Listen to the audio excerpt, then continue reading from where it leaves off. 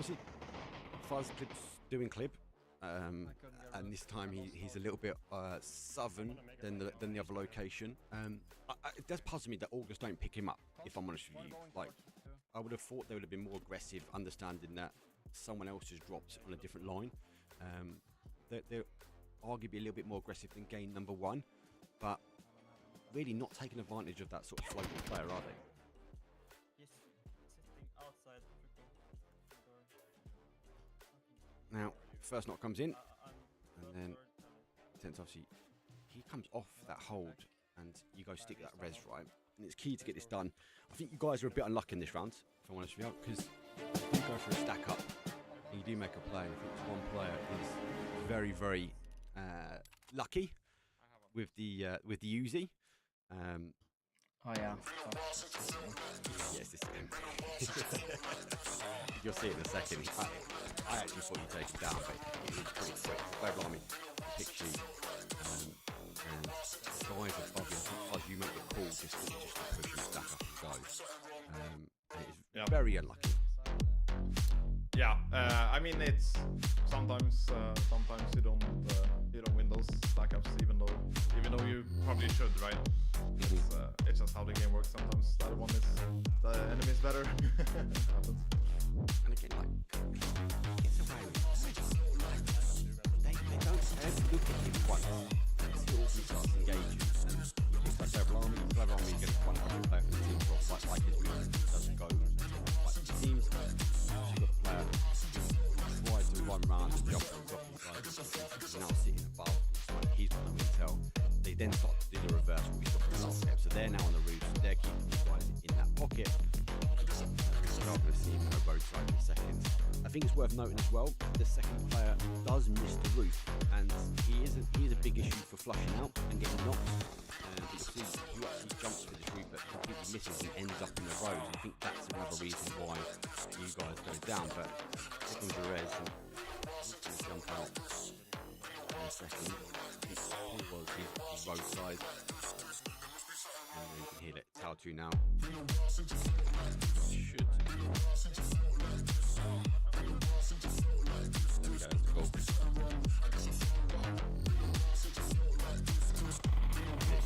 What he's going to top up. He missed the jump. And he actually ends up the road. That's the reason why. So I think you were a little bit unlucky there, if I'm honest. I think if you made the roof, I think it would be a different outcome. Maybe. But it was a good double knock from him. So I mean it happens. Sometimes you have to push, and it's definitely the right play. We're 3 versus 1, but he gets through us. So maybe it's well played from him. He's an equal player as well. Worth noting, kill feed, just trying to get up the stairs. Himself underneath. Can't get to the rest of the he has to take the fight, and this is slightly strange, but he jumps out and. It's quite aggressive. Unfortunately, that is the end of game number 2. Quite a difficult one. But yeah, still intrigued obviously as to why they haven't picked up Clip, and obviously there's a bit of an unfortunate. Moving over, Kendi wise, map you guys like? Do you got this for Kendi now, or is it still a bit up in the air? Personally, it's still up in the air. I don't know if I like it yet. I think it's gonna be way better since they have added it to rank now, so I can like play it more. But like as of right now, I don't really enjoy it that much. Any reason why this is your hot drop buzz? Yeah, always this kind of houses. This specific house is only one of them. Yeah, it really depends on how the plane path is and where you can land. It's just that simple, to be honest. You land wherever you land first is where you're gonna go, so that you can make sure you get a gun or something before the enemy, right? So you try to have the best route you can and just land, first, really. And then after you get those guns, and then you just have to play it out from there. The ult drop for you boys. Where would you else go? Where's the kind of the second thing you could hold for you? How do you mean? So your secondary drop. So this primary you want to get to at the time. Do you have another location that you guys would get to if you can't get to the train station? No, not really. That's okay. You guys play this really well though. I think this is the first map communication engine will be played. You guys cross up so well. I know they're a bit of a bad shot down the section.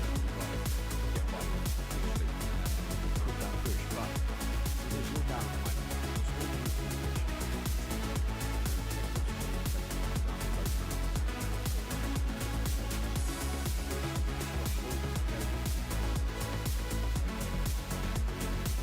Yeah, it's basically for now we're trying to kind of reset the clip first, and then kind of it's always these kind of fights. You don't really quite know where people are, and when your hold angle is like fully and sits still kind of, then if you're open for multiple angles, then you get knocked super easy. So especially Clip here, you see like he's only holding an off angle.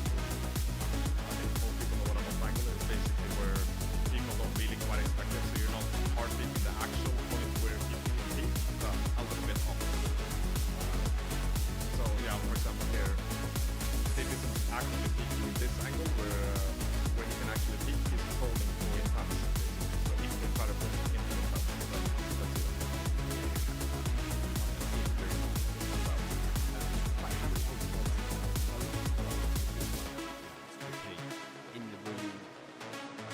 Trying to deny line of sight to the player, right? Yeah, I mean basically, yeah. And then I tried to go for intense, but didn't quite make it in time. There you go down around. Obviously, you're holding the opposite side, so you guys cross up. You're looking over past Clib. Clib's looking over past Intense, obviously, and the information store key. Intense. Still showing your body after that point. Like you still sort of stay there and able to get farm information. For a couple of seconds, but then Frost runs on top of my body. So then I'm just trying to swap around and help the boys to see and give info if I see something they don't. It's no point of staying on my body since Frost were literally on top of me. Clip things. Yeah. Clip things. It's such a great player as well. Such a good player. I enjoy casting.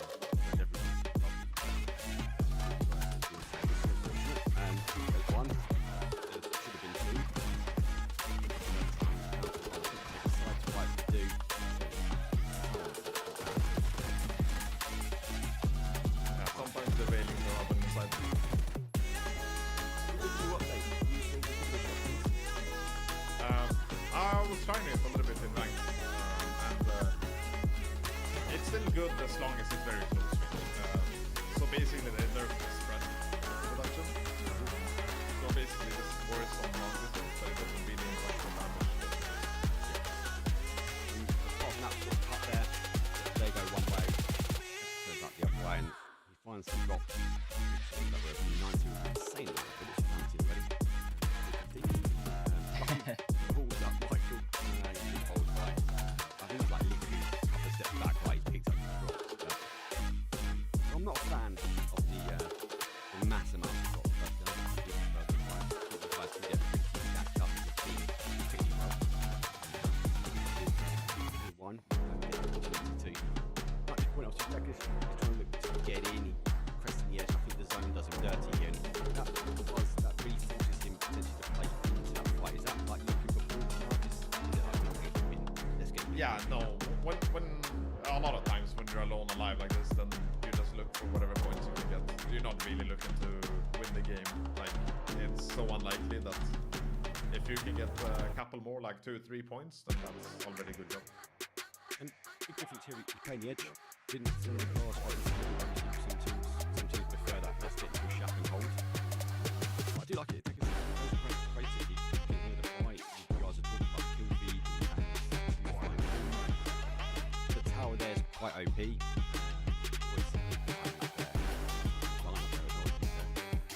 But again, it takes the opportunity to continue going. It's like, hey, let's take the fight. If the fight would have stopped at this point, is it worthwhile him just going to ground, or is it still a send forward, get what you can? I mean, here for sure, especially when it's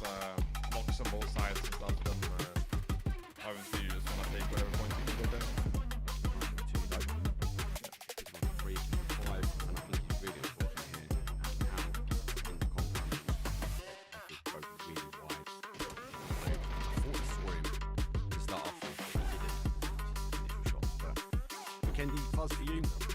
Map you like and enjoy, or? It's been growing on me a little bit. I really didn't like it at the beginning, but more so now. I think I don't really like it because of what map it is. I like it because it's something different. Okay. Yeah. You guys change clothes as well. Like, I'm starting to see people have like these white tracksuit or polo pair outfits. That's what you guys do? Is it worth doing as a recommendation? I mean, you might as well. It's not always you remember, but yeah, there's no reason not to do it. Especially on this lifetime from the players, then you can have these presets, you know, so you can have all maps ready basically, and you just click a button and then you switch over to that. I'm using it all the time. Switching. I've seen more and more players do it. More and more. Obviously, you can't do it at the majors, right? Because you guys are you need to kind of do the event cost, the event gear, you say. Yeah. You can get away with it in these style events and live service, etc. So, take it to win. You'd be surprised the amount of people I see run over someone and if they're wearing white gear, they don't get spotted at all. And a bit like this map. Again, what's your thoughts on Tego? It's a very different thing for I like Taego way better than I do with Weekendy. I don't know what I like about the map, but I think it's like it's more of a fighting map, if I can say that. I feel like if you take something that is not a compound, you always end up fighting, and that's what I like. Pockets on thick, cause I eat my greens. Way too hot, 3,000 degrees. No pitch, please, cameras flashing. I'm VIP, I'm a big deal. My life a movie, I'm the one they wanna be still. And I'm a queen, yeah. Keep it real, yeah. I keep my circle tighter than an earring piercing. Like a bag of money I'm on, they wanna know what I'm on. Diamonds dancing on my neck, that's the vibe I'm on. Way too lit, who gon' check? You can tell me none. Boss mode in effect, and my money long. Yeah. And they all wanna come to my yard. It's still a very big learning curve for this map, where you have to find new dips and be able to boss and stuff. Because it's a really big map, and you know, there's a lot of dips around the map, so you need to learn a lot. Even though you played it for quite a while now, you still find new things a little bit here and there all the time. Costs a lot to maintain, but it ain't a thing. Let's be for real. I'm way too cute to be broke, had to fix it. I'm the captain of this ship, pulling my weight like I'm into fitness. All about my business, feeling myself. Because they have angles on us and they want it to be aggressive, and sure we can stay, but you never know exactly where people are. And like I said before, I like to stack odds in my favor if possible. Play super risky. you rotate into One thing about me, back towards that sort of I'm north down side to of the ride. west. One thing You about me, now see the fight I was does born kick to off. shine. One thing about me, You guys I'ma actually get trying mine. to gain those points. I look like a bag of money I'm on. They wanna know what I'm on. Really white. Can you just car behind Neck, and that's just the vibe I'm on. you just pick up Way this? too Yes. lit, who gon' check? You can tell me none. The trigger. I think a lot of other players might I have look like a expanded bag the of money shot. I'm on. They wanna know what I'm on. Diamonds dancing on my neck, that's the vibe I'm on. Way too I think lit, it's who just gon' waiting check? for the better opportunity to get like 100% on knock and then possibly a flush as well. And you don't want to be standing out there wide open shooting when it's like already two teams fighting. Might find it turned on. How about it was recording so they cut it out? But rotation in, I think it's really unlucky. Going to the goal, can't make the play. But as you make it, you can't keep the cross together is more key and a learning point.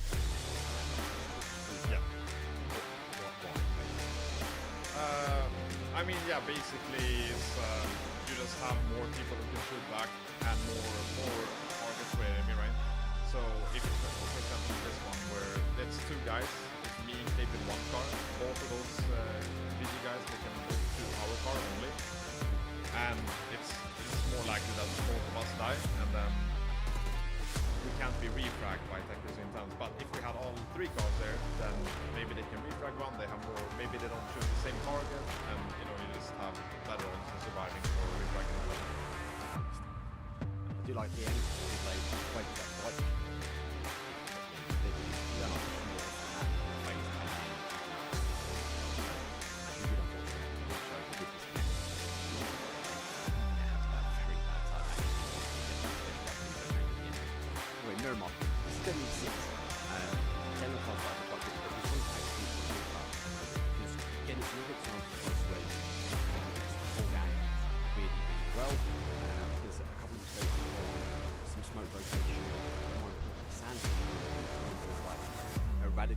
smokes, doesn't it? Yeah. Well, I can't remember exactly this game, but yeah. So the second the sandstorm comes in, then all smoke just instantly disappears. So even though the sandstorm isn't quite on you yet, they just disappear instantly. So sometimes you get really caught by surprise. They wouldn't let me. Man's gal when I come undress me. Swing with a right back, I might go lefty. I make plus with it, so don't test me. Go for that 5 stack and you push in. Game before you guys are very close together. You went the other side this back. I make plus with it, so You don't get in test this me. rock, they look more aggressive, they're pretty much in a line. And I think you make a call for us that they're mostly taking arena. They don't, they stay so close, they're just not as creative sometimes on the movement. You guys move your way in and up, and I think this is the unfortunate piece because you're on the other side now. So Fuzz, your job at this moment, right, is to cover the boy trying to get out of the building, right? Yeah, I mean, also what you said about they don't take arena, and that's kind of what I was pointing out in the Pochinki game. They don't really move that much, so we always have to make the aggressive moves here. Even here, where they are in the same house, they hold lines. He was there for a while. I mean, you guys picked it up. You heard him moving in. It was a call. There's a guy on that building. They wouldn't let me.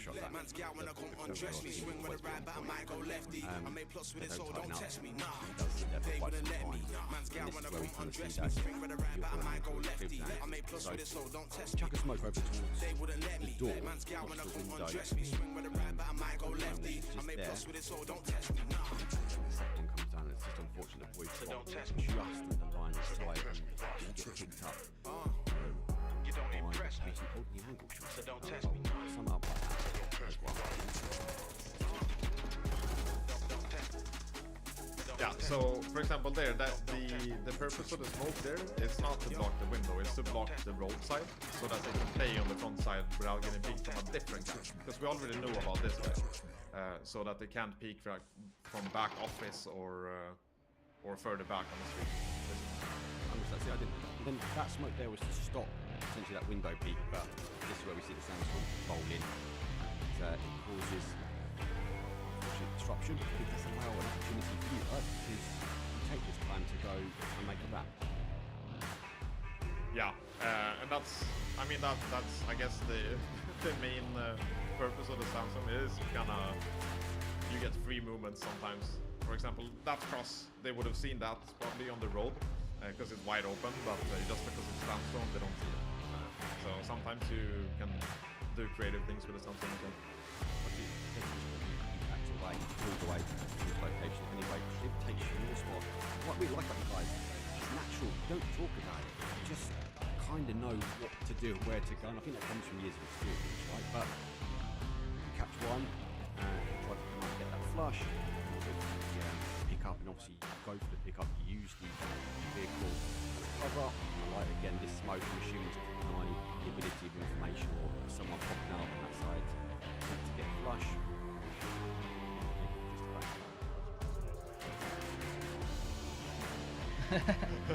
That's where we kind of like where you need sounds.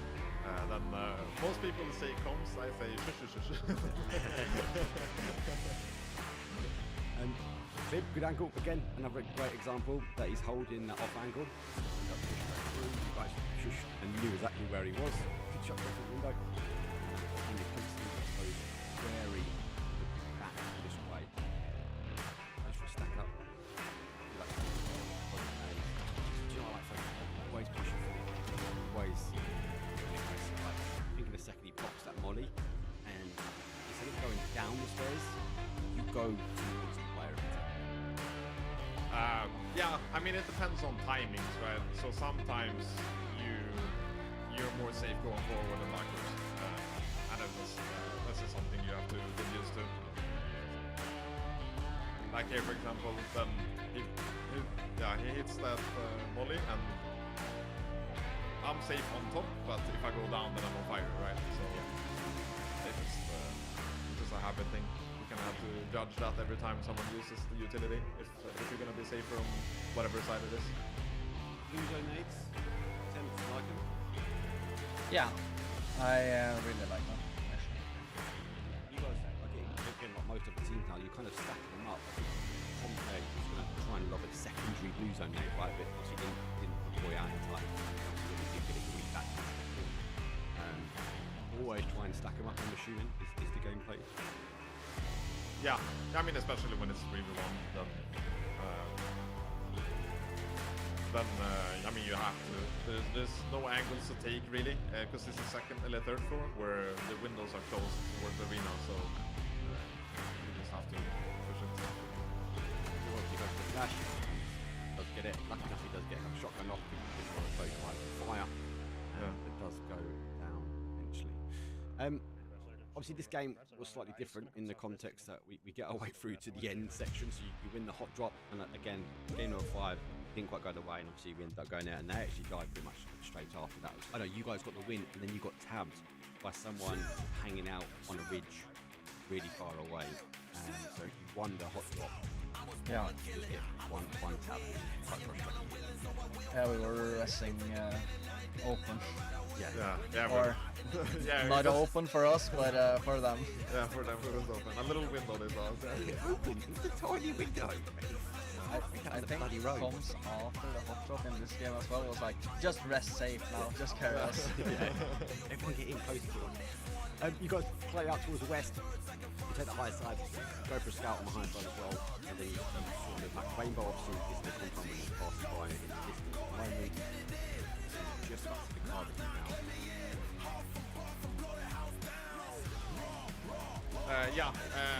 I mean, it's always easier to see things if you get high ground and then you just try to scout, and then now we, for example, saw that this compound is free and we're not in zone and the compound is, so this is an easy choice to go there then. Get the cars in, both trying to squeeze in the same side. But anyway, lucky. The team above you were fighting. I suppose if someone's on the cliff's quite a difficult area to take, right? Because they were just sort of hands down. Maybe Rainbow will shoot back to them, maybe just slip it in there. I've actually always found this compound quite difficult to play out of. You play it really well. You're focused on the like this, the focus on Rainbow, right? Don't let them shoot. Yeah, and also they changed the area around this compound a little bit. So it's a little bit different to play out from than it was before. It was way harder before. Yeah. You guys play this so well. There's some cons as well. You guys put deployable shields into cars. Like, I still struggle finding teams who not put in use or using the cars effectively. So the clear comms in the second goes, get the shield in the car and make the player make the push. Yeah, that's also something where sometimes people don't really feel like they have the time to, do those little preparation things. And I mean, it's true. Sometimes you really don't have the time. Maybe because you have to balance it between like when you're doing those things, then you don't take info or you don't see where people move and stuff like this, right? So it's always a balance if it's worth it to do or not. And I guess it depends a little bit on where you put the cars and how close it is to the items and stuff like this. So a bit of time goes by, what we just missed. Now, you guys did stop 990 come to your way. Rainbow played down the road and into that question mark area. Very difficult area to play as well. And then the option is to get intel from above. So you guys are trying to farm, and it's very clear as well. You start piecing together who's who and where's and who's fighting what, because there's a comma of FaZe were fighting Twisted Minds, I believe, earlier, and now FaZe are fighting how you piece together based upon the kill feed.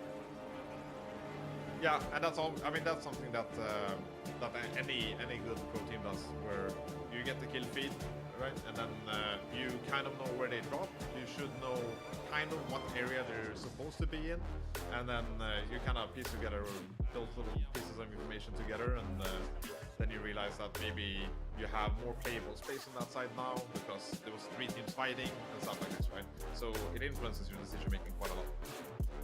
And this is a big decision though, right? Because Intense, you literally get kicked out of the car, mate. Clip's like, get out and run. He doesn't even drop you off to the right location. He's like, just get out of the car, mate. And he calls back. Again, Fuzz, just talk us through, like, why is he going back? Why is he coming back to the compound? So it's always, if you can, then you prefer to have multiple angles and so that people can't just roll up on you for free. Whereas if you're stacking up everyone on the same spots, then everyone around you have more space to do things, right? So you're trying to keep as much space open to yourself as possible, always. And the less you stack up, the more you hold space, right? Because you have more angles and you see more area. There you go, there's that deployable shield. Really random angle from the field, actually, but we'll see that in a second. Now, Clip doesn't opt to go for the cut. He actually goes for the run up the hill, and I'm going to make the assumption that actually he didn't want to give away any intel that he's moving closer to them, right? It's a sound bet. Yeah. I mean, probably it's that's always gonna be a personal decision kind of thing. Where if you feel like you can make something happen, like a good play, like there for example, he feels no one is looking at him, he feels free to run, then he'll just do it, and then you try to support him afterwards. This is where he's... There we go, talking about the blue part. I'm assuming there's a team up there, you guys have got up top, and yeah, he now goes for that send. Makes the play up here. I'm very surprised to get caught from behind now, I'll be honest with you. Even looks. Yeah, sometimes you can hit really good timings where people don't always look exactly where you're gonna run. So sometimes you hit that timing where no one looks and you run an open field through free. So. And then some real big discipline here, and I don't have it, so I don't play your level, boys. And there's a player. Clearly takes it, right? I would have been pulling the trigger at that point. But he doesn't. He obviously takes some shots now from below. He has to go for a med. Really lucky he doesn't go over the regions. We do see Crexy obviously on the other side. But that one decision there, he's able to pick up 2 players. He gets one, because you played up here as well. Yeah. And there's a second fade white. Like, that discipline is insane. Yeah, and that's something where you very clearly see it, like the experience of a player where you really make the right decision, even though, like you said, a lot of people would probably shoot as well. And I just experienced, I've had a lot of situations like that before, and then you try to get as much information on where the enemy is before you start shooting. Caught by the field there. There we go. Team's done, dusted. Look, 990 didn't have anywhere else to go. They had to try and get in. They're either going to push you or go further down the field. So it's going to be a difficult area to play. Your comms are so clear here. Like, you're figuring out where the players are. And I don't know what goes through your mind, but you walk to get in the car and you kind of instantly know where to go. Like, is this been something? This is a game plan. I know we've seen areas like this a few times, but have you played these dips before? Done this? Not really. Like it's map knowledge. That's it, really. Like you kind of know how it looks. It's not something you usually play at all, especially not me from that side. But it's just sometimes you know how the map looks exactly, and then you make a play off that. That's it, really. And that's why it's so important to, even if maybe sometimes, at least from my personal experience and what I think, it's very valuable to play ranked games and just play the game, because sometimes you know a specific place you can play a lot better than if you don't play the game that much, you know, even though you're a fantastic player otherwise. Swapping out here. Worth noting the damage on the board, only 3 kills unfortunately though, but go back, go pick up more util at this point. 8 insane amount of util. I think you guys are allowed to go too much, I'll be honest. Insane. I think we come down in a second. Again, you pick them more. You put the shield, I'm shooting back in the car, and away you go. And there's that comms, like, again, here on blue, and you just get here and you're like, this is perfect. And that's going to be an extra teacher. This one will stall out a little bit, but then we realize how bad it is, and like it's not playable, and then you start to move away from that as well. Yeah, good couple of shots here. I think obviously BBO, they were in the field earlier. They didn't really have anything else to play, right? So they push into the dip, that roadside. You guys call it the phase compound, but where Exalt was sitting. they don't need to move at the moment. I think they're waiting for the zone to play back towards them. I always see it play this side of the road more often than not, if I'm honest. But again, there's no need for them to move. And win or die arguably is in quite a difficult situation, especially if any more pressure was coming from above. But now Clibs moved away, they've got a lot of freedom of movement in that bowl, right? Yeah. It's still not a big bowl, and they can't run out of it, of course, because the rest of the server can see them. But at least they're a little bit safer there now, yeah. You guys can up here, objective, I'll get rid of BBL, right? They launch a couple of nades back, and a couple of shots coming up. Obviously, Exalt are stopping you playing peekaboo so hard, mate. You want to put that guy in, and then if you do, then we see the nades cook now. 4 nades. There goes. Yeah, we had a lot of nades. Yeah, worse than Borderlands. The Carnu flattens him. Another one. That's perfect.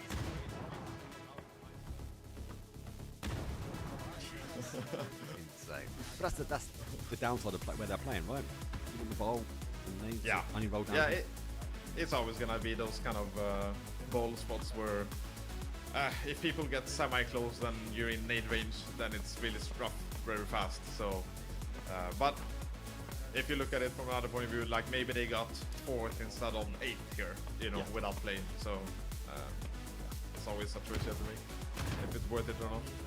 Take it, extra pleasure points. They're in 4th. You're right, they were in for quite some time as well. So a little bit of a different game for them. Comms are really clear.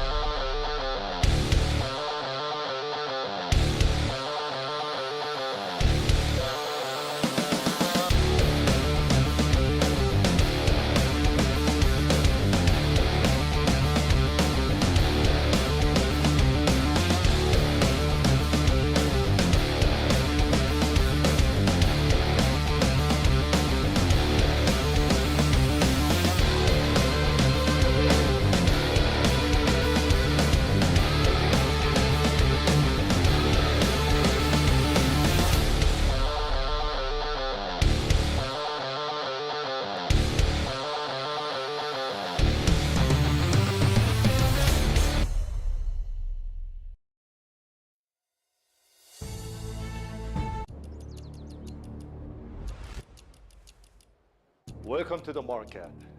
Seize the opportunity.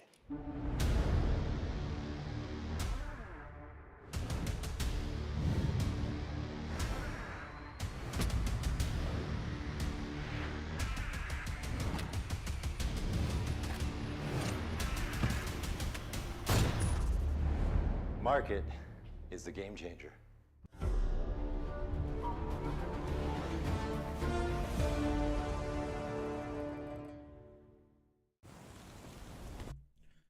Well, I don't know if the market's the game changer. Well, not for me. Sometimes anyway. I've been running around Rondo. I'm excited to announce I'll be playing the Logitech. I've been invited to play the PUBG Logitech event. It is going to be interesting. It's a duo. I might stream it. I'm not the best. Market's not my place. Anyway, what we got? Well, I think it's week number 3 now. Week number 5, sorry, GGL, division number 1. It's been insane. I do have CC with me. He just had to go grab something, so it isn't just little on me. We're back with me and Cold Crew exclusive CC_cast, if you haven't already. But we get to have a quick chat, though, before we kick things off. Lobby's pretty much ready to go anyway. I want to talk about leaderboard, because leaderboard is key when we come into this sort of section anyway.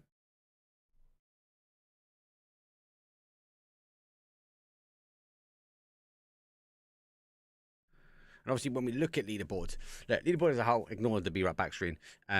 30 Sports, well, they're storming things at the moment. They're absolutely flying. 250 points, 170 kills. Like, it's just insane. They're arguably getting more kills than placement. There are some more teams that are balanced consistency. We saw, obviously, Formulation Gaming fight things out, especially last week when trying to catch things up with them. Good couple of games, not too bad, not too shabby. On the other side of things, though, STFU, well, they came out week number 1. Obviously, I got back. That was cast with CC.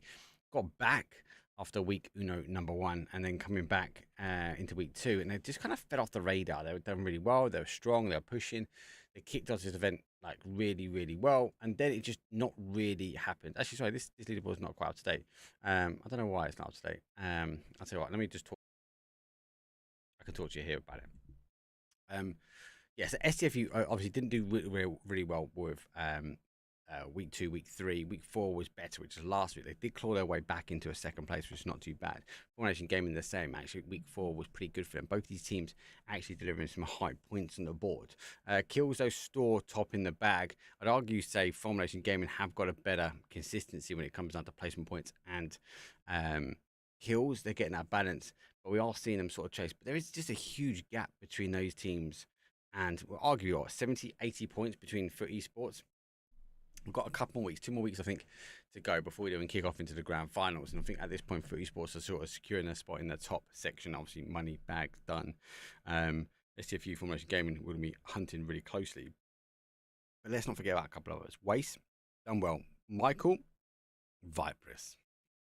Let's talk about this dangerous duo early on, because they hit, and they hit really, really hard. Viperous and Michael hitting nearly 1k shots. That is give or take just about in visualization for PUBG. That's about rendering distance at max. And both of them put one on. Michael arguably put a little bit more. He was like a step and a half back from Viperous, but impressive AWM shots. There was a bit of banter online. People were going, well, why are they shooting those long distance shots? What's the point? Why are you wasting? Well, I got 2 kills from it as well. So that was insane. So then Waste obviously didn't start this event really well, but they seem to be warming up the closer we get towards the grand final. So good to see them in 4th place. I think there's a lot more to be had. They're 146 points. FUT Esports on 272. Still a lot to take. Still a lot to take on. Unwanted, not too bad. We actually got POV streams from Unwanted and Glamond for Clannon, also on POV streams as well. So it's definitely worth noting there. If you want to have a look at the POVs and the map stream, !CC for the command center, the Optimus Prime command center, you can get in there. There is also a map stream and 2 POVs, I believe, going up this evening. Slavia Ukraine had a really bad start, and the team which actually came into DGL when I was asked to come back and do Division 1 again. So then it was like, obviously the guys done really well last season, expect to do quite well again. Just not performing. Sitting in 7th place. We do round things off though in 8th place with a behind enemy wives. We saw the Stallion out of horses. Wow, what a play. Really, really nitty gritty games from them. They're not scared to put chicken dinners on the board. They do get more kills than they would say, but they would get placement points. They just need to be more consistent on the placement. And I think that's the story most of the way down. Let's get things into it. It's going to be best of 6 though, but today we are going to be kicking things off on a wrangle. So sit back, relax, put the seatbelt on. I'll see you guys in round number 1.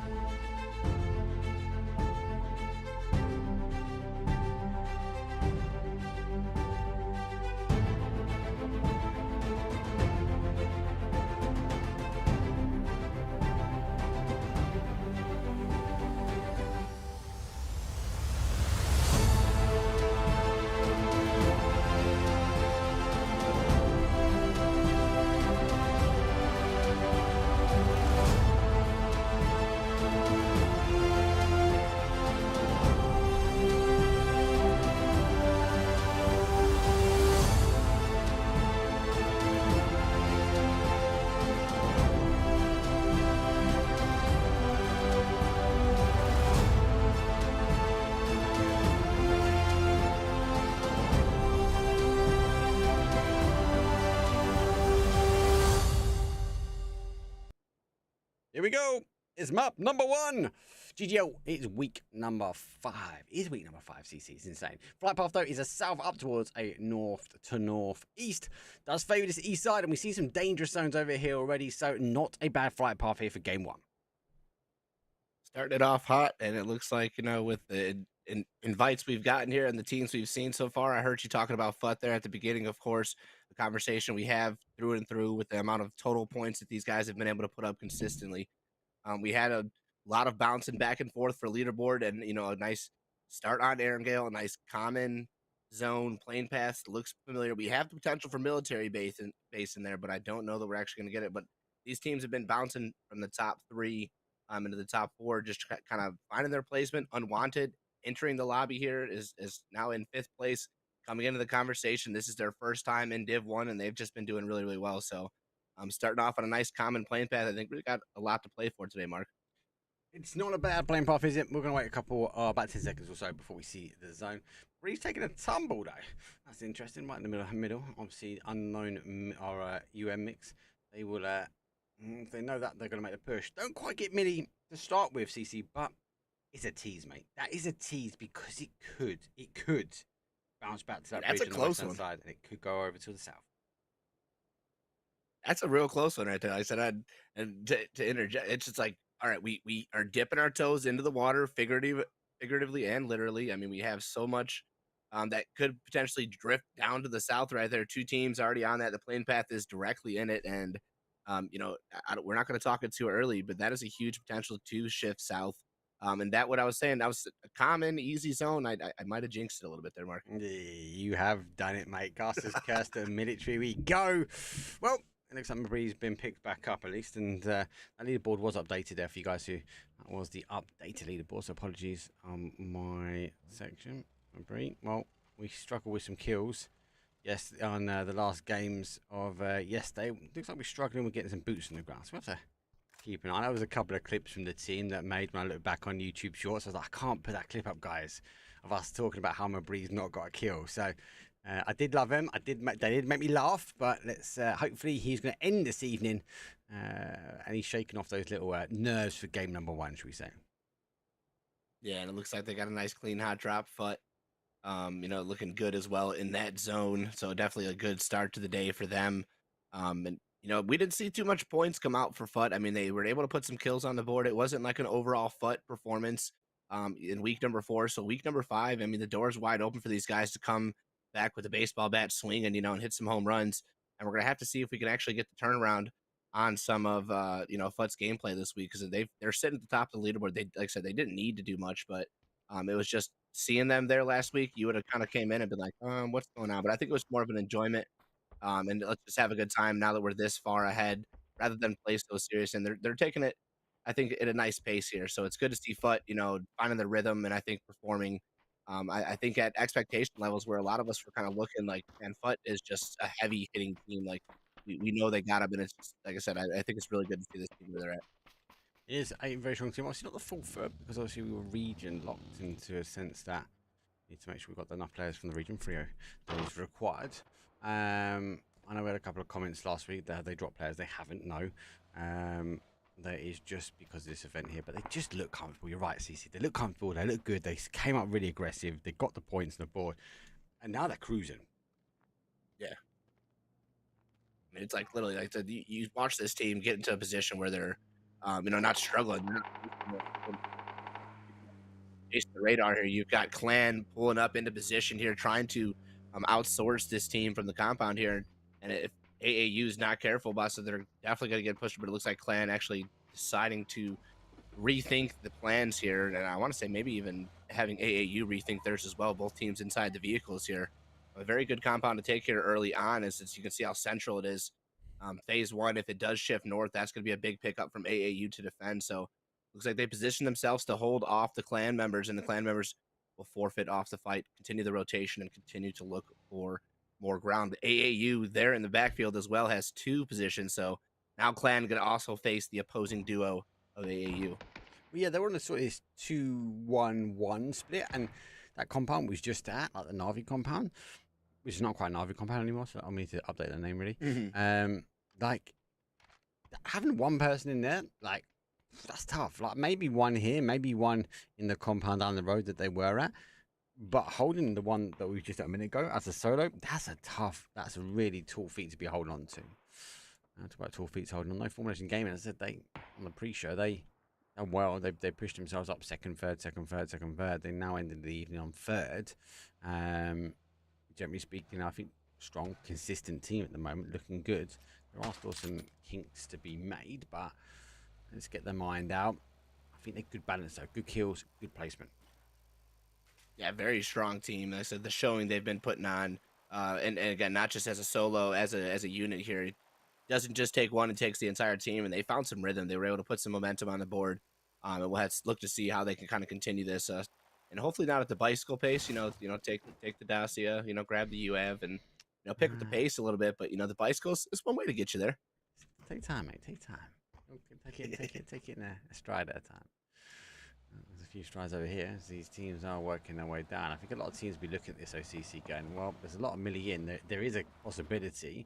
And even if it doesn't end milli and it plays back to Northwest, I think yourself, myself, most of the chat will be thinking is that if it holds onto water for longer, it becomes kind of a dangerous, unplayable style of zone. Like, you're going to be forced into position. So a lot of teams are going to try and take early positions. They're going to try and take early sections now. So they're not having to fight through the teams. They're not having to crash their way through or draw a line early, trying to split the opportunity guns. But for now, what you can, scout, push forward, scout, push forward, scout, push forward. Have to wait and see how we go from there, though. I love a little scout play here, you know, just kind of. This is, I think, the most interesting play. Once you make it in, you get comfortable. Yeah, it feels good, but the scout, the intensity of just getting this momentum to push yourself in, I think really does take the team to the next level here. You have to be able to take the comfort. You've got to be able to understand pressure's going to be coming in no matter what, and what pressure do you want to direct? It has to be, collected as a unit. And as we can watch Steak and P just raining some shots down here. We also watch making the push on to STFU. Here they come. They've got 2 players on the backfield here, but they're also in the solo. Looks like Ben off to the side. They're gonna have to be careful to see how he plays.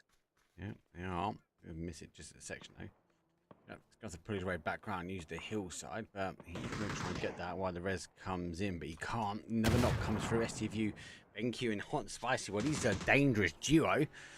And they're putting down. focus south. We've got the ball with teams rocking in from the north. The hill right now, 2 down for Reed trying to do what he can. Great flash. Over with the ace, missing the shots, but unfortunately will deny the secondary push. Symphonize is going to bleed out regardless.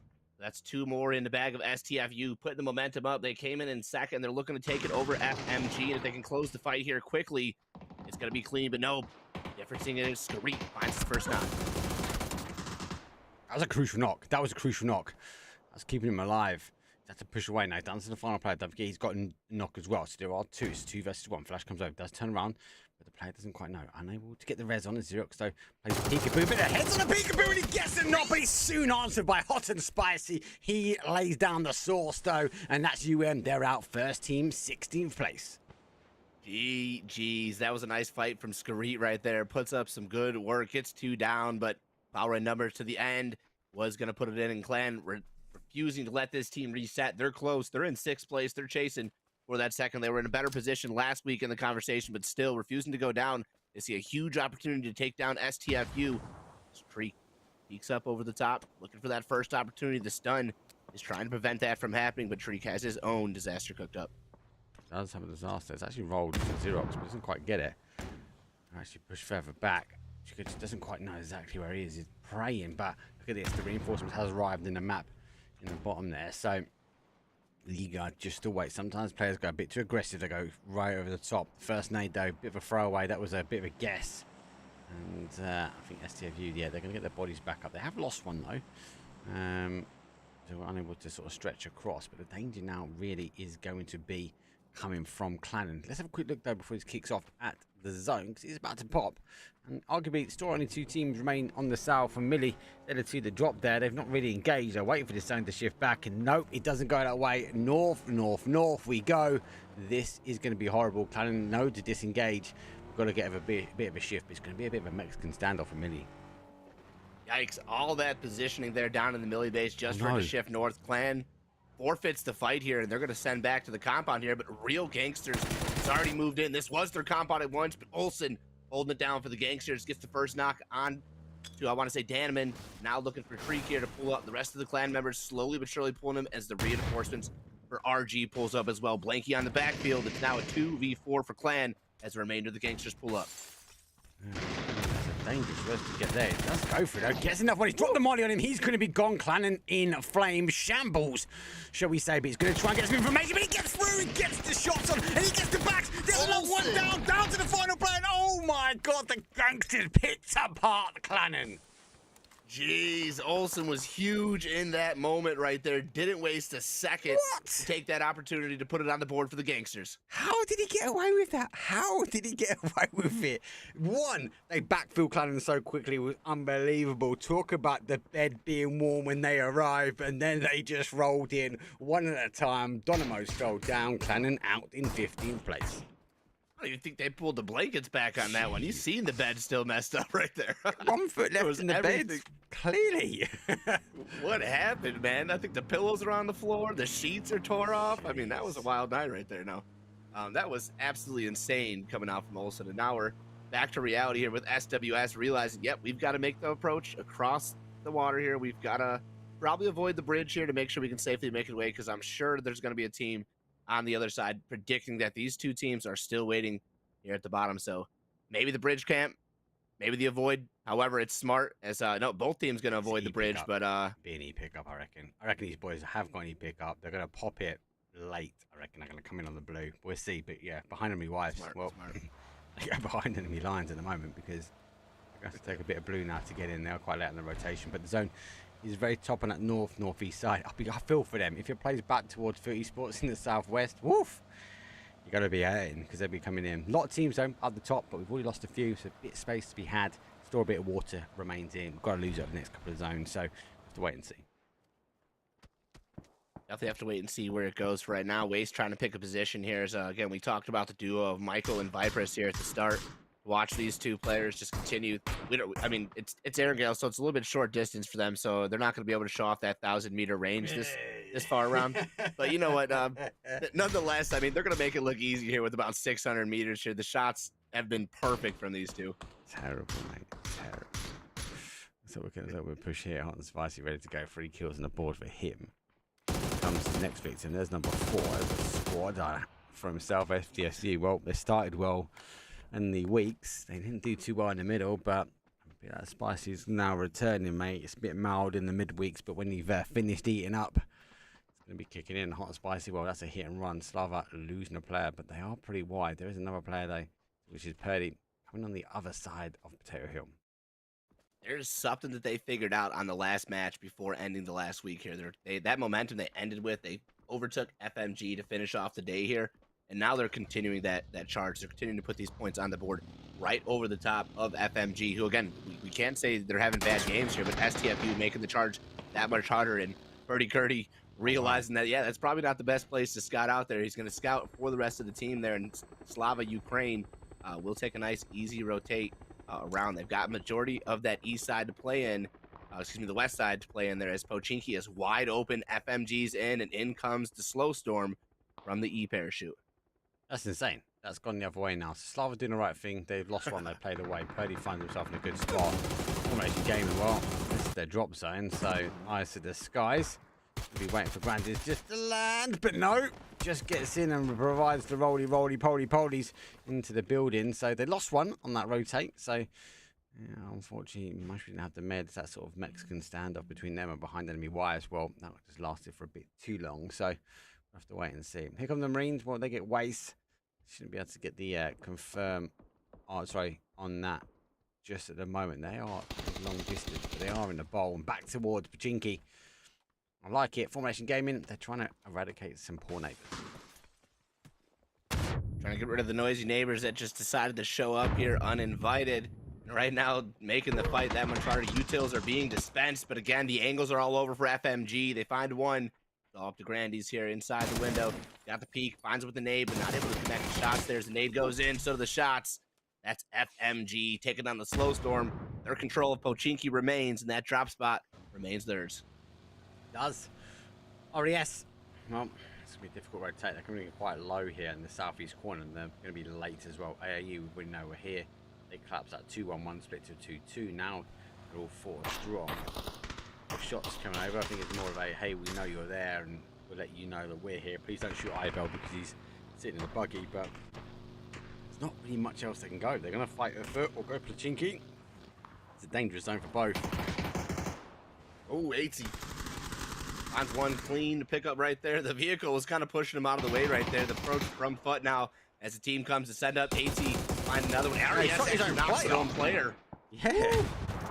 Big mistake right there from RES. Now left to just Ajo. Finds a 1v1 with Otto, and Otto gonna clean that one up quick. Don't want to be in that party chat right now, do you? No way. Players down. Well, let's look at the zone. It has pulled back over. We do see, obviously, Pachinki literally heart and soul. If it goes to the fields, it's quite dangerous. Marines, well, they come late, but they come in behind enemy wires. And, a couple of shots, a couple of misses, but do you get the first one? Doffy's down to a one shot as well. Zone's going to hit a little bit. It's phase number 3. It's going to be a little bit of a tickle, but maybe it's Molly. Well, it's going to be post its way through the tree. Doesn't quite get there as the flaming glory of the tree goes down. But hey, you don't need it when you've got I Love Horses. He goes down, unfortunately. The Stallion is taken down because of the zone, and we're down towards the final player. Let's see if behind the wires can hold it out. There's one nag down. There's a few more to go. Avi with a big job ahead of him here. He's just trying to bait out his team to get out of the blue here as the smokes come through. The Mad Marines trying to fight. They've had themselves a difficult tourney as well, but trying to shift their momentum here. They're getting some kills as the blue zone will do the damage to at least 2. I Love Horses in the smoke and get the res from Avi. We've got a little bit of a slowdown here. Can Mad Marines take the opportunity to find this player through the smoke? Oh, the blue zone nade comes in huge right there. And if the blue doesn't finish it off, the nade barely taps the player that finished off as STFU. Bots out the final member of Behind Enemy Wives, and they'll fall in 11th here. Mad Marines in 12th. Teams back-to-back, down to 10 teams. We can now focus back onto FMG right there in the pizza slice of Pochinki. How's it? It's going round. What we had, where it came back in the southwest, it then went to a northeast. Now we went to a northwest. Now we come back down to the south. The zone is playing marbles with us at the moment, so have to wait and see. Lots of early action, lots of aggression. If you have first time coming in towards the GGL League, well, style of PUBG, this Norwegian PUBG, it's aggressive. That's all I'm going to say. Unlike others, when we get ourselves down to kind of a phase 8, we've still got maybe 5, maybe 6 teams. We're phase 8. We've barely got a team left. And what's phase 8? Yeah, in this lobby, could be anything. Yeah, that's when we're getting the lobby ready. Honestly, man, phase 8's the loading screen. It's still in. The teams are collapsed already by that point, but no. Aggression is definitely the name of the game here when you're talking this region and when you're talking this lobby in particular. I mean, we haven't seen no lulls by phase 6. Like you said, most of the time we're down to phase 4. Down to 4 teams, and it's just insane to see these teams that are that cracked. I mean, we watched Olsen eliminate a team in less than 30 seconds, so I mean, you got to understand these players are ready to play today. They are ready to play, and STFU, well, it seems like we're all constantly seeing them in the mini map and then the kill feed, so sort of pushing around. Terror Hill has been a real bit of a hotbed now, and the real gangsters. They untuck one, let's see if they can untuck another. Olsen goes in, does get one, goes for a re-peek. And no, Otto, well, he's going to get that. That nade might be good. He might be able to pick up at least 1, maybe 2. There's a suicide. And Zero will take it down for the team. Otto does get his kill. So AAU, boy, they're out in 10th. Real gangsters, well, they're on the back burner now. As STFU, they come rolling in. Difficult run for AAU there. Caught between a few teams. And STFU has been on fire right now. Hot and spicy included. Xerox finds a knock on the blanket there at the vehicle. There's one left up. They're trying to go for the res of the Snuskadusky. Olsen, who has been huge for the real gangsters, probably going to get cleaned up. No, 8C finds Snuskadusky, but does not get the knock on to Olsen. That one bounces a little bit too far as well, so he's using the smoke, the vehicle, to his advantage here. It's only going to buy him so much more time, so 7 kills in 9th place. Can they outlive one more team to at least maybe see another placement point here? See if we can see another placement point. We're going to see another smoke. 4 remain. One is starting to dissipate, and I think he is pretty close here. Otto is also coming over. They've got to think about this next zone. Bounce back again, but Chinky is where we go, people. So 9 teams up. Even PUBG trying to keep numbers remaining to the end zone here by giving everyone a bit of hard cover. Teams, well, reset, remove, and send your way on in. See if we're going to go 4 city ending here for game 1. Would love to see a city ending for the first match of the day here. We thought maybe it's going to, pull down, challenge these guys, but a Pochinki would definitely be good. FMG, who hasn't been able to, grab too many points because they've been holding down Pochinki, would absolutely be happy with that. They're watching STFU in the kill feed pick up these kills over them, sitting on 2 kills, so the chase is already that much more thorough for this team to have to complete if they're looking to take this team down. But STFU, if they arrive in Pochinki, this is going to be FMG. Basically meet them there at the gates there, but I want to say it's is actually already in there doing their hold. No, it's unwanted, excuse me. I'm holding down the edge of Pochinki, so it's making STFU that much harder. In comes the motors. And For now, nothing to connect, so it's going to be Waste holding inside the bunkers, where it looks like the motors have already gone off in previous battles here. So, you know, this is definitely the type of battlefield we're starting to understand here. In comes the Gambling Addicts for the push, and it's just nonstop chaos right now, Mark. It's going to be chaos here. The trenches are pretty hard. Oh, and lucky on the blue zone, it does hit the trenches and backs out again. And the guys are trying to dial in. That's why you can tell there's such a big difference between the mortar strikes that are coming in. Well, Viper as well, she launches out a mortar strike herself. And, well, there's more coming in. There's too much happening when it comes under smoke. There's not enough pressure on Waste. They can watch them. That's the big thing. If they're under pressure, they were taking the fight. They couldn't keep their eyes in the skies, could they? You might get away with it. Open terrain, mortar fire, you should be now at the level that you're not going to get caught off guard with it. You should be watching. Yep, there's FFG again, waiting for the push to come from STFU. They're holding it down. Waste again, keeping their eyes in the sky to make sure they can avoid these shots coming through as one looking to connect. That one was actually going for BFG right there. Tico, the last alive for BitFix Gamers here. He's trying to hold down. One more coming from the top, just avoiding the position as well. He's got that little bit of roof cover there that I don't know if it's going to provide any type of support for him, but I mean, I think he's trying to use it to his advantage right now. Now raining in, but they're not getting the trench. They are going in the middle. Here comes the real ganks as well. Maybe the MG's enough to push him over right into the middle. Olsen then gets tabbed in the back, but it's going to be BFG that finish it up. And Tico, well, he caught Party Beat on the rotation round. SLR MG 188 in his back pocket. That MG is going to eat bullets though in game number 1. So he's been very cautious. Going to need some backups. Maybe he should let Party Beat come into the trench and allow him maybe the opportunity to pick up some more ammo. He's doing his thing here, though. He's got 2 on the board. That kill against Olsen was actually a 2-pointer. Has to get him into the 8th teams that remain, so it's good work for Tico so far. His days are pretty much numbered. The zone just pushed him out for phase 6. You've got Gambling Addicts who are already in it, and before he can even leave, Michael on Fire comes in with a ricochet grenade, gets the knock, and he's going to steal maybe that MG for himself, as they now have the battle against Gambling Addicts to come in.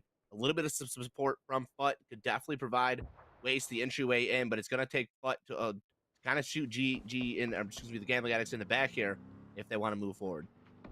Maybe it's cars or tires. To take it, cars are going to be crucial now, unfortunately. Vipers, nice paint job. That's what I've got on mine. As Michael takes a few smokes and a heavy push from there. And there's only really one target location. The downside for GA is, yes, you said they've got FUT Esports that might be able to help them out here because they're going to get eyes in the sky, and they've even got blue zone nades coming their way already. There's no meds coming through. He's going to knock down. There's 1, there's 2, there's 3, and there is T-Bone, baby. An easy blue zone nade. Take that one. I mean, from the distance, T's not even nowhere near the site anymore. I mean, he gets in, tosses his nades, dips right back. I mean, it's like FUT never even left right there. FUT looking beautiful. And again, so they must know. So we gave you guys a chance to catch up, close the gap last week. And this time, we're looking to be inside the top 5 teams. Get us a little bit of a Pochinki entrance there. Waste, be very, very careful how you make this approach here. We just watched T. Enjoy the T, and we hope not to see that for a second round. That's unfortunate. As they're putting up, expecting a fight to be here. Little do they know that FUT Esports really landed the blue zone. I don't know if they've got any more in the back pocket with the over the arm, the super arm from T's coming. He's looking for it. Here comes that super arm. He has got another one. He just exposed it, so looks like he's going to try and get close and just trying to hit another 2-pointer. Or was it a 2-pointer? It's a 3 or 4-point, wasn't it? 3 of them. There goes another one. That's going to bounce nicely. He's going to get pretty close. But unfortunately, being PUBG, the second one comes in, though. That's pretty much bang on the money. It's going to now push out Waste. There's enough smoke from them. They're ready for it. There's no team behind. And Vipers, well, there's 1. There's 2 from Otto. Michael's trying to med his way through the double blue. And he's just about got away. His show, well, he's going to go down towards the explosive car. And there's Vipers again. Michael, the remaining player for Waste. FUT is pulling out some old school STK antics with all of the utils right here. Just love to see it going on right now. And if you're any of the teams that are involved, you hate to see it. And you know, this is what makes the blue zones, when they kind of came into play here, questionable. You're like, blue zones, what are they gonna do? This is what, you know, again, you can't hold compounds like this the same way you could. You know, you have to rely on smoke. You have to rely on a different approach there. And again, you also have to be the team that carries the blue zone grenade, right? Because if you have no blue zone grenades, that compound, or excuse me, that little wizard tower right there could have been held you know, all the way into this phase 7. We would have seen 2 more teams still alive going into the city finish. As you know, we've kind of ignored FMG, kind of ignored STFU. The teams inside the city are comfortable. They're looking good. It's now these teams finding entryway in. We're just doing damage to each other on the outskirts. And it's not even like they've been hiding either. They've been dealing with teams that have come in aggressive as well. So not too bad. Footy Sports on 13 kills. Purdy with a Kobe's coming in right pinpoint. Oh, doesn't quite get the connections. It bounced off the bonnet. Oh, sorry, the bumper of the car. But Elf, well, he's right on top of these guys now, and Otto is down. He's looking for any kind of bit of magic he can get. Only remaining, but that nade didn't quite happen. Michael, well, at least the all eyes are not facing on him. Actually, I lie. This is formation game, and they remain 1, not dropping the ball. Still picking up a few kills where they can. Like I said, yeah, they've not picked up the most kills, but they've still kept their head on. They've kept STFU from getting anything further than the trenches here. Unwanted as well, who's been moving in slowly but surely. They've been methodic in their approach into Pochinki as well. They've been holding teams down, keeping the backfield safe, and it's now the approach of STFU through the trenches, trying to find some sort of refuge, and trying to find, you know, maybe an opening knock onto FMG that's going to allow other teams on the side maybe to get involved in the fight. That's really the only way I see STFU kind of making it out of here right now. Trenches are always so hard to fight out of, but for now it's sustenance. It's somewhere to kind of live, and then we're going to hope that it pays off for STFU, who's been, you know, again, just kill chasing all this entire game. Well, they have been kill chasing. I reckon this was our P90. It really is. Michael hopefully won't get baited into trying to go for it. He needs to think about the zone. He's in here. Formation Gaming can't drop the ball now in the south. Footy Sports do find their way in. And you're right. Formation Gaming and Wanted, they've been kind of neighboured up for a while. And just watching external of Pochinki. We're getting the town in than we want. Dangerous. 6 teams, 16 players. This might actually go to the wire. And that's quite weird to say in GGL lobbies. It's only because we talked about it, and it's also only because we got the city finish here, you know, and again, it's so tight. You'd hate to see, you know, if you're FMG, you don't want to drop the ball. You know, this is your home turf. This is where you succeed the most here. So we're seeing FMG again just kind of, you know, showcase the chest right now. You know, they're pumping it out, and they're holding their own right now, and we're seeing Unwanted, you know, move in, and these guys are afraid of nobody, just continuing to put the staples in. As I say, afraid of nobody, neither is Purdy. As Purdy enters the lobby one more time, this time not with a Kobe, but just finding some damage onto UW here. That one should confirm. Oh no, actually the smoke coming out. Tommy Bob going for the res. And now the approach from STFU, maybe out of the trenches, comes out. There's no, I don't know. There's a whole lot of questions. There's a whole lot of playables that can go on right now.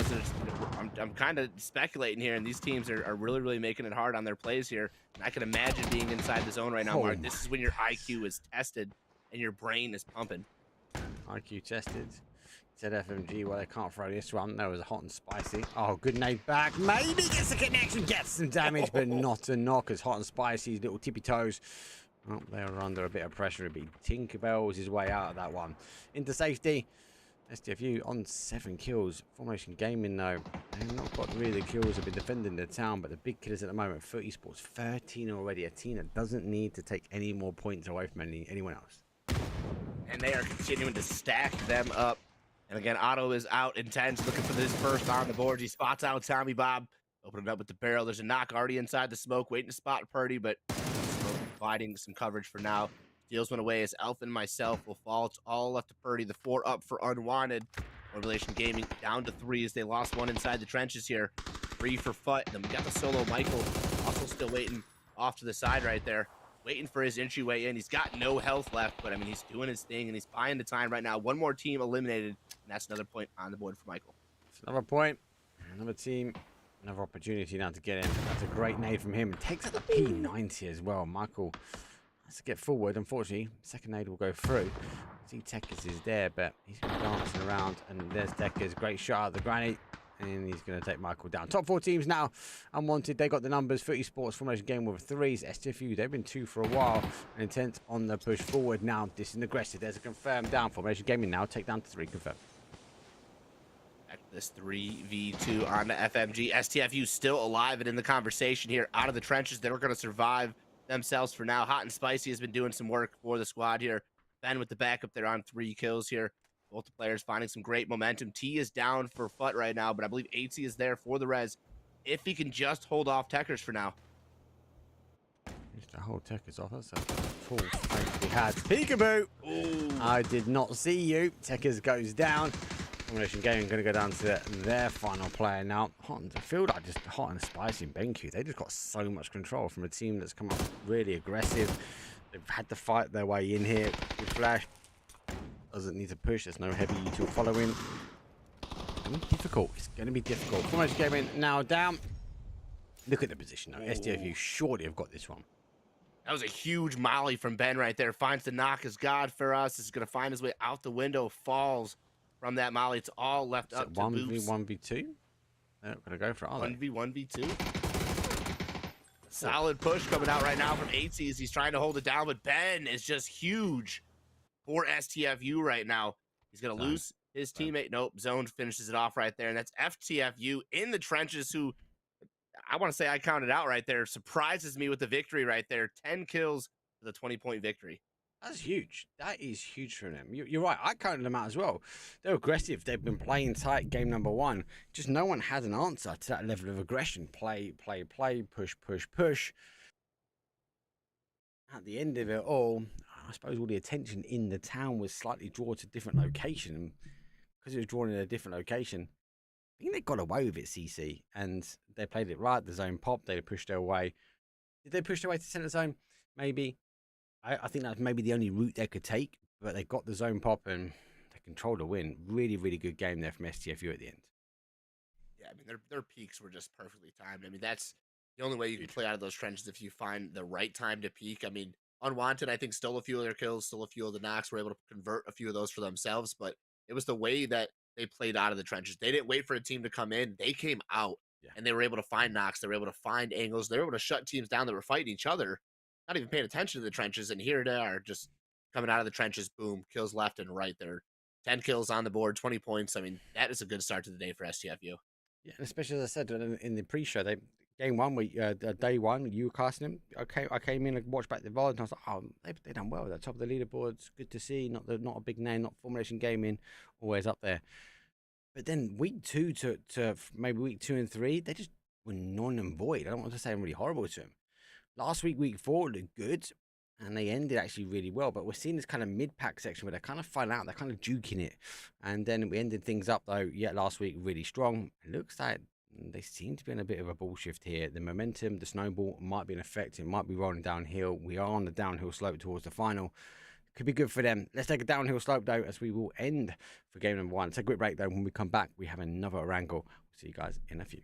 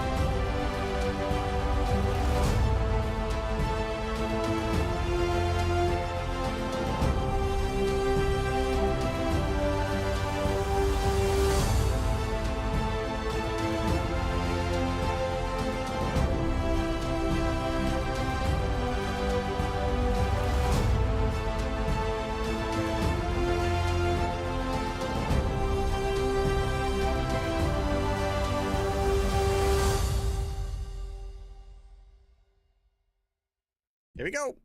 Map number 2. No idea what's going on the breakthrough. I'll fix that. Where's the problem? Where's the problem? Flight path the other way. Northwest down towards a southwest as well. Again, another, I'd say, difficult flight path. We're just lucky enough Erangel is a smaller map, so you're able to stretch across a little bit further compared to a Miramar when it comes down to grab a car and go. But not too shabby. Leaderboard, let's have a butchers. As we quickly tap into the leaderboard here, you can see again STFU remaining to hold that second place. FUT right there at the top there, continuing to just put them points where they matter, close to the 300 point total now, as STFU and FMG enter the 200 point category right there. It's more the middle of the leaderboard, I think, where the interesting things are kind of unfolding right now. Yes, we have STFU and FMG fighting for second and third, but it's those teams through fourth through 8th place that are very, very close in proximity to one another. You see down all the way to the real gangsters at 132 points, Bitfix at 132, and then again, other teams off to the side, like our hot droppers here who are looking on 99 total kill points there to get themselves to a total of 141, all the way up to Waste, who's at 150. So there's just so many teams in the middle of that leaderboard that are like 20 points from one another. So that's a game in STFU's eyes. That's a game in majority of these teams' eyes to put you back into the conversation of points right there. So huge opportunities for these teams to jump. Yes, first and second is nice, but again, money is there for all these teams in the top tier placement. So they're looking to just leapfrog and find themselves comfortable here as we move into week 5. And you gotta be kicking yourself, right? STFU, they're getting the win, getting some points on the board, but yet you couldn't stop for Footy Sports consistently being in that top spot, consistently being in that kill feed. So they're now pushing themselves into sort of a 300 point mark, and STFU, Formulation Gaming World, they've only just arrived at the 200 point station. I mean, yeah, you know, to be like that just goes to show you the distance that FUT has traveled the entire competition, just keeping themselves that far ahead. They had a slow week last week, and again, coming off with some fire burning, they're just continuing that momentum, continuing to put those points further and further. And, you know, at the end of this, you know, if FUT has the continuance of this day and then goes off into next week, may end themselves at a clear off 400 points in the amount of matches they've been given. And again, just taking every opportunity and capitalizing here. Really, really good to see from the team. Why is that not working? Yeah, that's why. Full. Pushing the wrong buttons, that's why. I feel on form today. I feel a bit rusty, mate. I feel a bit rusty. I'm doing too much. Talk about doing too much. Well, Damien's about to take a few shots though from a hope, but he's got just enough cover. He hasn't got a lid or a vest though, so he needs to use the terrain now, and this is going to be their knowledge. Erangel is the OG, soon to be back on the OG actually. I think it's next week now, isn't it? Jeez. Quickly coming up, man. Quickly coming up. If you're not looking forward to, is a bloody guns in the lobby, mate. That's what I'm not. That person always grabs the car, isn't there? There's one person who always grabs the car. Like, you know, when they got a session, they just drive around and everyone else says, "Go away, mate. Go away. I'm talking to people. Like, don't need you in my ear." Ooh, be careful. He's got the peak going right there. Tico, again, was the last alive for Bitfix Gaming. Just almost lost his life a little bit earlier on. Does some scouting out right there, trying to find himself a kill right there. But Purdy going to shoot that one away real quickly. Yeah. A couple of key areas taken. I'd definitely say one of them is Cube, and Waste taking the other one. I think these are going to be crucial, especially the starter zone. Everyone knows that I always talk about Everest and how much Everest does play into sort of end zones as well. So I'd expect more teams to stay in the South CC than go north. Maybe the Slavas, the BFGs, the Mad Marines, the Res guys. They don't want to push south just yet. And I think they'll stay at the top, but I think we're going to see more rain on the south. So not quite a full 8-8 split. But if we see that we did last time, if we get a heavy shift north, it's going to be horrible on those bridges. Yeah, I mean, again, bridge is always the favorite part of Erangel. I think everybody's rotation path for tops and opportunities for kills right now is definitely going to open up. See a few teams setting up for those opportunities. My most entertaining thing I think of the zone here as a caster, not necessarily as a player, is the fact that it juggles from the north to the south island so much more. I mean, it will literally leave it into like phase 4, phase 5. We are still kind of questioning, like, I could go north, I could go south, and that really just puts the kind of the flames where they need to be here. And we've seen, you some teams who are just obviously carrying the momentum, who have, what's going on. They know if the game's going to give them the opportunity, they're going to take the W here. But this is one of those games that you really got to work for those final positions. You have to think about the next 2 rotations, and not just where you're going to play next. Right now, as you can see, Formulation Gaming deciding to take that Everest here. They're going to back up Mark Knowledge. You think you said it right, mate. And these teams are not thinking about this time. They're not doing a me and you, just playing. Me and CC were playing before we got in here, right? We played a bit of duo. I got this duo event. I need a bit of practice for it. If you haven't already, obviously, PUBG have teamed up with Logitech. There is an NA event and there is an EU event. You have to be registered in one of the countries to be able to play. I have a full list of the countries if you want, and obviously I have the links if you want to sign up. There's limited slots remaining, but key thing is, it's a duo event, people. So me and CC, well, we were playing a bit of duo, but we think about the zone. We think about the zone right in front of us, right? What's happening? We think about the fights. These players, they're looking at worst case scenario. The video that obviously I played during the break. Apologies, my break's not working 100%. You listen to the old Formulation Gaming with Intent and who's playing for Foot in here and Fuzzface. It's all about like worst case scenario zone, worst play zones, where the zone's going. They're constantly thinking about that next step, and that's what the difference is. This Division 1 through some of the other divisions, it's the future-proof thinking when it comes down to end games. Yeah, and next thing you said, a lot of the teams, understand that a little bit more than the next team. Or, again, maybe I don't want to say it comes down to luck, but the gambling that they take, in order to get themselves into that next position. Like I said, you've got to be going, okay, I've done this, 2 or 3 times. 2 out of the 3 times this worked better, that didn't work. So we're gonna take our chances with this compound. We're gonna take our chances with this rotation, and that's definitely what you get out of PUBG, and what makes it that much more sweaty at the end of that game right there when you're taking the gamble. You pull up and you pull a Olsen, and you got to hold your compound down. You got to support your team, and you got to make sure you got end game opportunities right now. So it just big day for a lot of teams right now. The mid game teams, the mid pack. Literally looking to put some points on the board where it's going to count, where it's going to put, day 6, day 5 into play here. Like, and I really think start to showcase our middle teams, right? Big grab and go already. FAMAS it is. Yeah, everyone's just position. Now we're seeing these people sort of tired up. See the line we're starting to get here from BFG down to sort of Slow and GG. A couple of straggling teams just working their way in footy sports.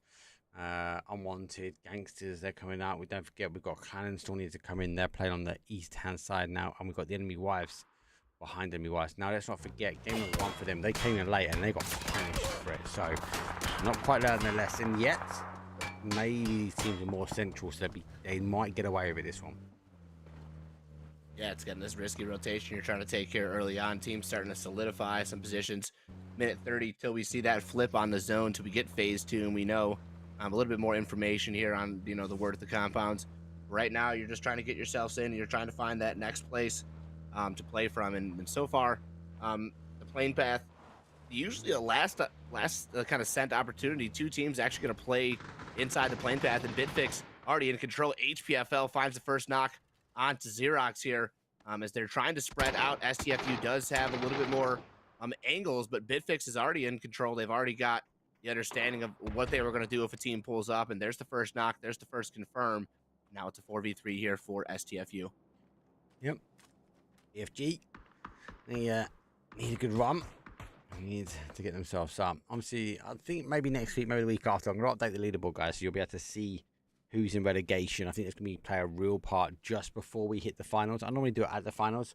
I think it might be worth us changing the leaderboard. Even maybe it's the one that just pops out on the map when we talk about that. Because watching people in the relegation zone, they play different. They're not desperate's the wrong word, but they take risks that they might not have taken in the early weeks. That's when the respect comes. That's when the players are made right here. As Clan from the side going to catch BFG off guard right there. R2N is going to go down, get flushed, and now BFG's on the back battle here. 2 inside the vehicles as Adele was already on the roll. Tico trying to keep his head on the swivel, looks back for Trick. Here's the vehicle, and I think finally sees his opportunity to get out of there. But if he's not careful, STFU will peek over the top. They're coming off the victory. They're coming off some very strong games here. So I think BFG does what they could. They get the knock. They realize, hey, we've got one early on. There's still a lot of phases to play, so they're going to press on. Now, again, now looking at phase 2, if you get the zone, it was just pushed out. So, again, that fight for the plane path would have been absolutely worthless. So, again, I like the backfield. I like the push off coming from BFG as they get their kill, and now they're on the approach for the next zone. Well, we know know where Waste are, so they dodge over quite quickly. Going to leave Cube open. Mad Marine's sort of a 2-2 split. This is what you're looking at. It's going south, right? God, it could go dirty, though. Everyone could go back to that north. Hopefully not. STFU, where they go. Mad Marine's sort of a 2-2 split. UM with the early one as well, as they thread the needle between Waste and Formulation Gaming. But everyone's sending themselves now forward in towards where they believe is going to be the end. If it goes containers or in between containers and Everest, dangerous, dangerous zone. Formulation Game, well, it's going to heat up a little bit now. Coming on the mountain. Back into the gangsters here. They're very good on supporting one another. If there's one, there's two, and that's all that's left right now is the two. So they're going to support one another on this compound. They're going to hold it down, and they're going to at least buy some retail for the time being. Just outside of George Pool, we see these compounds a little bit less likely to grab here until the late game. But again, as a duo here, going to be very comfortable for this team to play and buy them some time inside the compound, and allowing real gangsters, more end game opportunities. They have lost Olsen, but we've seen big plays from Blanky last time. And this team is definitely one that, if they make it in the end game, have that IQ to make some big plays. Oh, this is the problem we have at the start of the zone. It's going to be a rush now to try and get some area placement based on time, and there's a bit of PUBG luck. lose one, but they might try and make the push. The gamblers roll the dice. They got in pretty clean. Here come the nades. You got to get yourself up, get yourself in an angle, and it's you two a heaven now. Bit of damage, but no connection. 2 remain here from our mix. It's going to be difficult to push them, especially the more longer we leave it. Teams will get eyes on this location. Yep, so it's starting to get more and more teams here in these very tight areas here, and eventually, they're going to get tired of one another and have to make the play. Probably Gambling Addicts will make the first approach to get this. They're still going to have to forfeit the res on the mask right there. That's now down to 2, 2, and 2 inside the compounds, but I think they actually have 4 of the Gambling Addicts, so eventually they're going to overtake the compound here as we spot out STFU almost losing a player there. It's going to be very difficult for them to make the rotation out. All the tires just shot out right there, and here comes the blue zone for a potential confirmation. Bounce perfect. It's not bad. I don't think it's going to be exactly where he needs it. It's hot and spicy. Can back away from this one. Already hearing the U2 coming in. Pops the smoke. Knows he's going to have to just maybe tuck his feet out. And be at that blue zone proper late. And short means hot and spicy should get away with it. Yeah, let's see if he's going to be able to get it. There's no support from any team that's going to put third-party shots onto RES, unfortunately, here. The Mad Marines are there, but they're on the off angle, so they won't be able to catch anything as far as the attention of RES. So inside the compound here, it's more or less now just how can STFU make it out here? Can they support Hot and Spicy? Is the push from RES even going to be worth it there? Because, honestly, Hot and Spicy can stay there as long as he wants, and as long as he has oversight from the team right here, it's going to be a hard and a very unwanted, unworthy push from RES if they do make it to get this kill onto Hot and Spicy. It is difficult. It's a very, very hard push, but Hot and Spicy might be down and out at the moment. Let's see if he can get out. He's under pressure, should we say. But it's game 1, good. They've done well. Can they get another game out of it? Yeah, potentially. Generally speaking, I think on averages, STFU, they're looking good. STFU, they're looking really, really good. They're comfortable.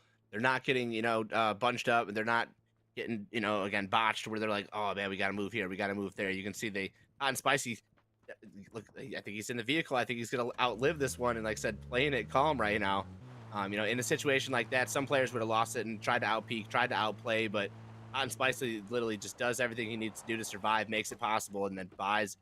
Not only that, but gets them a position inside phase 3. So great job from STFU to remain calm, remain collected in that zone. And we're still 50-50 on that zone shift right there. I don't know. I think it's gone a little bit. Well, yeah, maybe. It's close. 50-40. 50-64. I don't know. 64. We'll get the match right. 64. Oh! Yeah, I'll think yourself over. I'll pop the tyre. I have to stretch over. That's one of 2-2. It's going to be a bit of a chaos now. Nico covering his boy, but he knows there's a player there waiting for the flush, maybe. He's going to be waiting for this one. There's a HFFB going to be playing himself in. Difficult. Who's on the team? The Discord bot will tell you most of them. I'll just put it in chat though for you. I'm assuming you're talking about Team STFU. Hope you're on there. Stacked at the moment right now. And we've seen this team continue to do it. Down to 2, though, is BFG, Tico, and HPFL trying to fight for their life as HPFL is able to make his way across the street. Blind nade from AAU trying to catch him, but will not find the knock. So it's now just coming down to the solo. Tico, as he supports HPFL, the duo will now group up on that bottom side of George. And we're just getting closer and closer to understanding where the final zone's going to go. Everest is pushed out. We've got some South George. We've got some North George. We also have the Gambling Addicts who have found 3 kills, trying to find and make their entrance into the zone. They've got the crates to play from, and I think they're going to spot this out. It looks like that's going to be the play. I guess the only option they've got now, they've got no intel, have they, north of this? So it's like, sit what we know. Right, and say STFU, oh, they're hunting down the wives again. So that game number 1. I think you've seen them, so they're down to numbers. So I think you're not engaging just yet. I think it's more of a calm, like, there's a team here, maybe, maybe not. Wait and see.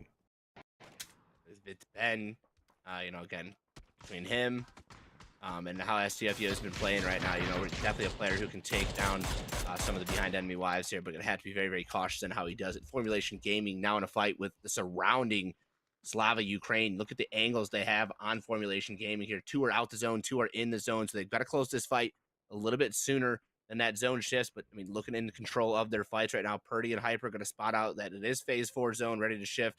So maybe you're going to just push ahead of them and kind of like we were doing earlier. We have to beat the team into the zone, and they're going to beat that team into that next zone and try to play from there. There's Ben finally in the fight with behind enemy wives here. He's got his fight put out for him right now. Nade is up. It's over. A bit shy on the knock here. Speaking of shy, Hot and Spicy is not. He says hello, goodbye as he gets the knock. Then it is knocked on the return right there. I don't think safe for Rez. He's probably going to get thirsted out right there. It's now STFU still in the fight with BEW. And if they're not careful, in comes Foot. I'm about to say Foot's here. He might get away with it. But he's going to turn mates out, and it's going to not be for long behind me wives. Game after game, unfortunately, has been caught by a third party, by a fourth party. So STFU were the second guess. They read the kill feed. They know it. Intense. Big brain, strong player. So he's now got a different angle. Footy Sports, where they're going to try and force these 2 out the tree, and they're looking for them to sort of push out the ankle. There goes the Bloom. Might get away with it here. There's intense opportunity to get the knocks. They're going to start falling short.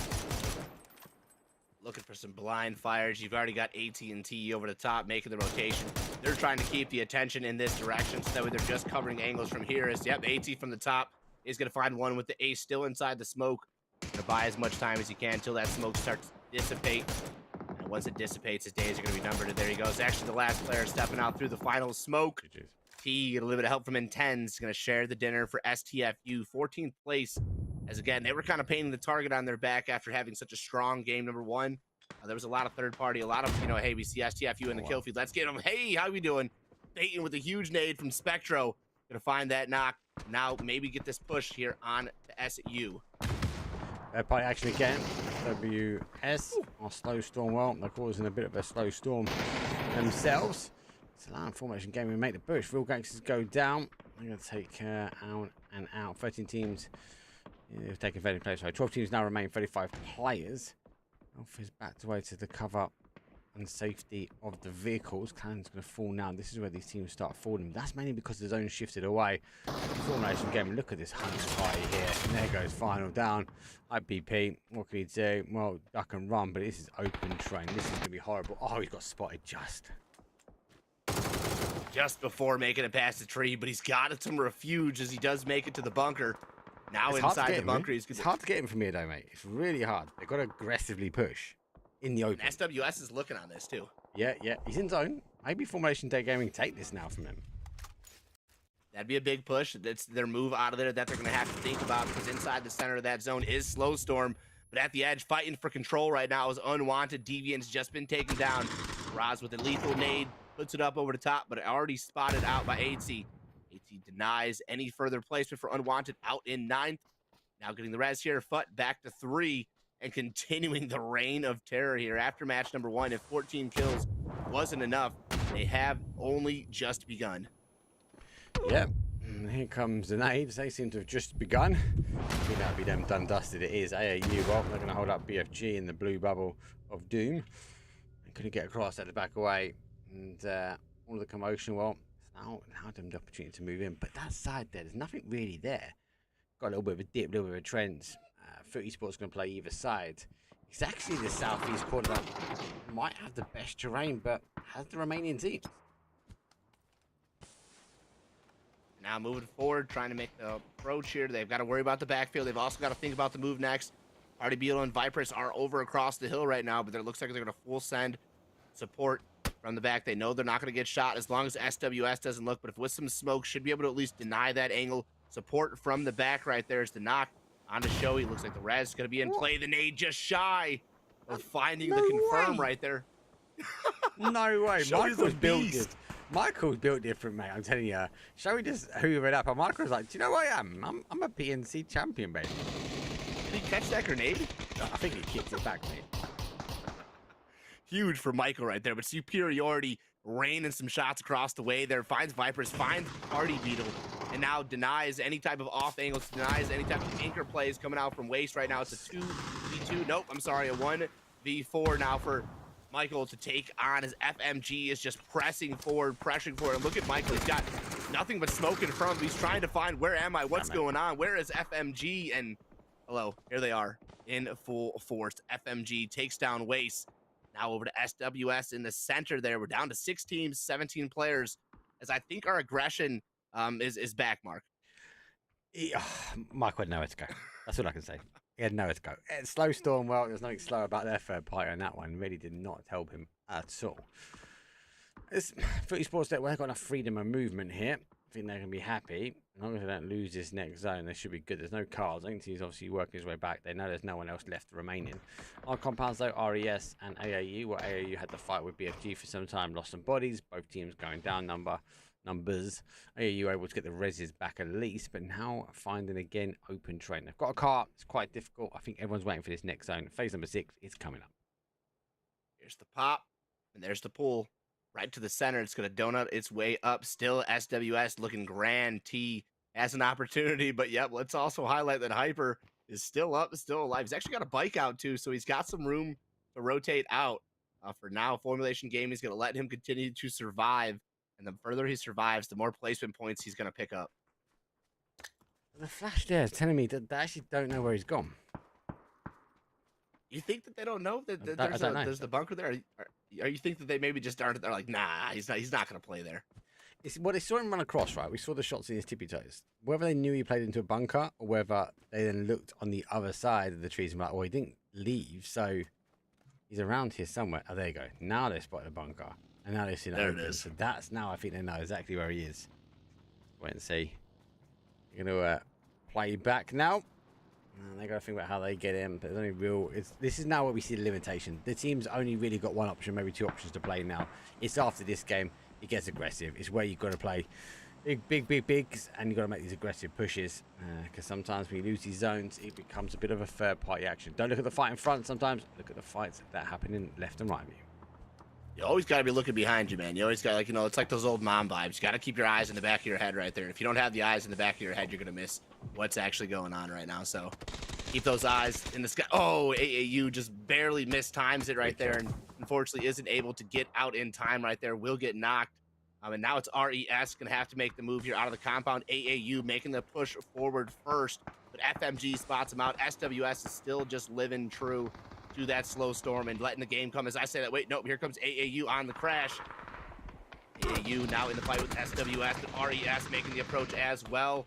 Onto FMG, as there's just 2 teams trying to make the approach. Fire the flames, the glory, it's all happening. AAU tries to survive. They've got Mekis already down. Jan is still up, but not going to be able to get res, so it's a 1v1 between Ibra and the solo slow storm. Aggressive. They went in the same time, and Rez came back on a split as well, so it's going to be difficult. Either, well, he's going to be left to his own devices. Footy Sports keep him alive slightly. He's trying to edge his way around. You can't stay here. It's not going to be long before see when they do. You have to hunker yourself down. You can be stuck now. We're down to 5 teams. 1 more remains before we go to our top 4 for game number 2. Again, a little bit slower start compared to we've seen for the last couple of weeks. But Store aggressive. Store feels Norwegian. out of PUBG. Yeah, it's definitely still getting that. I mean, phase 4, phase 5, we lost about 20 to 30 players there. And we were, I don't want to say pretty calm till then. We lost our players respectively before that, but then boom, phase 4 hits and it was just chaos. And then it was just knock, thirst, team elimination, knock, thirst, team elimination. And then it's now Hyper trying to just live on the borrowed time. His bike's still in.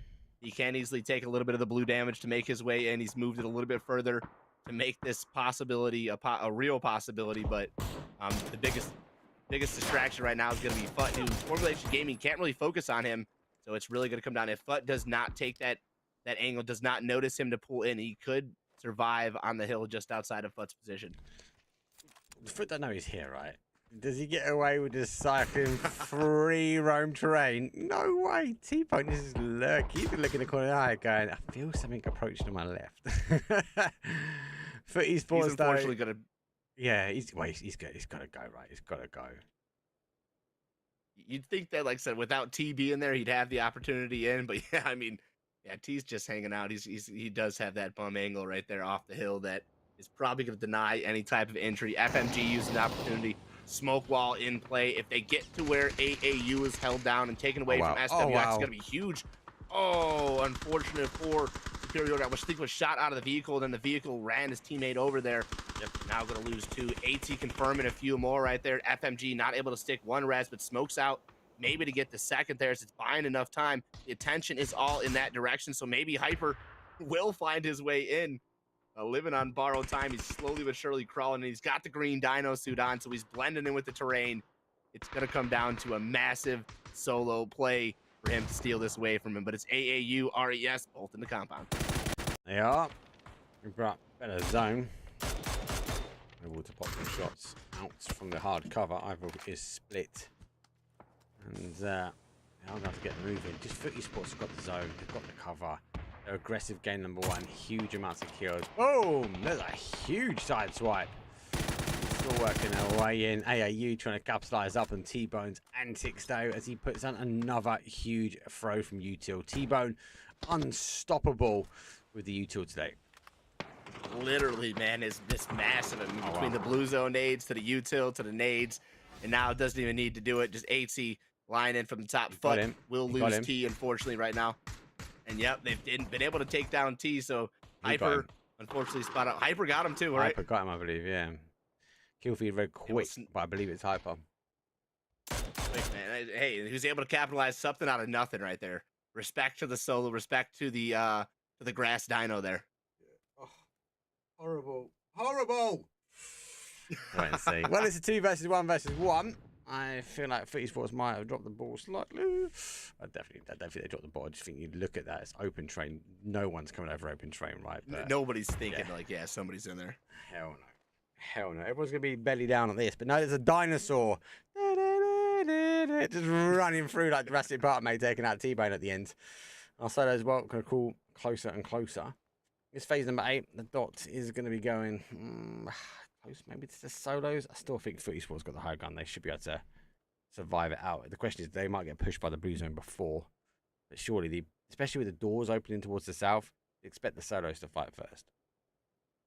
Yeah, it's all you're gonna have to hope for right now is these 2 solos to go. 18 and 10s to come up, clean the rest of that fight up, and if it does happen the way that the zone's pulling, it should make these 2 teams fight. They're a little bit closer to the middle of the zone, respectively, but Fut with the teamwork right there should be able to at least, follow up. If one gets knocked over the shoulder, should be the next player. As you can see, they're very close in proximity. They're playing the edge of the zone, and they're going to just clear out as much as they can here together. So slowly but surely, Fut continuing to grab this information and be ready to close this one out. There's going to be a closeout now, 100%. Intense is going for the old cheeky nade, and does play peekaboo on the out. There goes 1 down. 2 versus 1. Intense has got that P90. He's looking for that final player. He's going to play sneaky at the end, but he has got no cover. It won't be long. It's going to be a peekaboo over the top. You can see him now. Good shots. Looking for the nade, but it's going to be ended up.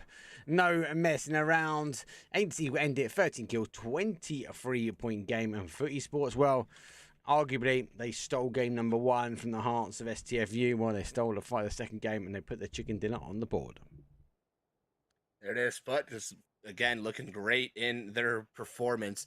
That is now another great kill. I mean, over 10, another double placement point, and just continuing that momentum here in the final day. Like I said, 400 points is very, very attainable for this team if they continue that momentum up there, and it's making it more and more difficult for those teams who need those points. There's more placement, and some of these teams who are trying to catch up need these placement points. So, you know, if it's not FUT who needs the points, it's FUT taking points from other teams who need them to catch up, who need them to, you know, catch up to the teams that are so close to them. I mean, these teams are, you know, 10 to, you know, even 2 points, you know, behind each other. So it's going to be huge for teams if they can find kills over FUT right now.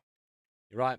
The longer FUT remain in the lobby, which sounds horrible because we love all of them, the more they take away from other teams. They take more points away from the other teams. Can they close the gap? Well, I don't think we're going to see them close the gap on FUT esports, but difference to getting money, difference to not getting money, difference being in qualification or being in the relegation and being safe. So it is pretty close in the mid-table.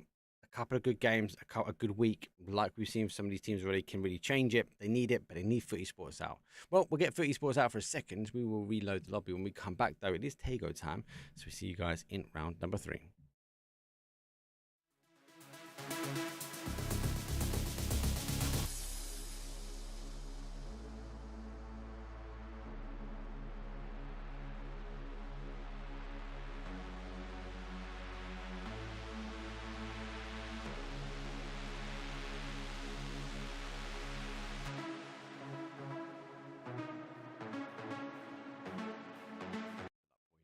So it was aggressive play. I think it was right playing, yeah, right, win or die. Because they got the freedom, they're able to sort of use that role and get rolling. I think it goes good. I know you didn't get the chicken dinners that you wanted, but there's a couple of key things for me. Your comms are insane. Like, insane. That party comes from years of playing, right? And they've got featuring. I do have a lot still to improve comms-wise. That's something I tried to work on like a year ago. Just being more specific, because I used to be a guy who liked to talk a lot and raised my voice a lot. And that can, like, you have to find what floats the boat in your team, like synergy-wise. And Simsi, like my old teammate, he liked my energy, so I was just riding along with it. But it was some messy comms here and there. Like your guys' comms are so clear, and you guys got this kind of like name convention on the go. Each team will have a different name convention, but I think that people in check as well sometimes be like, use the right names. That makes such a difference from just being shouty.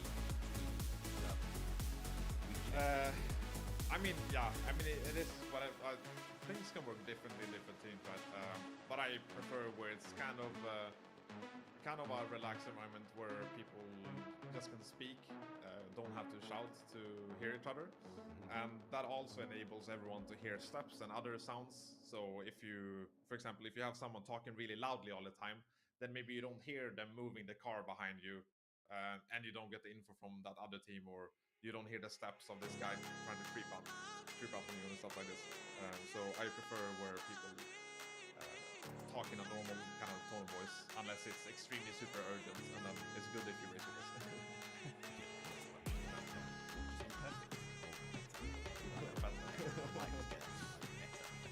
I love the competitiveness you guys got. Most of the time.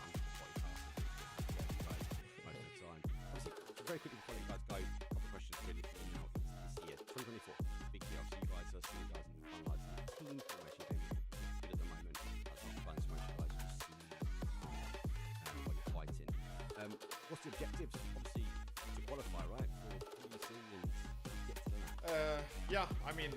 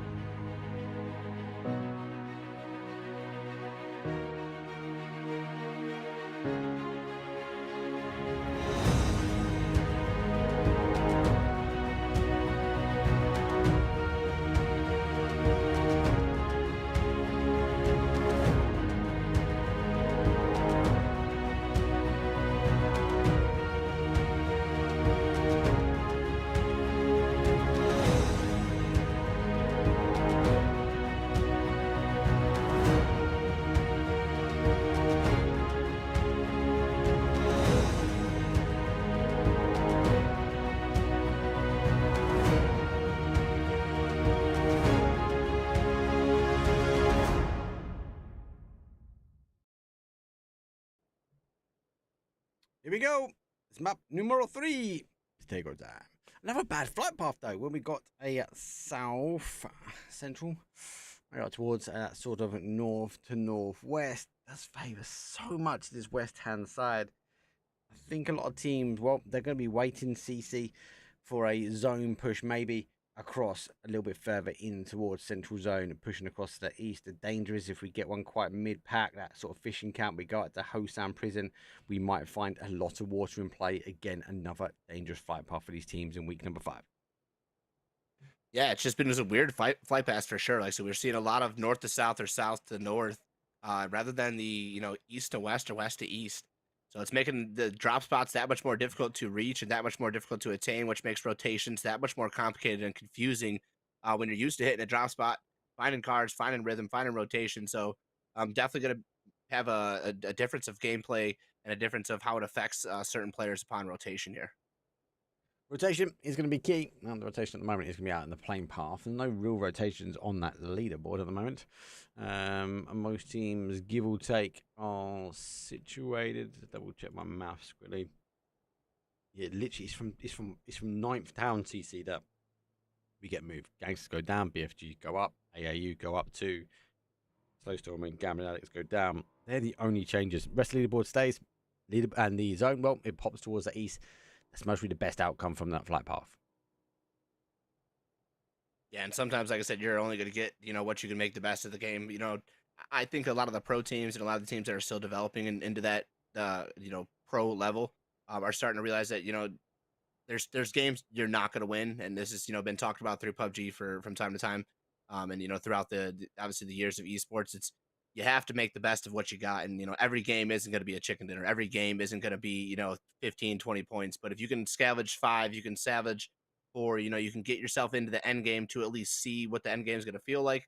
That's what's going to feel good. That's what's called growth. And that's what's going to keep you, in the conversation, regardless of if you're able to find, 20 points in that game. But at least you put 5 up. So when the 15 comes next time, that's 20 points altogether, and getting you closer and closer to that top spot. And top spot you're right, it's a balance between placement points and kill points. Some of these teams have been doing pretty well. Just looking for the leaderboard, there is a fine balance for some of them. Good to note as well, for esports world, they're now over the 100 placement points as well, 105 placement points to 210 kills, so doubling up pretty much on their kills. But you look down here, there's some teams, obviously, you can see a stronger formation game and unwanted, where they're still hoovering STFU, hoovering points as well. We saw that really, actually, the telltale sign from STFU in game number 1 felt like they were going for kills as well. There are some that are pretty balanced, we're getting closer towards that balance, but there's still not a huge consistency. Teams need to work on that consistency. Consistency will get your placement points. But as I said, we're over that halfway point now. There's only a couple more weeks now before we go into the finals. And when the finals is a back-to-back 3 days, Monday, Tuesday, Wednesday, where it's going to be really aggressive. You've got to be dialed in. You've got to be ready for it. Yeah, and like I said, you can't be dropping the ball in those types of games. Like I said, you've got to be ready to take it from day one, from game one, to at least find them few points and find that momentum to get into the final few placement points. Like I said, even if you don't end up winning, like I said, for me, personally, to see some of the teams that make it to that end game end up doing that much better throughout the entire tourney. So it just comes down to keeping yourselves alive, keeping yourselves, against some of the opponents here who obviously are having themselves a great competition. And when you win, your fight against one of the top teams, even towards the end, even just to get a few points on the board, that to share with your team and to take home, to put in your highlight reel, whatever the case may be, is definitely, a step in the right direction for, your mentality. Well, look at Slava. That's a perfect example from the last game. Knew he isn't going to win it. He's in a green dinosaur outfit, number 1, so you ain't going to get to win one of those bad boys. But 2, you at least stuck another point on the board. You went from an unplayable position to a pretty much completely right out, so maybe get one more point on that board. So take it. It's another point. You go add it onto that bigger leaderboard. We'll have to wait and see how we go from there. Well, let's talk about how we go. Again, like the same sort of story we're having today. It's all about the split of the river, the split of the water. And yet again, Tego does not disappoint. The only difference I can tell you with this is that the river is always king. Always here for Tego here. And so is the third party, so is the fourth, so is the fifth. It's all going to come down to keeping your head down, peaking at the right time. And if you're STFU, they did that perfectly, match number 1, to find that victory there in the trenches. So definitely a team who could do that here to hopefully continue that momentum. But looking at our top 8 teams, they're just tighter and tighter. getting to lock themselves in. As you know, we look at Bitfix and Behind Enemy Wives, who came in right at the 8th and 9th place. Real Gangsters have a great game to put themselves up towards that 8th place position here, as well as the Gambling Addicts, who just continue to surprise us here. They ended the day last week very strong, throwing some points, and now they're continuing that momentum here into the next day right now. So curious to see again just where we end up with that middle of the leaderboard. We know how the top's going to be. We know top 3, top 4. But it's that middle of the leaderboard that just continues to challenge and continues to give these teams that opportunity to move forward there. Speaking of opportunities, there's SU taking 2 down for Clan. Yeah, it looks like a crash gone wrong here. Well, for Clan anyway, they're going to remain as a 2. 2 you can get away with a little bit here. 2, I think you can argue you might be all right because of how the, I suppose, the game zones work, the terrain, the trees are not as forgiving, should we say, from an air angle point of view. So don't write them off just yet. Don't write them off just yet. We see a lot of zones around the sort of this area, around fishing camp. Expectations are it's going to play to the water, it's going to play towards the fishing camp area. If that's the case, well, Cannon could wrap southwest, maybe come in by the swamp, Hosan just on the outside, or maybe even tuck themselves into Hosan. Will we get Hosan ending? Doubt it. But what I could tell you potentially is we are going to be getting this kind of like that area. We get loads of metadata around fishing camp, early doors. I think BFG are waiting for that. I think UM are also waiting for it. Yeah, definitely waiting for something to pull back here. We have a much more opportunity that it's going to go down to the south, that it will shift, away from that palace position. The bridges definitely in play, but as I say that, I've been wrong time and time again, so it could easily go back up. Keeping terminal in play, palace getting shifted out, and we have seen, especially on Tego, into the 4th, 5th phase where that little bit of island is still in, but eventually it will pull itself back down. So we're really going to come down to positioning. We see not a whole lot of losses here in phase number 1 as things start to shift in. Teams are starting to get closer and closer to one another, but a very quiet start to game number 3 here as we just work teams in. We've had some difference in top 4, but we're definitely finding some teams who are looking for that momentum shift here as we get into Tego, as we get into Vikendi, then finishing off on Miramar. Yep. As we will go, as you're right, off this to Vikendi, a bit of a cold storm. I think, well, he's looking for that kill, and this is a surprise. He's been freebie, and he does get it sneaky into the town. Hit and run, sniper Doffy. Well, he's out of here. There's a nice opportunity to put a point on the board. A nice opportunity to extract to extraction zone B. He's got to be quick though. Michael, oh, he's there, waiting, knowing what he's trying to do. Pre-fire comes through, but nope, not good enough for Michael. He's keeping him contained now.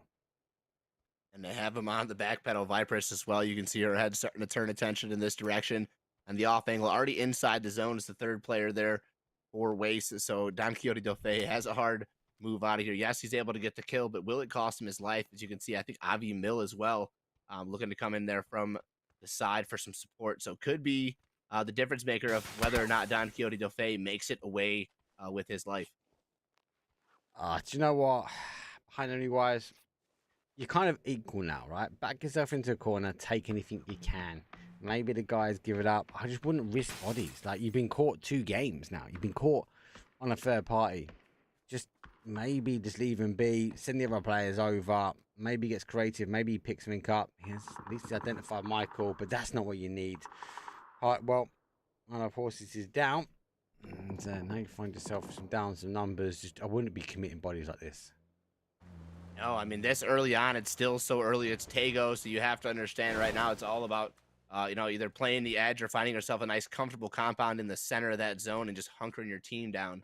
And they're taking fights here on the edge of the zone here, which, again, the value in kills, I can see the value in position right now, as you're just forfeiting further and further into the late game. And the further you have to chase the zone on Tego, definitely makes things that much more difficult here. So we'll see if they can kind of clean themselves up, pick back up into the field. We know Behind Enemy Wives is absolutely stacked. They've got some strong players, but they have to collectively pull themselves together as a team because we know Waste also stacked and it also has had themselves some great performances as well. So right now it's going to come down to who can show first. And for the time being, the numbers are in favor of Behind Enemy Wives.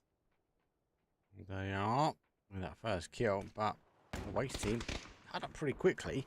Actually, it's not bad. Left off he's here. Behind Enemy Wives might get away with it. They had the number.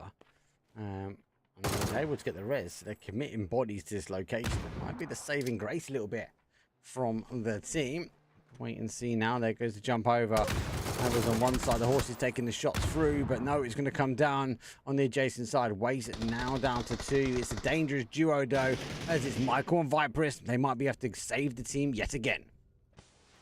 Back into the corner. This is when they show their best right now as they're waiting for the first knock onto Sandra.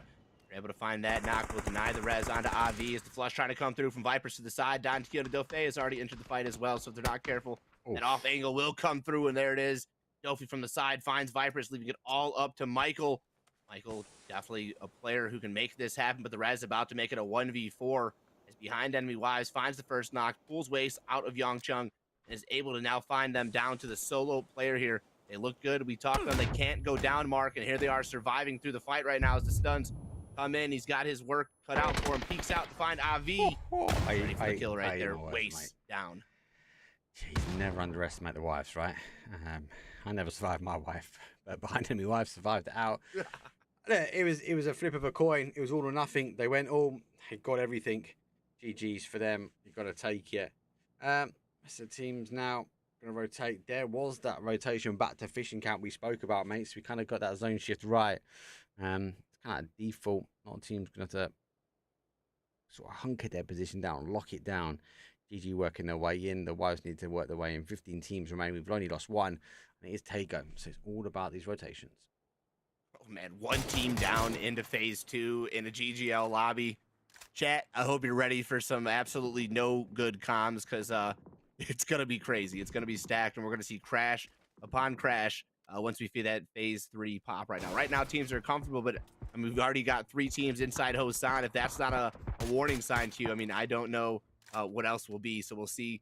Do we get 2 city finishes back to back? Hello? No. Hosan teases. Nah, you're never going to get it. Never going to get it. But what it does give you, though, is teams that might be down numbers that are not short on the, what's it called, on the rotations. They're going to dip into a place like this, and they just got caught. So they do go down on bodies. Definitely be able to get the res. BFG really proper spread across this top side of it.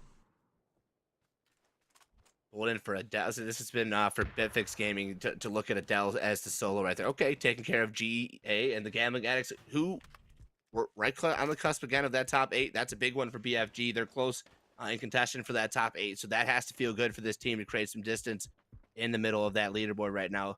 Adele, who's been a fan favorite here, has been very quiet today. So I'm looking to see how he responds, you know, with the help of Tico, who's been getting lots of love in chat as well. BFG, just when they find their momentum, when they're in the end game, is a great conversation to have. But for right now, controlling Hosan, they're setting themselves up for every top opportunity to do so. Yeah. See teams start working their way in. Obviously, you guys are on the break screen, by the way. Break screen is kind of busting. I don't know why the automation is not working. Zone shift goes back towards the east. I'll just keep the video playing so you guys get to see Fuss and Intense during the break. So we'll take snippets of that. But for now, not much I can do. You are 15 minutes in the past, and now when you hear this, I'm 15 minutes in the future. We are in the future here. And no, we did not take the DeLorean. We're just 15 minutes ahead because that's just how we roll. UM, though, trying to take opportunity of unwanted as they make the approach here. Looks like we'll make a free rotation along the coast right there, taking a Mad Marines approach, who we haven't seen play any coast plays today. So I don't know if they've watched back some VODs and are starting to reconsider their play styles, but the Mad Marines have definitely made some moves to change the play style up. No, they haven't entered the conversation for top tier plays or for overtaking this team, but I haven't seen Mad Marines go down early or just get team wiped as quickly as we did kind of the first few weeks. They've really done some good jobs, I think, to find themselves a better opportunity here into this. But speaking of opportunities, SU not having a great one right now in the middle of the firing squad. That's difficult, but that's because of the zone. And look, they're using a vehicle to go pick up and kind of ferry backwards and forwards. That vehicle's now gone. It's difficult, but slow down. I don't think we're going to be able to get back up. I think Slava's just be going down as a solo now because that gap is a bit of a risk, and the vehicle is done and dusted. You gotta love when you're stuck in a rock and a hard place. Literally, there. This is just the unfortunate part of PUBG right there, and you're gonna hope to survive as long as you can. How long will that be? That's up to PUBG. But speaking of survival, behind enemy wise, finding STFU, they have found some momentum here. They're carrying it into one of our top teams who went out in 14. So yeah, they've had 2 great games. They've had some opportunity, but STFU needs to worry about slowing the fight down, getting this res here, and not only worried about behind enemy wise, but they also have another team there on the backside, SU, who they've been involved with, trying to kind of oversight and overfight right here. But SWS, there's a lot of Tago action going on, to say the least here, Mark. There's knocks in the kill feed and no initial push coming over. Look, nice try. Oh, we're keeping the bodies alive. We'll give it a big respect like that. See teams, it's a lot of fair party action. Look at this. Gangsters going to get involved in the wives. STFU get the reses back on as well. We've not really spoken too much about them now, and just on the brinking edge of pushing over towards Formation Gaming, who are being picked apart by AAU. It just feels a bit round robin at the moment. Yeah, it's a little bit of everything. You know, you're losing one here, losing one there. Teams are getting the knock and then kind of repositioning themselves once the player gets knocked. Everybody looking to see the end game here of Tago, because if you make it to the end game, Tago's just an opportunity to kind of snake kills away at that end game if you can keep your angles up. So I think teams, even if they get taken down, even if they start to lose numbers, are just trying to see the final few moments of Tago here to get some kills on the board. Again, this is just one of those maps. I think any team really can succeed depending on the zone, depending on your momentum shifts here. But games like Erangel and Miramar, who are kind of locked down with teams, locked down with rotations for teams, this is one of those ones where you're still on a gamble. Yeah, you know where the zones are going. Yeah, you know how to play Tago, but it's not something where you're dead set on a compound, where you're dead set on a rotation. It's like, okay, we're going to take what we can get. We'll play as we play. And again, just the opportunity for a random team, or even just one of our top teams to get kills is just huge. I don't know. Reading back, think back in the kill feed. Did you know about FM? I don't think so. I think they hear the commotion. I think they're piecing together the puzzle, but with that knock, there's no push. There's no step that way to try and get the flush. AAU drawing the attention now, but they have been able to get themselves up. Sort of a double back, sort of fakey towards the northwest. Now coming quite aggressively on the bottom of this mountain. Now pushing up behind Be a dangerous duo if they can get it, but they could potentially unpiece the mixed team. Watching how that approach comes through is definitely going to be the key here. Is making sure they can catch the first head to peek itself right there. Make sure they can catch the first knock, and speaking of first and the last knock right there, RES takes care of Clan yet again pretty early on, bringing us down to 13 teams here. As we still kind of hang tight with the AAU fight. They'll kind of come to a lapse. They've both kind of crescent to the hill, and they'll just kind of slowly keep themselves paced back to BFG, who's got some early on kills, who sees RES in tatters right now. Should be able to control this fight if they can find the knock through the smoke, as 2 players are down, 1 gets rezzed, now back up to 3. If Nix needs to close this out before RES can reset. This could be huge from them. Please get the nades. I think the use of smoke really played out for them. Leave 1 down, bodies are there. That's why you want to stay with your players. Now, that's not bad for the kill feed. Foot Esports are down in 13th place. The car rolls on by. There's 2 down. But yet again, BFG, well, they're keeping themselves tight. They're keeping themselves close. And they're going to get the opportunity now to get these bodies back. 45 seconds remain on the clock. They've got to be quick. They haven't got any other teams pushing on the third party. But the big one from that kill feed was Foot Esports. Down and out. Big opportunities now. Is there a team going to be overtaking him? No. But at least they can close down some points. Play right there. Big points put on the board, and BFG able to survive that was huge. I thought it was going to be over for both the teams there, but they're able to reset. They're able to get that res just in time as well, and now behind enemy wives in the fight with Unwanted has lost to Avi. The last in is, ooh, he's going to hit the vehicle with no smoke. Another vehicle ran over as it could have spelled disaster for Avi. It's Demolition Derby here coming in from Unwanted, entering the field and putting Avi at risk right now. They've got the bush plays. They've got really not much else to kind of work from, but there's a lot of util dump going into that smoke, trying to convince and find that lineup, that final player for behind enemy wise right there. STFU will forfeit off the fight. They're going to take opportunity maybe to find themselves a spot inside the zone. And one more time before SWS in the center. One more time. Their zone control today is beautiful. It is. So get the bodies up. Smoke will go out. It's difficult. I think Zero's got that final kill. We've not really spoken much about him today or this week. Surprise. SWS, they're sitting tight. Mad Marines, you mentioned it already, always looking good, always getting to that mid game. It's kind of what you want. You just need to maybe step the gas on when it comes down to pushing those kills at the right time. I feel like the early game for them, lockdown good, rotation good, is now when do we take the fight and what type of fight do we take to get a chicken dinner? You have to find the right momentum for your team, and not only for your team, but for the lobby that you're playing in right now. And I think they're finally starting to get it. Understanding again after this amount of play, and starting to see who your competition is and see how your competition plays and get the highlights here. They're really starting to rate it. And speaking of highlights here comes one from STFU around the corner. Xerox is going to find not one but two to shut down SU and survive here inside the outs of that zone right there. Should be able to pull the res on his teammate over to SWS here, who is still inside the zone holding position. He was fighting on all different angles. So again, the third party coming out huge from the slow storm, but a couple of teams trying to find their position here inside the north. As we spoke about, be a bit of a mad show. We won't catch it all. Catch most of the bullets there. The Risby does go down. Nades would have been too short. It might get stolen, especially if you look this way. 2 kills for them. I feel like they've been in the kill feed loads, but I think it's really warranting the amount of kills they've got at the moment. I'm putting some damage on, but yeah, it's not just enough at the moment. Mad Marines, well, full send past the P90, not too far away. Sure, you don't stop there. You're going to be in the open. The car's going to explode. The car's going to flip. Get yourself away. Get some smokes out quickly. That's a bit too far, but it's gone running. He said, I'm having nothing to do with that, mate. You're on your own.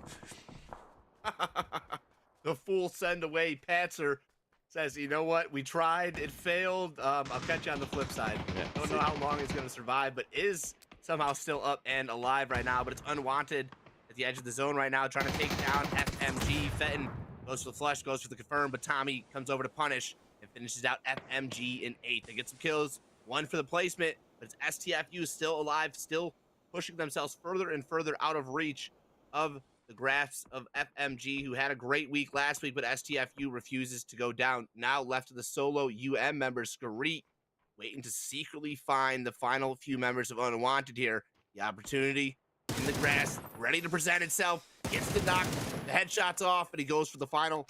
Gets the flush, and not in time. UW not able to respond. Right, Nate. Catch that one in your head, mate. Gosh, in the back of the nets.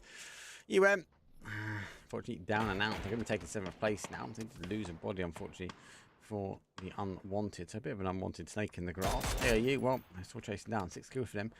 They now got to try and see if they can take on BFG, who's focusing their attention on the rotation. And there's a little bit of a blown up car, some freebies, and they might be able to collect some reward for the hard work already done. Gangsters, not too bad. 16 remain, 17 players left on the battleground. A very, very difficult battle end zone we've seen multiple times. I think exactly what RG did was what the Mad Marines had intended to do, but it seems to be a little bit more, again, the timing more favorable for RG when they do it, because now the fights are more focused on the outside zone, having to make some of these teams move forward, whereas the last game, teams were just fighting in the north. Teams were just kind of positioning themselves. They did not have to worry about the rotation. Now the rotation is where it's happening, so good play there from RG. The timing was perfect for that rotation. Now AAU trying to backfill onto Bitfix right here, and if you're not careful, then it's going to really come down to SWS making the look. If SWS plays like they did on Erangale, they're going to hold tight in that compound, let these teams come to them, and we seem to have the fight right now with AAU and BFG. Cool game. Oh, it's unfortunate. They are coming in. Difficult to get close for this when there's so much open terrain. Good hold. It's like kind of a trench warfare. The front line has been drawn. Here comes a bit of a third party. It's like Unwanted going towards BFG. They want to stay on the high side. Nade does go out. Their second nade will go through. That nade's not too bad. It bounces past, not too far away. Does splash some damage, but it's not going to be enough to take down the player from BFG. R2N, though, responds to momentum. 4 kills on the board for BFG. Now to make that 11 all day as he gets his 5th. With the credit of Tico taking down Jan right there. AAU will be eliminated in 6th place as Bitfix Gaming looks good. The control, the firepower is there. And like I said, if Adele had came alive, it's actually R2N for BFG to find the rhythm, keep momentum. And Adele is definitely doing the work right there. But BFG as a unit, as a squad, is starting to come together and find the opportunity for victory here on Tago here, as we have 13 players moving into the 5 final teams right now. BFG looking to take down another one, this time in the form of Unwanted. It's going to be in the form of Unwanted. They've provided some pressure. Some shots have come back in. It's like, oh, let's not forget ourselves of the dangers that are pending in. And smoke wall has gone out. So it's giving a bit of freedom just to sort of dance around. Which we spoke about takeover. The trees, they just provide a strange amount of cover for these people that are working their way in. Unwanted on the back side of this. Only 5 kills. Not bad. 5th place. Let's go top 4. It looked a lot more aggressive for a second there until they realized that there was more than the players I think that they were expecting right there. Seeing all 4 of BFG slow down the push, and now it's more of a hold coming out here from Unwanted. So Tommy and Dev looking to do a little bit more here, and now we'll move some supporting cover again to just provide nades if they do come in. It's going to take a perfect balance to pass both them shields right there. So setting up for the defense, waiting for the push. Unwanted is doing everything they can to survive into that next phase. Look at the change of shift, right? The stance was for the boys from BFG to take out Unwanted. They want to be king of the hills. The zone shifts back their way. Both those teams like, it's not the best time to fight. If we start fighting here, we're going to get pushed. Will Gangsters need to get out of their zone. Slowstorm needs to get out of their zone as well. Look at instantly, the moment then we spoke about it, they got straight in their car. They hear the fighting going on. That's the opportunity now to move. They've got to take the opportunities when they've got it. There goes one quick kill confirmed. Another knock comes on. The Real Gangsters be looking at Unwanted. Well, they put themselves in an unwanted position and they are completely anchored down. There's no move in this unwanted ship. Oh, and they're getting the help from the back right now. Unwanted is taking the push, is taking the opportunity, and could easily make it out of here with the help from RG. Olsen is there on the push. He's making the approach. He's actually got some help. The squad pulls up. The 3 of RG are there before you can even close out. Unwanted from the top takes down the final members of BFG. They had a great game. 11 kills on the board. Taken down in 5th. Mad Marines to follow as Patzer goes down. That's 4 teams now down, and down to 3. Unwanted with the 2. RG with the 3. And then SWS, who has made the move, Mark, who has came out of the compound, having the opportunity here for the victory. It's always going to be the case. It's always going to be the case. The Hill was going to lose if they fought, and the Hill will lose. BFG were on a stormer for maybe a chicken dinner. I think they're going to look back at that going, do you know what? We may not have taken that fight. We could have been in a different position. Unwanted, yeah, they came out, but BFG needs to do enough to hold them. Unwanted, on the other hand, though, look at this. They refusing to go down. Now they're on 8 kills, and maybe their defense becomes a little bit of an offense. And they've got 1, they've got 2. And it's only going to take a few more to put down that final player from the Gangsters. Not taking much more, but here comes SWS over the top. They spot out DV at first. They've got the P90 in hand. All for Tommy. Tommy tries to take the 2v1, but the Jucker with the nade. Take down Tommy Bob.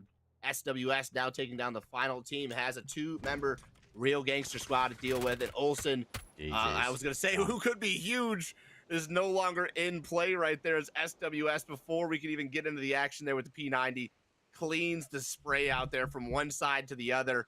All 3 players from 4 to 7. Slowstorm, 17 points on the board. Well, there's nothing slow about that ending. Very aggressive. Pretty quickly as well. It was always going to come down to the top of the hill, right? The top of the hill was the best place. BFG, they knew that. That's why they wanted to deal with Unwanted. Unwanted also knew they wanted to take it down. But when they started engaging CC, that was literally a green flag. Everyone else, time to move on the third party. Come push us and take the hill. Well, the last one to move, it was the first one to claim the victory. Slowstorm, though, with a really good win, though, for game number 3. Slowly thinking through the process right there, they did not waste, I think, the opportunity that we had, was presented. Sometimes, the zone goes in, unfavors you. It favored them. The timing that they made the push there, because had it been any earlier, RG would have been putting them as a target. But literally, as the finish of the fight comes through, puts them down to 3 teams. The final one for the Bad Marines gets eliminated there, and then boom, it's that opportunity. They're like, all right, gun, green, let's go. Here it is, inside the vehicles, inside. Some of them even on foot, for the rotation right there to take that. It all comes down to timing, and that was perfect. Perfect timing for us to make a perfect time for a break. The break screen is bust. I will fix that. I will put on the video with a little bit of music. A little bit. Not as much last time. But I'll see you guys, though. It's going to be for Kendi time. So get your chilly boots on. We round number 4. It's coming up. It's the same for every team, I guess. It's just like make sure that and obviously we saw the roadmap now too as well, and it's not that many qualifiers, so it's really important that we do well in the ones we have. How do you prepare as a team then? What's the steps now? I suppose it's logic answer scrimming, right? Yeah, I mean, it's always a lot of screaming, especially when you have a new team and you kind of have to match together. And obviously, like me and Clip try to pass a little bit of our experience down to Texan Intense, and that takes some time, of course. Yeah, talk about things, issues in the team, or what we think we can improve on and stuff like this. You know, it's always a lot to improve for any team. And then obviously get yourself in the 2024 season. Good to see you guys at LAN and get you guys up there. Is there anything you guys want to mention out from a new and upcoming team or player or someone trying to get into us? Let's start with Intent. So what would you recommend for someone to get into sort of PUBG esports? I would recommend joining a Discord where you have the opportunity to play with other players as much as you can, and hopefully you can end up playing scrims. I know EU scrims, does it have a different name now? Mates scrims? It was mates before, but I think it's just EU scrims these days. That platform is like a really good opportunity for some upcoming teams as well.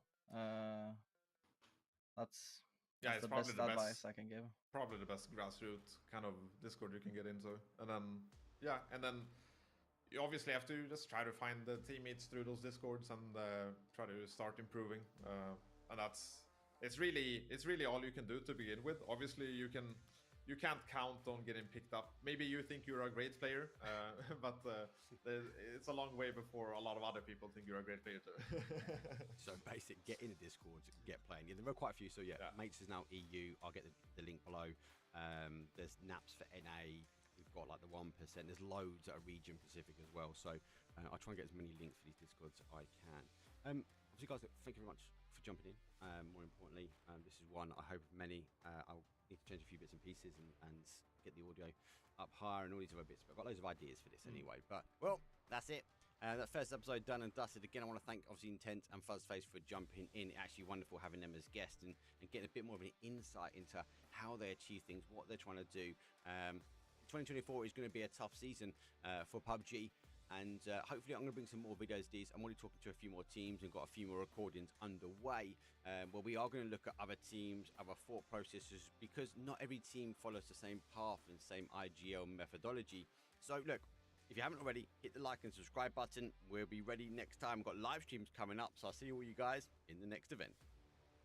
Hey guys, welcome to Tactical Reload Talks. I'm Mark Power and this is MarkPowercasts. In this video, we are going to go through with Formulation Gaming, having a look at how they achieved and what they've done during the scrim, going through a kind of a PUBG esports tier 1 pro team, and understand a little bit more about breaking down movement, breaking down communication, and why the team move in. There's lots to cover in this video. We are going to be going through multiple maps and having a look all the way through to them getting to a second place. But for now, sit back, let's just get into it. Here we go. Wash, wash, wash. Right, people, welcome in. Obviously, the first episode, so apologies for me. I've been joined by two amazing pros, Intense and Fuzzface. First of all, thank you very much, guys, for jumping in and running through Formulation Gaming and as a team and what you guys are looking to achieve this year. I know we've been recording some videos on Monday. Some games went well, some games didn't go as well. But obviously, guys, welcome in. And Fuzz, massive shout again, massive master in 20 hours, you said. Yeah. Mate, that's an achievement, mate. So yeah, big shout. If you need to get ranked, first and foremost, you have to give these guys a follow. I'm pretty much in Fuzz's stream most of the time. Is your stream like 6-7 days a week at the moment? Like it isn't. Yeah, usually every day and some hours at least. Yeah. Far too many hours. It is good though. Right, so objective for the video, for everyone that is now watching, is really we recorded some Pro League Hub screens on Monday. There was best of 6.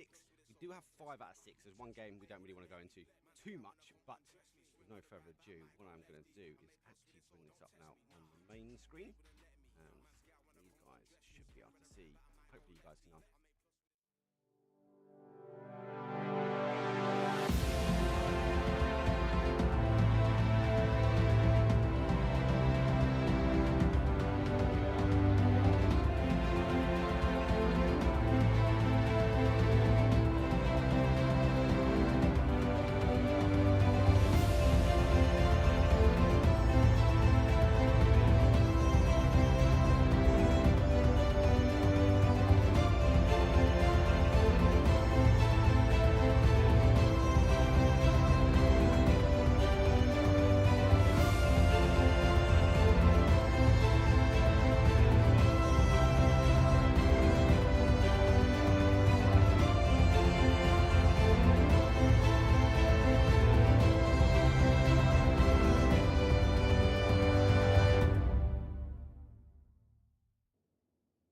Number 4, another flight path, another crest across one side. Southeast towards the north, pushing maybe towards the northwest. Does favour that top side though, but it is map number 4.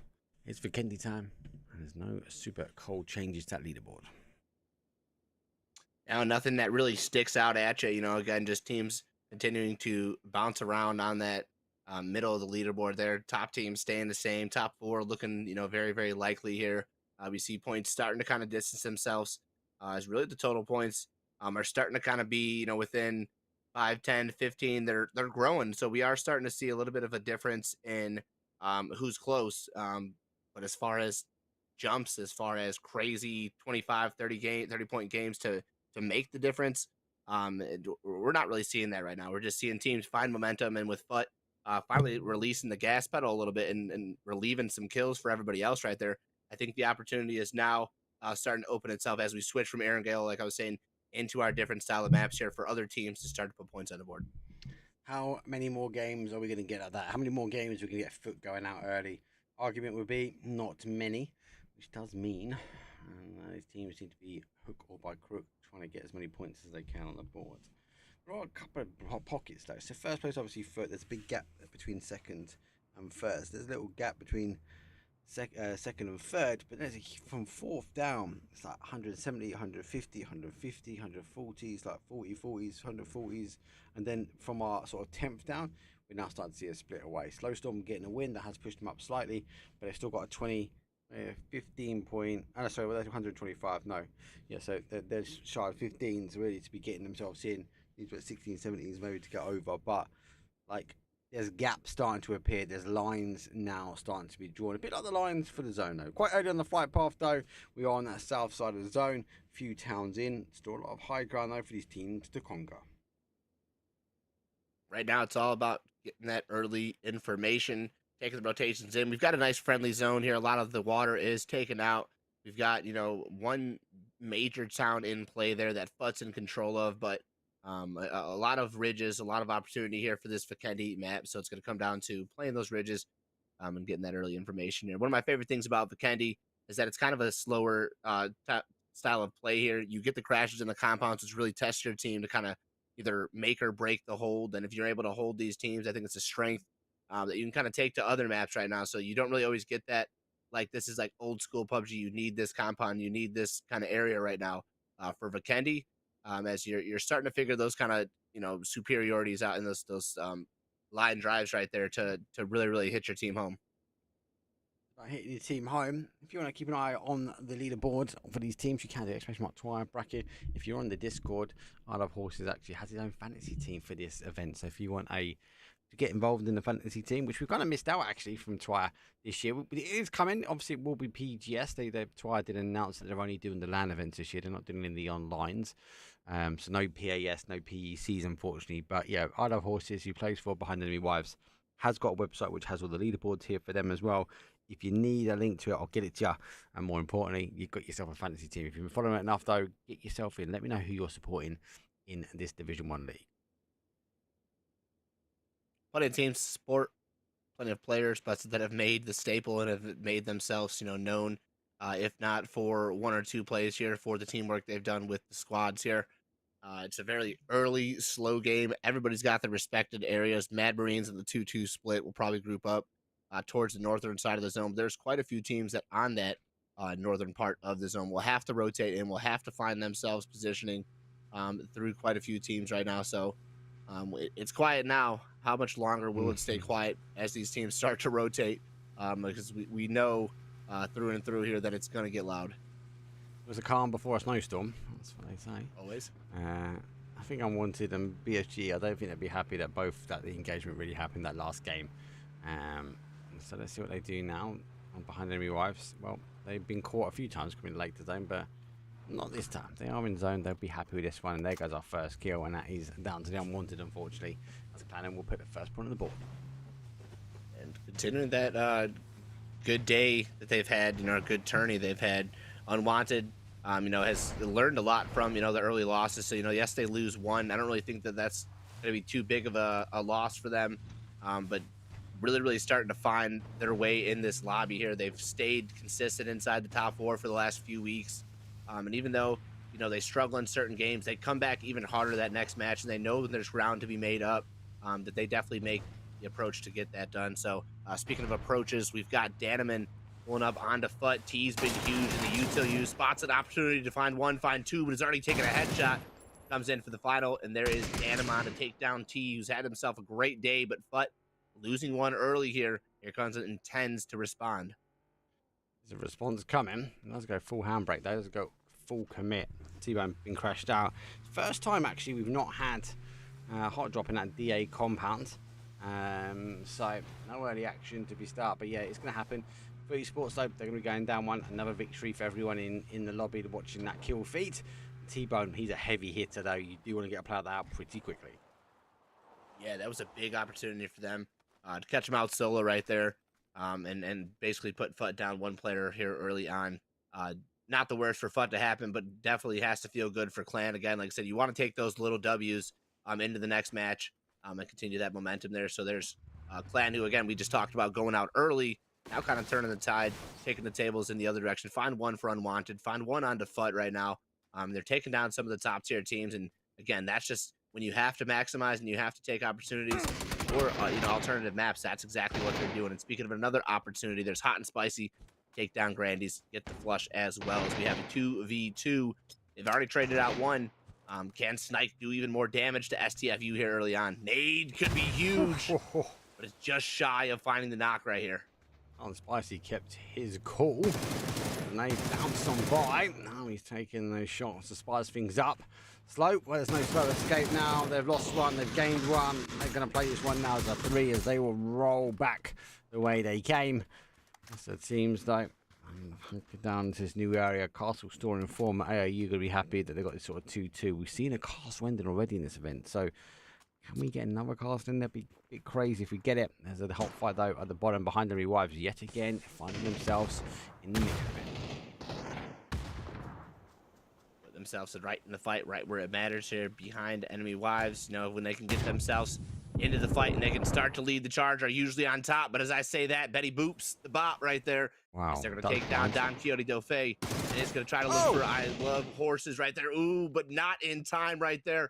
Is going to go down. Unwanted will be eliminated by behind enemy wives. I Love Horses, who we just paid tribute to. There he is, representing and putting that league on the board. Make sure you put him on the fantasy roster as well. I wonder if he's put himself in his own fantasy team. I bet he's giving himself some extra points. Like, if that was me, I'd be like, most valuable player, MVP. Easy, man. Easy. No, I wouldn't do that for myself. I'd be losing points every game. Need to wait and see. I need to get one in. I think we should do it in the finals. You went. They can crash their way in as well. Waste. I didn't have the best game last one, so let's see what they can do here. It's been playing a bit hot and cold so far through this event. I just feel like Viperous and Michael as a duo, dangerous. Very, very dangerous. Talk about duos as well. Def Word mentioned about PUBG and Logitech that have partnered up to bring a duo event. It's happening actually next week now. There's an NA and EU. You've got to be in the representative country, so me and CC can't play, for example, together, which is a shame because we'd clearly be winning. We'd overthink everything, to be fair. But you got to play NA with NA, EU with EU. Qualifiers are tough. Qualifiers are tough, but there's money on the line. 10,000 euros, I think, out for grabs. Plus, there's obviously Logitech gear to be given out. The D2520's mouse. Obviously, you got the headsets and stuff, and all these other bits and pieces that Logitech have got up for offers as well. So if you haven't already, loads online. I'm going to post on my social media a bit later because obviously I announce who I'm playing with. And yes, I will be playing. Yes, I am tempted to stream just for a laugh because I can't hit the shots like these pros. Hey, man, he was pretty good. Watch him in his duos earlier. He's on point. He's putting the cast into the test. One game, mate. One He's a laser. Game. Mate, not against the likes of, like, I'm looking at some of the teams today. Michael is playing with Honey Badger. Oh, my days. If that's not a winning combo, I don't know what is. But open quals are tough, mate. I could just maybe run it out and get through. Let's hashtag this in. Going in right now. That would be... like I said, don't cut yourself out too short, mate. Like I said, the players come down. Again, you've got the IQ, and that values for something, too. You know the pushes. You know the players. And again, you're just, oh, yep, that's Code Marco. We're not taking that one. Oh, yeah. Right. Oh, yeah, they're pushing me. Yep. They know who I am. Run! Get out of here. Get in the car and go. No, I Good don't times, know. good Like times. as much as it's fun playing, and like PUBG's my game of my heart. I love playing PUBG. I got a couple of messages. Obviously, we do a lot of production and other stuff as well. I'm not going anywhere, people. I love PUBG too much. And actually, arguably, I had a little word of myself the other day. I was like, I need to get more days in doing PUBG, so I'll get it sorted. But as a caster, playing, you sometimes overthink it. Like you over egg. Like, rotate this way. Yeah, and sometimes, especially in open quals. Sometimes it's just about getting gun skills up and shooting people. Hey, yeah, sometimes it's just about looking down the barrel, pulling the trigger, hoping for the best. And that's what makes you the best, I guess, is not being afraid to take those shots and putting those opportunities in. But again, you have to let that trigger go. Speaking of letting the trigger go, maybe let the wheel go a little bit too early there as we caught a little bit of a side swipe. Style points coming in for Waste right now. Speaking of anything else coming in, AAU wants to send some shots Waste's ways. They're trying to maybe scavenge and salvage what they can for some care packs. Nope, it's already been hit, and Waste gonna say no, thank you. And dangerous what it is. This is one of these maps that actually a lot of people are pretty stacked on free gear. Need to be cautious though. Formation Gaming, the free gears here is hunkered down, so cars will be coming in. We've seen kills from this location already. Just need to allow the bait to play in. And Viperus and Michael. Actually, here come the rest of them. They might not bait down like what we saw the other day. There's always opportunity in staying down here until you're 1v4 right now, and you have that little bit of UAV. You've got your your polar bear info, but it's that UAV that is really gonna do you the most justice here down at the bottom, and that gives you everything you need to know, so you can tell there's players out. You know how to make your move, and you're just kind of waiting for this push to come out. I don't know that they know he's there, but they know they're not willing to take this chance to give a free point to Noah. But Formulation Gaming has it mapped out right now. Really detecting people. Gotta love it, mate. Is it? Yeah. Two at the front, isn't there? Two above. Solid right there up Surely front. that's not right. Catching him, man. Catching him with that I think it UAV is, right there. Headshot. Headshot. Oh, unlucky. How many players got there? That now? was unlucky. Where's the rest of FMG? I think it does work, That I'm gonna play out here. This is where I'm coming on the duo event, people. I got UAV. That actually, I didn't think that worked. I just thought it was just something that blipped up. I just thought it was like a bit of show and tell. Nope. Negative, mate. Yeah, that thing is solid. You called it the other week, mate. Yep. Like I said, he was using it to his advantage too. If you're a solo player and you're trying to make something happen, that's the only way I think you're gonna get the opportunity. And you've seen he found two. If there was one more player down there with him, that was a collapse. That was an easy clap coming out from that team right there. But I mean, power red numbers for Waste right there outplayed him there. Yeah. Groza was going to help. Yep. A little bit. Still going to help here. The real gangsters, though, under pressure, though, from Slava, as they have arrived. Now working their way around. I think it's lots of slow. I don't know if they know about how close they've got players. Because Purdy's on one side. He's definitely heard him now. Sees him. Org repeat, Joe. Comes back on the other side. Pretty far. Comes through. Waiting for the headshots to come through. No, Purdy should be drawing his attention. He can't at the moment. Under pressure. But now the nade comes in. And Purdy can get involved. But it's too late. Slava, clean execution of the gangsters.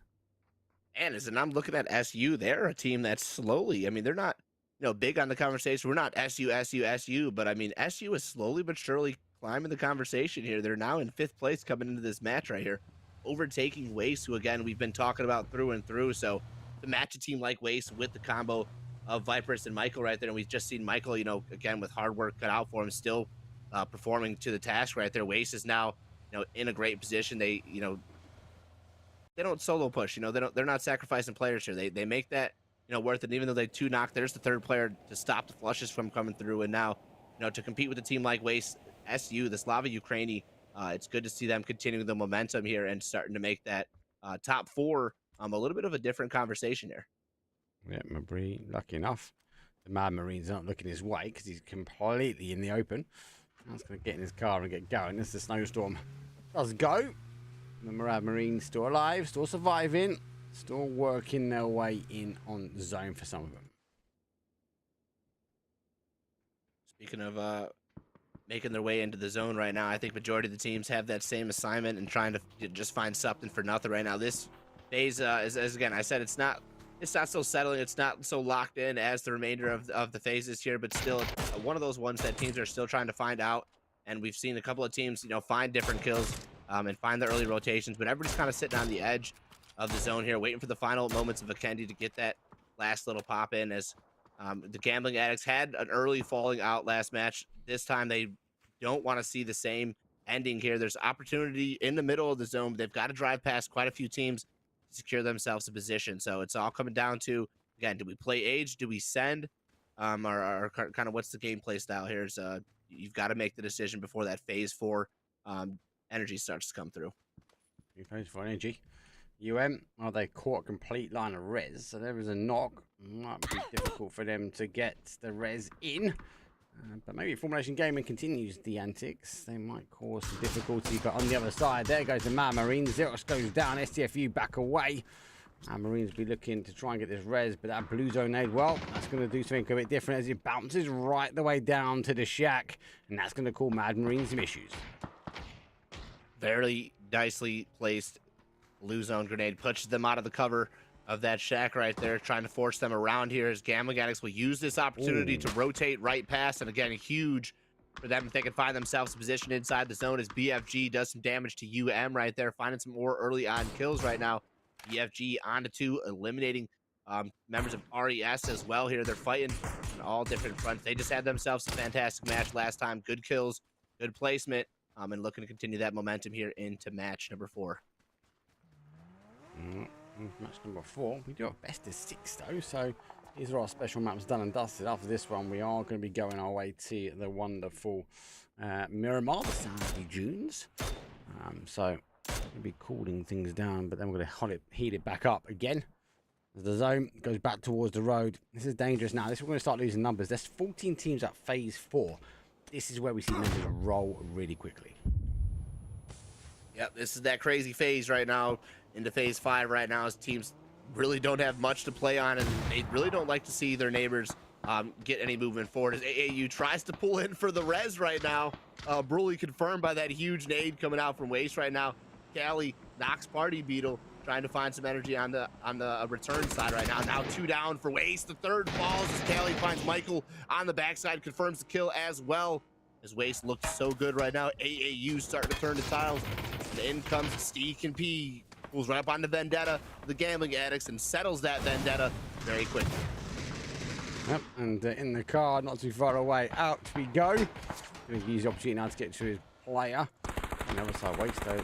Some body drive by baby, and it goes down as well. Waste, unfortunately eliminated, 13th place for them. AAU able to claim up. Gambling Addicts now in the middle. Couple of teams in. South side is pretty clear, but there's not much to cover. What happened with AAU here? Hello, are they waking up here in Vikendi?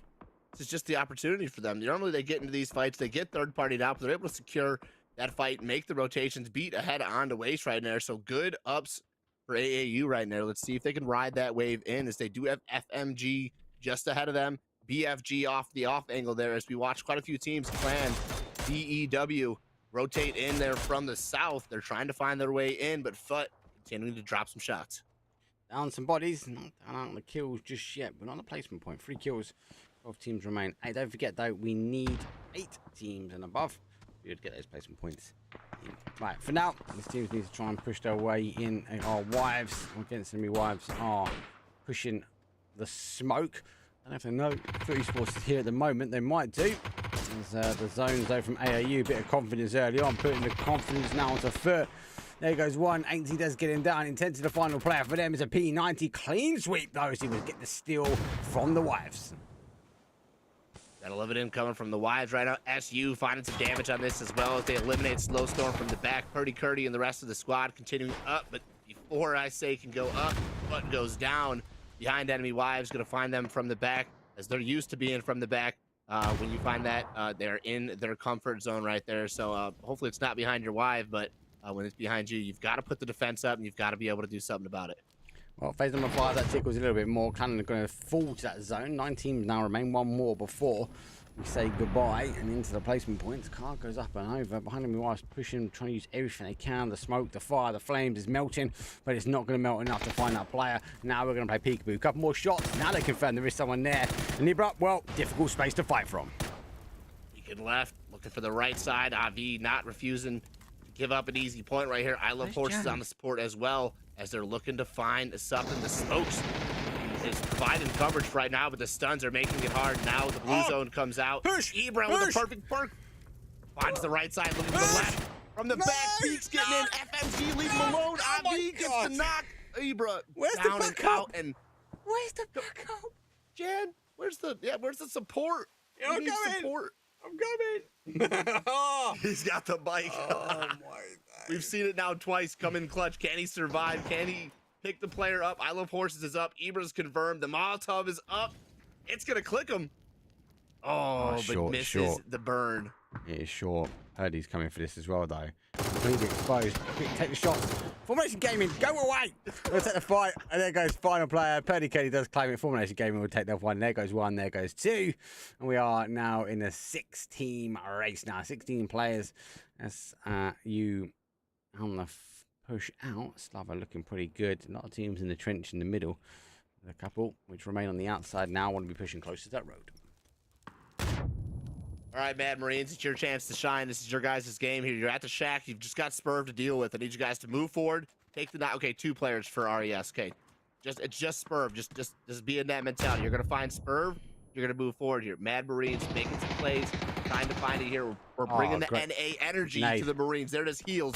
Nade. Nope. They're not afraid of it. They're gonna avoid that. They're gonna just throw their own, and they're gonna find this knock. It's gonna bounce. Okay, no, it's not gonna bounce, but it's close. Spurv still up for RES, trying to make this play mark. We gotta put the Marines in. Take the freebie. Del.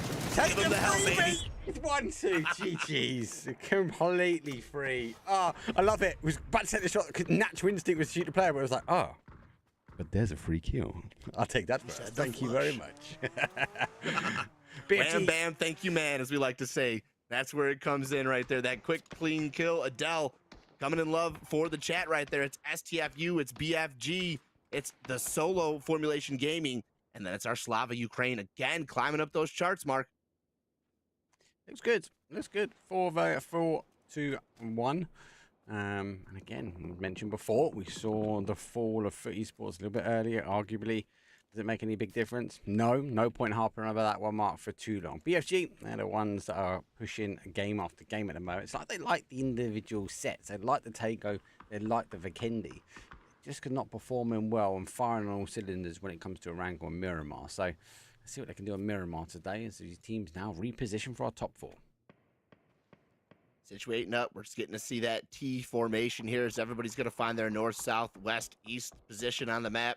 Start to spread their angles and start to look for their opportunities here as STFU does lose one right there.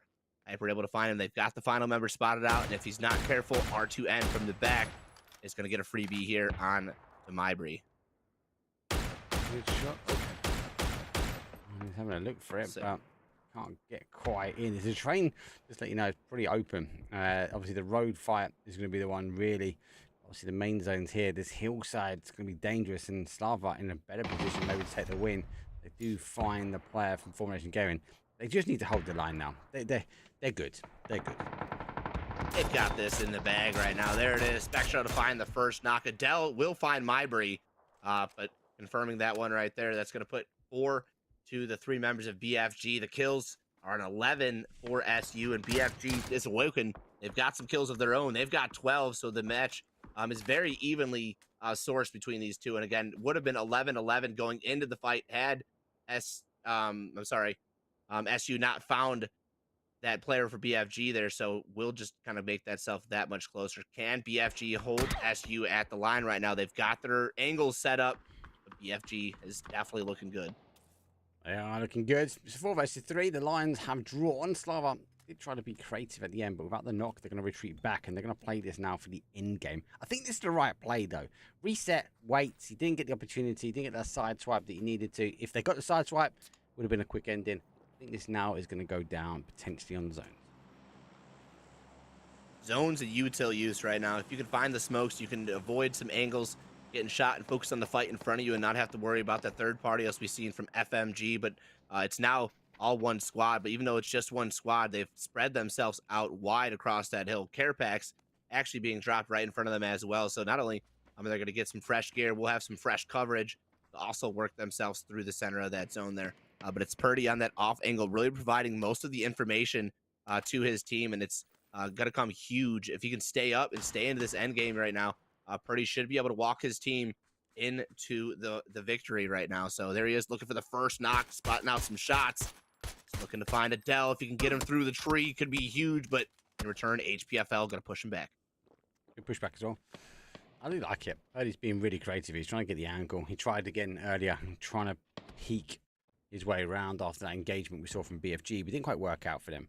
So now drive in towards the end zone, and all these teams are going to be getting as much med as they can on, but the only difference is BFG, yet again, PUBG stealing the zone away from them, stealing the opportunity because they've got to get moving, and it looks like they've got to be creative. There goes one. It's a single push, though, into the middle.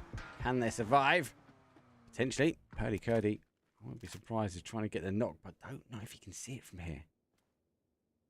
Oh, it's close. Over the angle. Not close. Gotta love the car coverage, you know. Yep.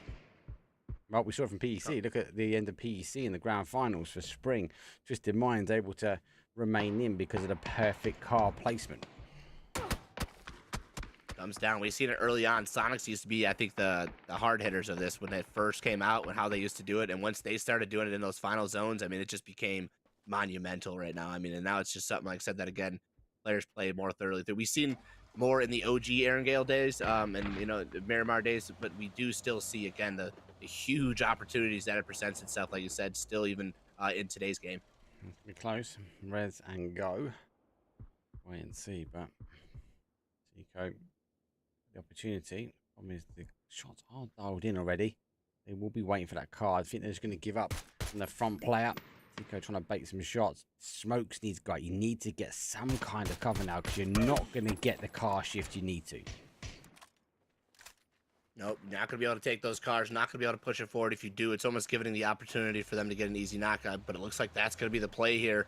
They're trying to find the wrap onto Purdy, maybe full send onto Purdy. If they can pull up onto Purdy's position, that's going to be huge, but they're taking a huge gamble in doing so. Oh my God. HPFL, huge knock onto Purdy. That's going to secure this pull up right now. They're going to go for the flush, and if Purdy can't get recovered here, they have Elf and myself. He's right over the top. They're actually not focused on going for the flush right now. That could cost them. Yeah, it's going to be able to give them so much good intel. Need to try and get this nade perfect. There goes one, there goes two. They've already expected.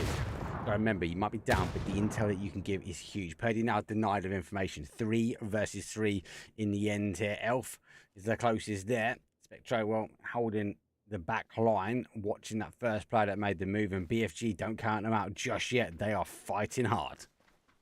Yeah, definitely taking every opportunity, taking some risks, and that chance right there pays off. Had they just sat on the hill, had they tried to smoke it out, as I suggested, could be sitting differently, but they're going to take a huge opportunity to wrap up onto Purdy's position, secure themselves to the next pull-up right there. Adele is still hunkered down at the rock right now, but with that, they have to focus. They have to keep eyes right there. So Adele isn't providing much, you know, offense, but definitely putting a defense up there as he's going to have to, if they allow Adele to move forward without being contested right there, that's going to be another player lost in the sauce right now. So BFG is doing great, using the information, playing the map to its best right now, down to the 3v3 right now. Both teams are cracked on kills, so it really comes down to hitting these shots first.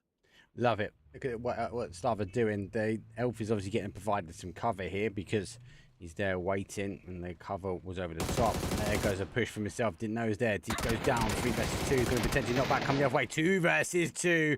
1 DBNO. Spectro's right up on the grill. Nade comes over. Needs to be cautious there. It's going to take the opportunity. Blue zone nade. It's going to cause some damage, but not to the player that's needed. Hype does still hold back. Waiting for the push over. They are going to try and confirm out what they can. It's aggressive, but it's like in spits and spats.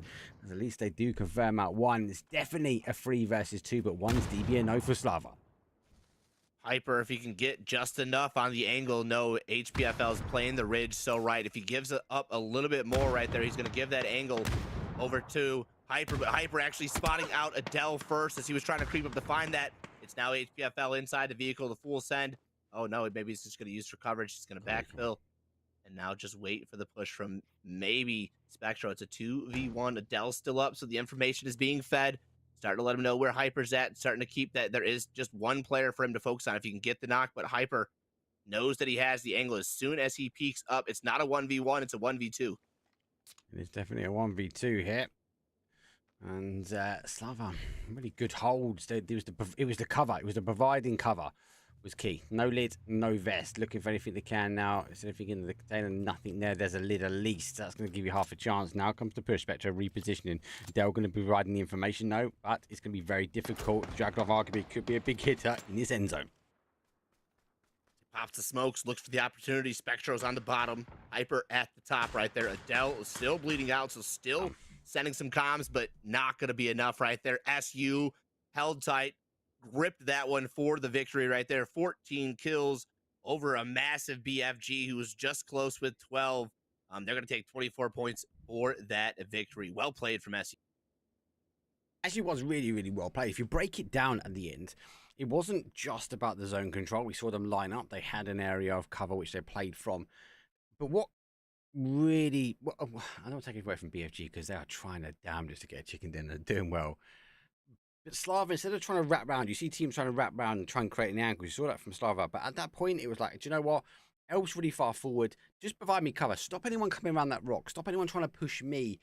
And then when he heard the car go, it swapped. He went, okay, well, let's go aggressive now. Let's make the push. We saw Elf go up. He got his confirm. He backed away. The players behind done their job.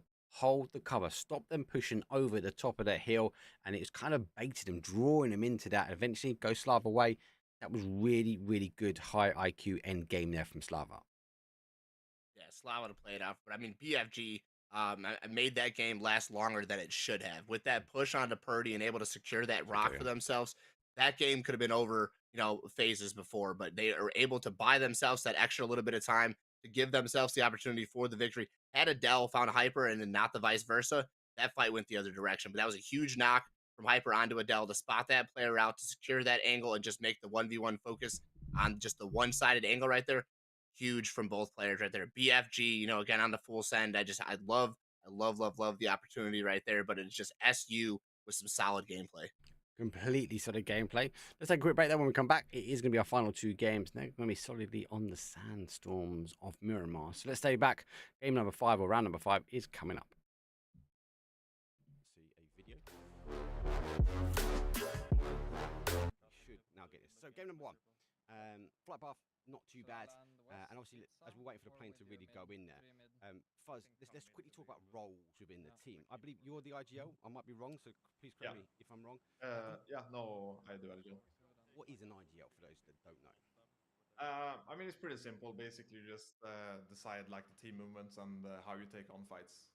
So you just make like the necessary calls, pretty much. And then the other roles, because some teams have roles, some teams don't. There's some hybrid. Does Formulation Gaming have a set of roles within the team, or is that still being decided at the moment? No, we don't really have any special roles like that. I think the only thing but it's more a natural thing how people like to play. Like, for example, Klib, he likes to be the one who makes the moves, maybe, and stuff like this. But it's not any set roles. It's more just individual play styles, how they prefer to play the game. Understand. And obviously, some prefer fragging, etc. You're clear we're going to see it in this game because he does some insane plays. And obviously, we're hitting Pachinki. Game number 1 was for a wrangle, and it's quite clear, as long as you guys can hear quite well. There's a lot of talk around where you guys are dropping, where we're going to, and if I just hit that pause, though, here, obviously, you guys trying to hit this middle section within Pachinki. It's the heart and soul. You guys have got references to this. You guys were throwing out all sorts from pizzas, Clib, Mixie. So if first real, first intense and clear. Let's go to you for this one. You guys have a naming convention. How important is it to have a naming convention, especially when trying to play comp? Section here, you have 4 buildings that are like they look the same, right? It's the same building that it's copy pasted in different locations. So if you don't have specific names for those ones, it's really difficult to interact with your teammates fast and relay the information, right? Yeah. So it's really important to have some specific callouts, and we also obviously have callouts for how different buildings look, and we call them different things. And we can get an idea now. Actually, you guys start talking about where you drop, and obviously there's an element I think on both these games where you guys do try to hit the high grounds quite. You go for the towers each time, and you kind of work your way on the roof. And obviously, as you go really close up with a shotgun, I always call you shotgun template in stream. I need to get over that, mate. I know it's tasty, so I need to get over that. But obviously, shotguns have been updated, so we'll come back to that in a second. But it's very clear that you guys are sounding quite a bit here. You guys are talking a lot. You guys are communicating and going, actually, hold on, where do we want to go and where are the most people? And to give or take, your comms are really on point here.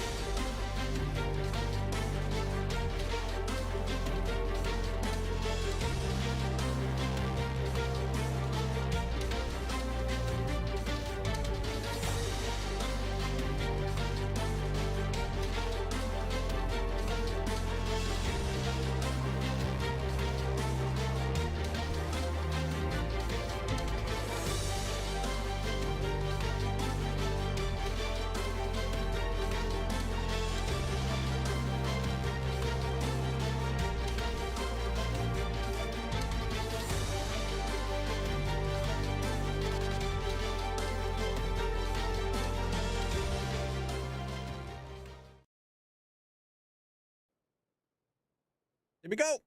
Number 5. Oh, at least it's half decent. Flight path, though, is a south down to, well, all the way up to a north. It goes through the middle, goes through the heart, goes through the soul of Miramar. Let's have a quick look at leaderboard, though. Let's pop it out. Major changes. What's a few? Again, it's in that mid-pack. Starver grinding their way up to 4th. Unwanted, unfortunately, down. Bitfix Gaming, despite not getting a chicken dinner, doing well. Grinding their way up, which forces Waces down. Clan, on the other hand, they go up. And that's about it. Big changes. But store, lots of opportunity for these teams. Yeah, definitely some lost opportunities. Definitely some gained ones as well. I mean, BFG moving up the charts there. They're just going to overtake SU. SU, again, who's now in 4th place behind Unwanted. Unwanted was in that 4th place position, fighting hard. So you know SU is fighting even harder to be 2 points now above Unwanted. And then BFG just kind of soloing.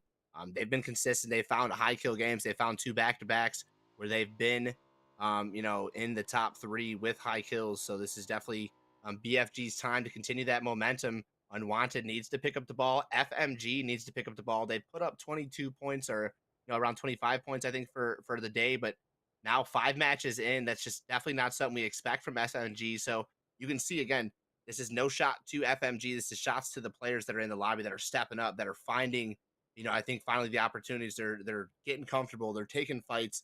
They're not holding back. Yes, they're losing players here and there, but it's now where they're like, okay, we can win this fight. Okay, we can take this. We just got to do it together. Yeah.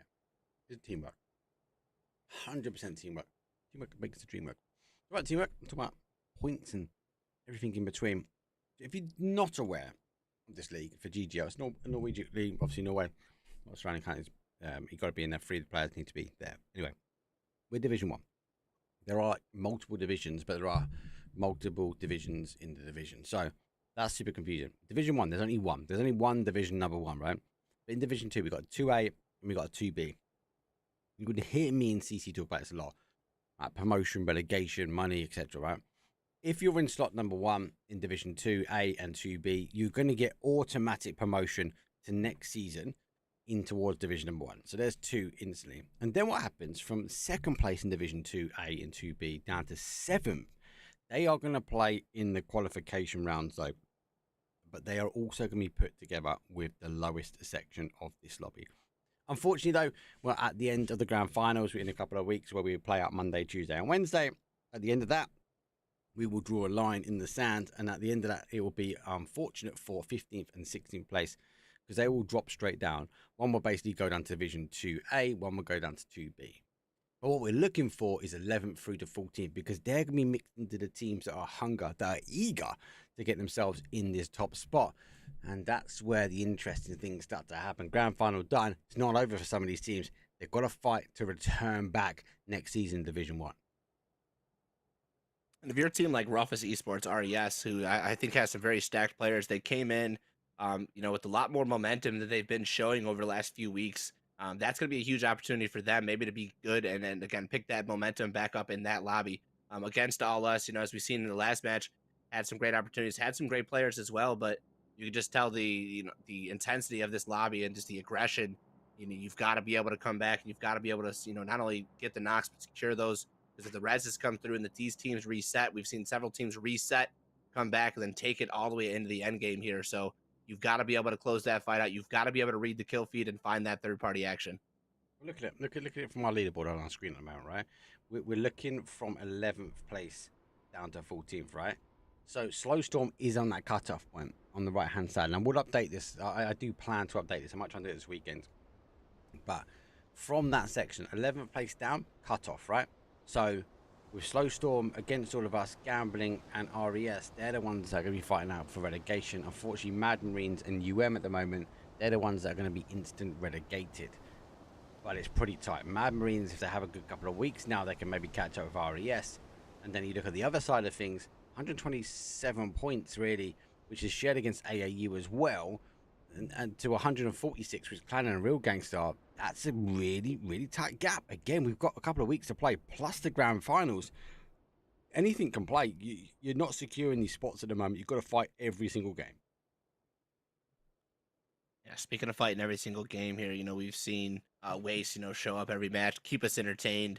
And that's a team that's, looking pretty solid up in their positioning now at 154 with a great day today, right behind Slava coming into that match right there. Bitfix as well.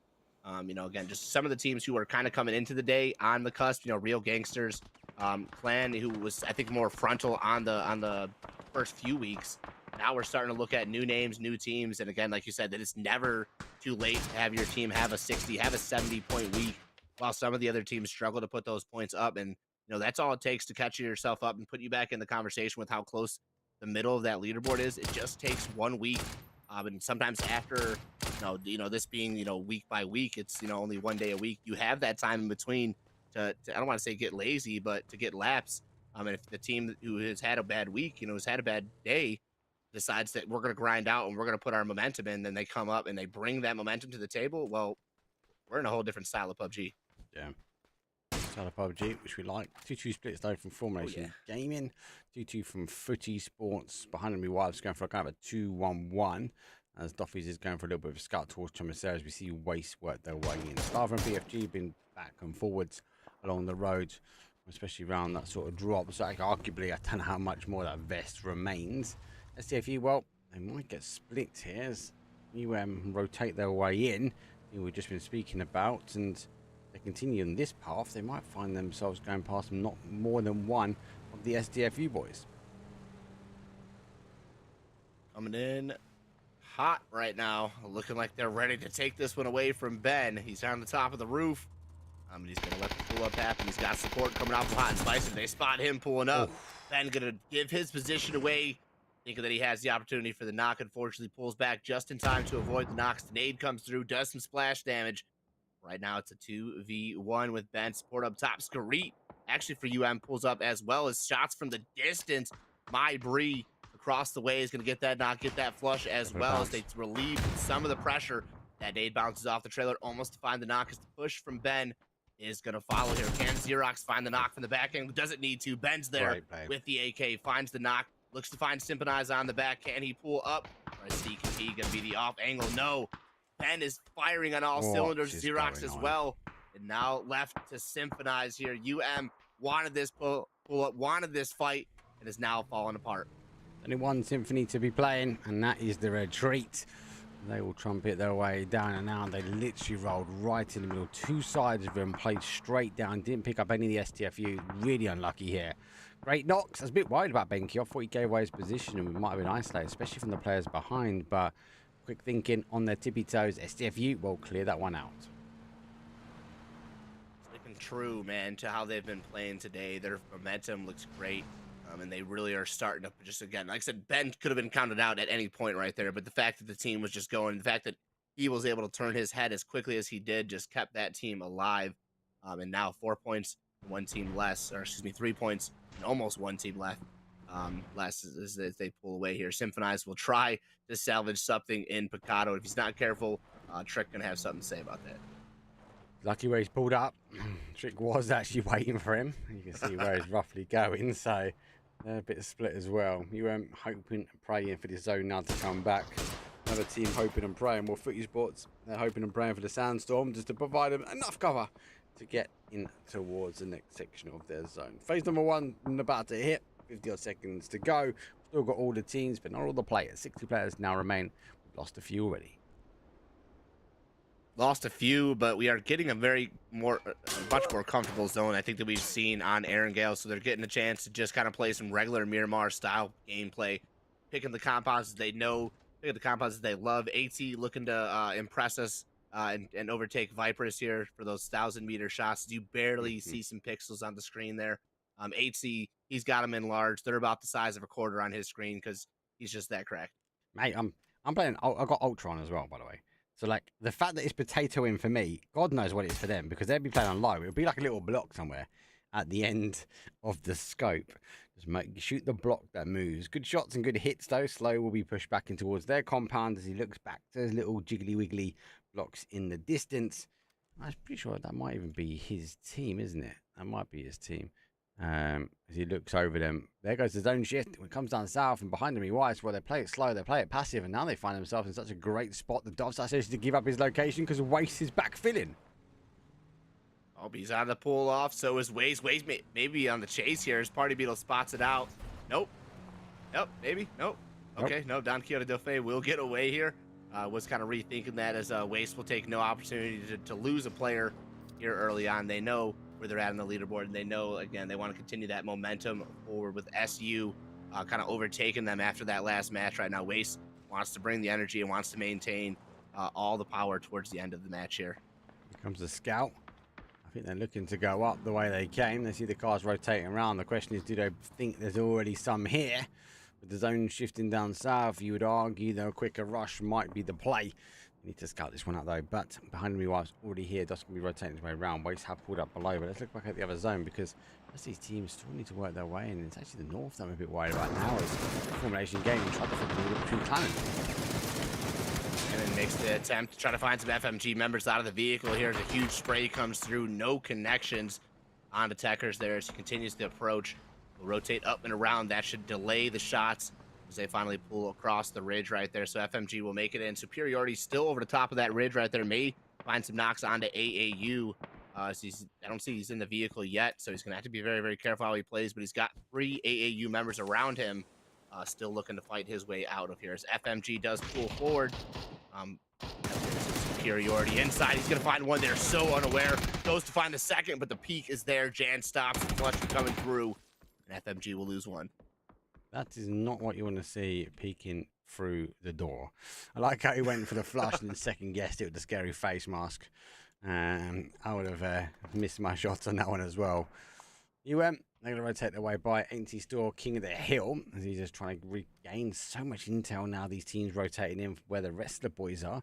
There might even be a slight clash here. Synchronized Solo Warrior, he's going to try and keep out of danger's way. He works closer and closer towards Footy Sports at the moment. Spreading that power out, getting closer and closer to BFG right behind as T's the closest. AT's still afar on that angle, has not entered the zone just yet, but remaining of the teams are pretty comfortable inside this zone. Just kind of, again, this is not so much of a suspicious zone. They know where the zones are going to go. They know if it plays here, they're going to play there. And we're just going to kind of see this slow phase 2, phase 3. Then we're going to see everybody take that selection one more time for the final phase 4, phase 5 chaos before we can start to slow things down again.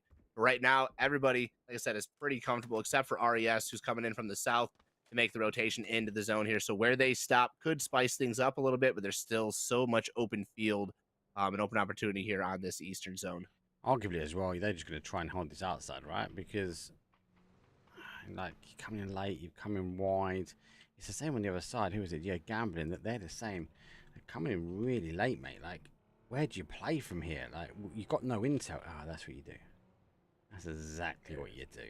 Get the intel. Do the doozy. That's what I say. Yep. Get up. Get airborne. Do the doozy.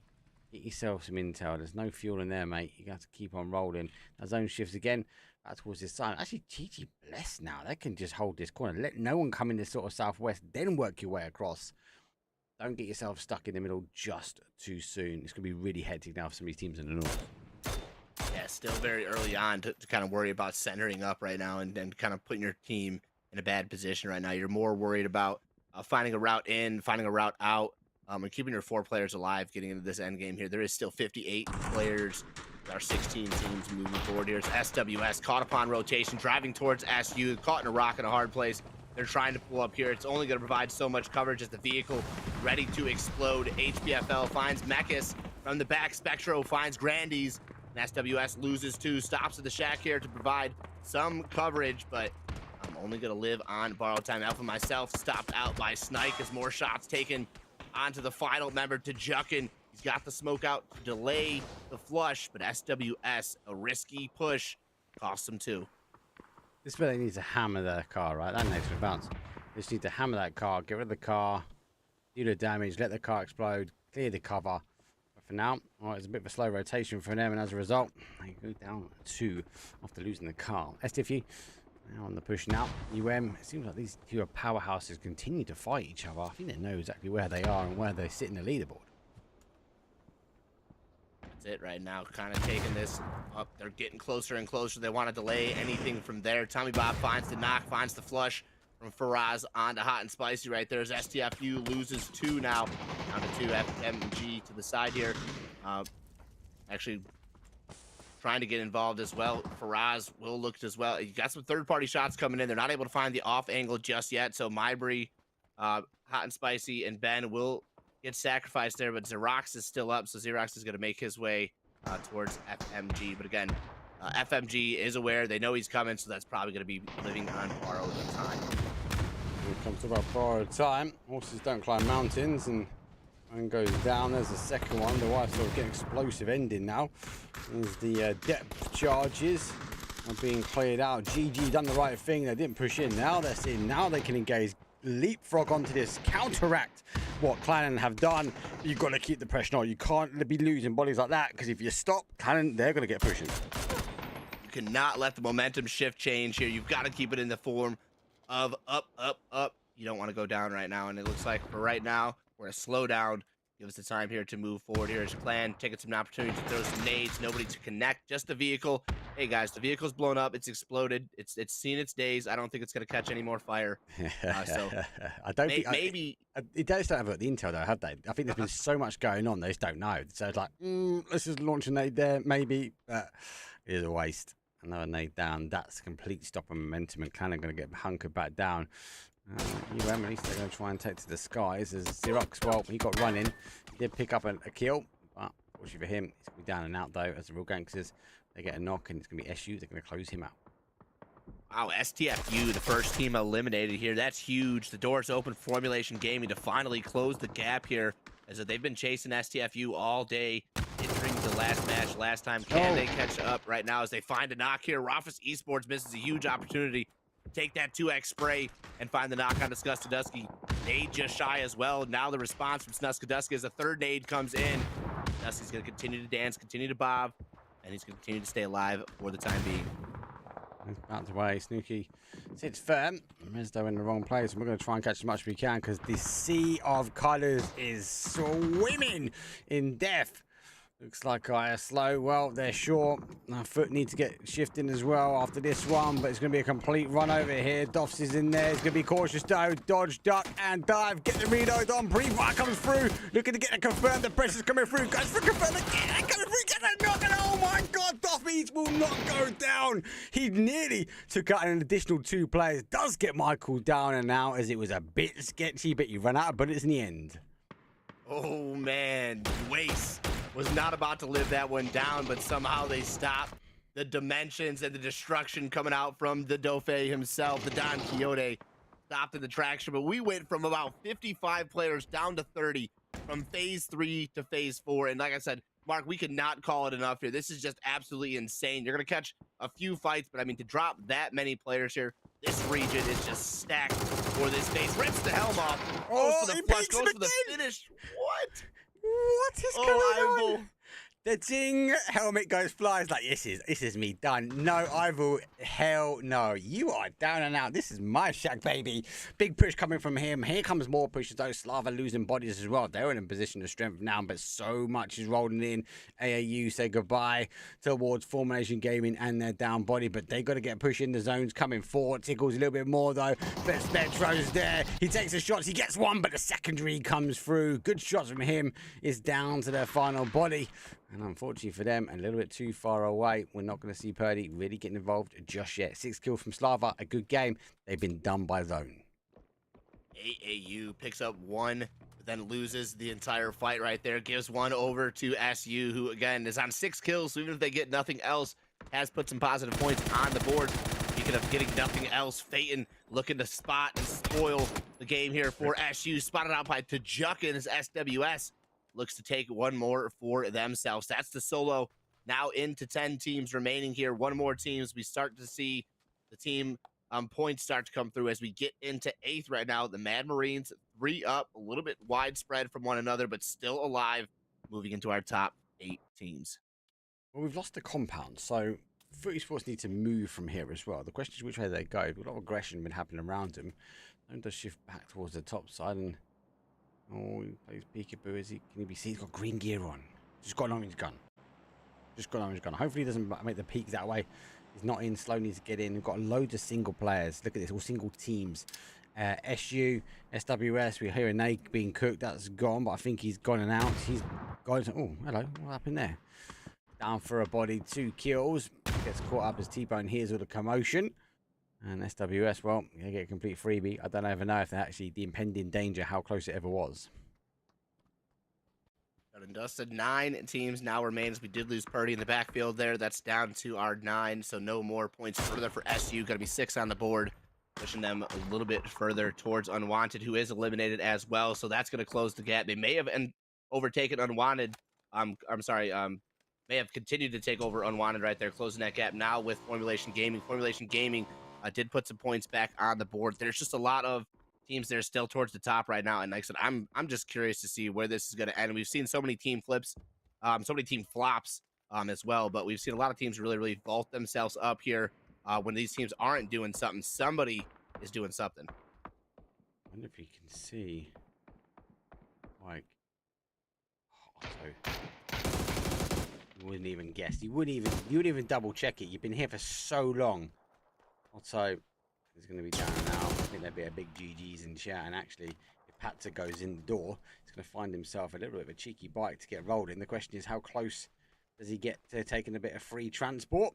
I think he's too busy thinking about zone at the moment and where the rest of the guys are, because they are not looking back this way at the moment. Patzer's kind of like, okay, you guys realized I just killed and flushed your player, right? But it looks like the focus is on the RES. Oh, there it goes. Tens finally spots him out and says, okay, you know, we'll deal. We'll deal. He knows he's got to come this way anyway, so I think focus more on the frontal fight there with Ivo, who now has one of the players down here for Foot. Finds T80, though, able to put the punishment down. It's Patzer trying to capitalize. If he gets this knock on to 10 and 10s, that's huge. 80 just fell to the top. Patzer has a chance here. Yeah, look at this. Waste won't allow it. They're going to cause some problems. Actually, kind of better off leaving Marines causing them problems. Oh, he gets down in time. Actually, leave him there. He's going to pick apart for esports and keep the pressure on. For now, most of the teams are in. GG played it well. Oh, it's gone straight to the zone. Patzer, how close was he to the bike? And you just never know. He just would never know. Could have taken the bike, could have been getting the reds, could have been in zone everywhere. Everybody else, one down player is in zone. In a second, there'll be no one remaining in zone. High IQ, okay, with Jazz, okay, Man Marines, I need you to take this. Wherever Jazz is, you need to be. The man's, he's got the step ahead right now. He's looking into the next zone. He's got the future plays.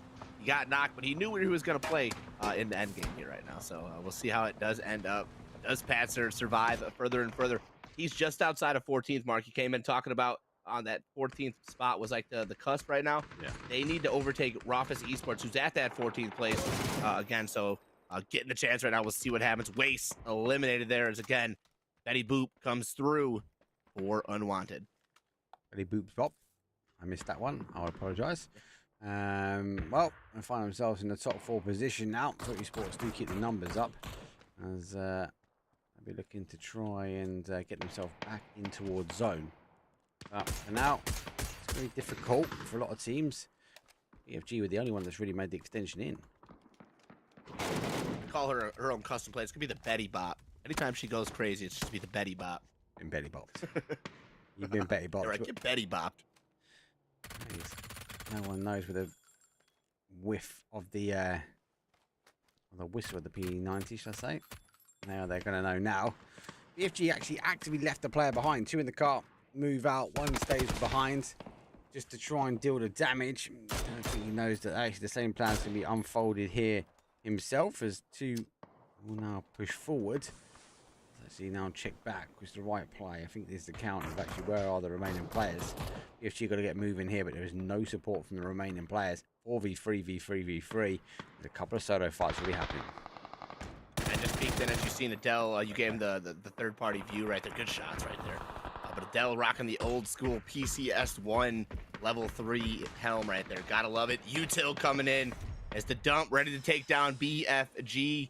Just escaping the blue zone nade right there. Tico makes his way out. I want to say the res should be able to come through if the smoke provides, but unwanted. About to lose. Fluffy Bunny was in the fight with Foot. Takes care of the final member to secure themselves, and now is going to go for this res. 11 kills. Looking to close the door. Looking to catch up. Back to Slava Ukraine here. Unwanted is doing the business. They're doing the business. So under util fire. Also under zone pressure as well. As Betty Boops is there waiting. 2 for BFG in the zone. They will be clear. That's the only team really that was pressuring them was for esports, but with Unwanted, they became Unwanted friends and they destroyed that push. So we have to try and deal with that next. So the zone does shift that way. See what we get here. Very, very collected, very, very calm in the approach here from Betty. She's going to look to find 3 members of the gambling addicts that are off to the side, but nothing yet. Tommy Bob also has an angle off to the top right there. Nade in hand, cooks it. Primes. It's the bounce. Oh, barely getting the knock onto Vendetta. Had it rolled seconds, a millisecond further, Vendetta would have definitely been seeing the other side of the light. Some shots coming through. Now, obviously, with gangsters or gambling, sorry, they know there'll be someone holding them at the top. So I don't think they're going to just rush over. Need to figure out what the hell's going on. BFG down to their final player, but that's going to be no more for them. Now we're down to our 2. As Unwanted, they know exactly where they are. They've got the control. They've got the zone. They're going to dump the util as the remaining 2. They're on the wrap as well, but hopefully they get caught out in the field. They don't. They do make it to the base of the mountain hours. They're going to wrap their way round. Here comes the wrap. Unwanted with the push, trying to find themselves around 2v2. 2 at the top, 2 at the bottom. Right now, it's going to come down to the top 2 holding their own. Fluffy Bunny finds the knock at the bottom to open the door for them to walk through. Now it comes down to Tommy and the top of Betty Boop to come through to close this final fight out. Vendetta bobbing, weaving, gets the 1v1 with Tommy Bob, but from the side, Betty Boop to the bot. Gets the knock, goes to the second on to Odom. Odom is going to be able to find the knock, goes for the repeat on the clutch. Unwanted is still up, still fighting. Tommy, can he find the final member? Gets knocked from Odom one more time. Shots out for Ross. Still up, left alive, 2v2. He's got no ammo left in the chamber, but somehow they're giving him the chance. They're giving him the time. Comes through for the peak. Denied. Unwanted will hold tight and survive through the fight right there. That looks so good from Nodum. Close. So close as well. Jeez. Good game. Very, very good ending. I like the tucking at the end as well. Like, tucking yourself down into that position was big. But yeah, literally lean back. And you can see, do I reload? I reckon at the time we're just getting loads in the ear. Res, reload. Like, just let me fight. Just give me comms. I think halfway through he knew he had to take the fight above, and he took the double bubble above, and then it was just a fight downhill. Then arguably he's got a better train and the better cover, but it didn't really work out in the end. I will say, though, Unwanted looked really good. Definitely in that mid-game towards the end, they looked really, really strong for that chicken dinner, and they delivered nicely. Yeah, the approach from Unwanted there was beautiful. Like I said, they were able to methodically come behind a few teams. They didn't overpressure, which I think seems to be kind of like where they do. If they overstep the boundary, like I said, and they've crossed a little bit too far where the reses can't come through, unwanted can't reset. They played passive enough to allow reses to come through, to allow themselves to reset and then take the fight. So going into that fight full 4, getting the first knock there onto Fluffy Bunny, which I think really caught them by surprise. If Fluffy stays up, the pressure is focused still on both sides. They change the fight to just focus up top, and they take control of that fight right there. It was about control. There's a lot of times where teams lost control. I get myself in the lobby. But able to claw back some of them. Loads of capitalization. I still think PUBG's winning on the zone front. Like, there's been some really horrible zone shifts, forcing more teams. Look at behind enemy wives. They played late into the bottom. And you look at it from an early game point of view and go, they're not going to really survive this one out. They're going to get shifted into zone. They're going to have to rotate them, but yet they found the zone. The teams that took the time to rotate found themselves a nice little home to stay. Whether they stayed out and survived it, that's a different question, but then that's down to PUBG and gun skills and all other factors informed, including the blizzards that we see roll through the sandstorms. Let's take a quick break, though. We've got one more game, though, and it is going to be a bit of a belter, though, because game number 6 in this region is hot anyway, if you didn't think any of this already was. So sit tuned. Last time, a quick break. I'll see you guys in round 6. Here, 19th. Mags, mate. You've got a pistol in your back pocket, a Vector with no extended mag. You've got a level 1 lids, but actually, arguably, this play is quite crucial, though, for the actual team, right? Yeah. I would say I was extremely lucky this game because when I landed on the 2-story, or 2 as we call it, I found like vest and helmet insta. As long as I just have a gun I can shoot, I'm trying to aim for getting roofs insta because this is what they usually go for. They go for these 2 buildings, and if we have roofs there, they're kind of stuck. They can't do much because we have them like. I think at this point we're only looking for that last guy. We didn't know for sure. It was like 4 guys mid. It might have been a guy pizza that we weren't able to see, but out of what they're doing right now, we kind of have them like they can't do anything, literally. It's kind of like on-fly decisions, like in terms of that, where it depends on what he gets, what kind of loot he gets instantly when he lands. So, like sometimes you can't go roof because you don't get any guns, and then you have to go down and you have to loot more and etc. So it's kind of like these on-fly decisions in these hot jobs where people just have to trust all your teammates to kind of do exactly what they need to do in a way. Maybe you have a game plan a little bit in that in advance, but realistically speaking, it just everyone needs to do like good decisions and take whatever space they can, and have good picks. And part of that, the call quite early on, actually, I think it was just a little bit back there. Clip was like, "Hey, I'm going to make a move round." Now, you guys, this is what really noticeable for me. Obviously, we look at August here, which is a team that you guys are hot dropping at the moment. I'll just pause it there. They're very much in the pocket, as I'd always refer to it. They're very stuck as to where they go. And you guys have got this ability now where Clib's actually on the outside edge, that he can navigate his way around. You know where roughly 4 players are, give or take. You know they're not going to be able to captivate. Now, is this going to be like a consistent for you guys? I saw it back-to-back games. Are we going to try and be creative with the plays? Is Clib always going to be that go-to guy for you and the team? I mean, he likes to make those plays, but also you can't always do the same things in these kind of hot drops. And the problem for us, I guess, is that the Orgless, they don't like to do a lot of moves. they like to sit still, so they're kind of forcing us to have to do things to make anything happen. And I mean, it's fine. It's a disadvantage for us really to have to make the moves all the time, but so far it's been working out pretty well. So let me just pop this one up, because obviously on main stage side of things, as we continue that video forward, Clip at this point, he's already made his move all the way around the outside, and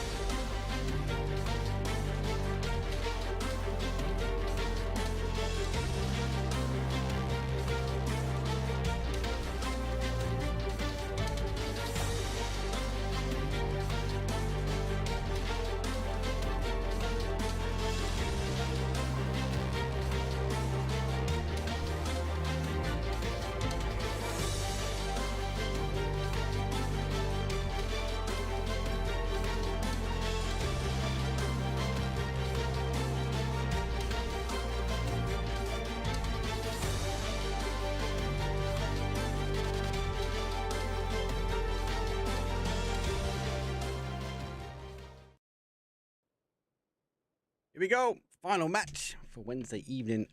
GGL.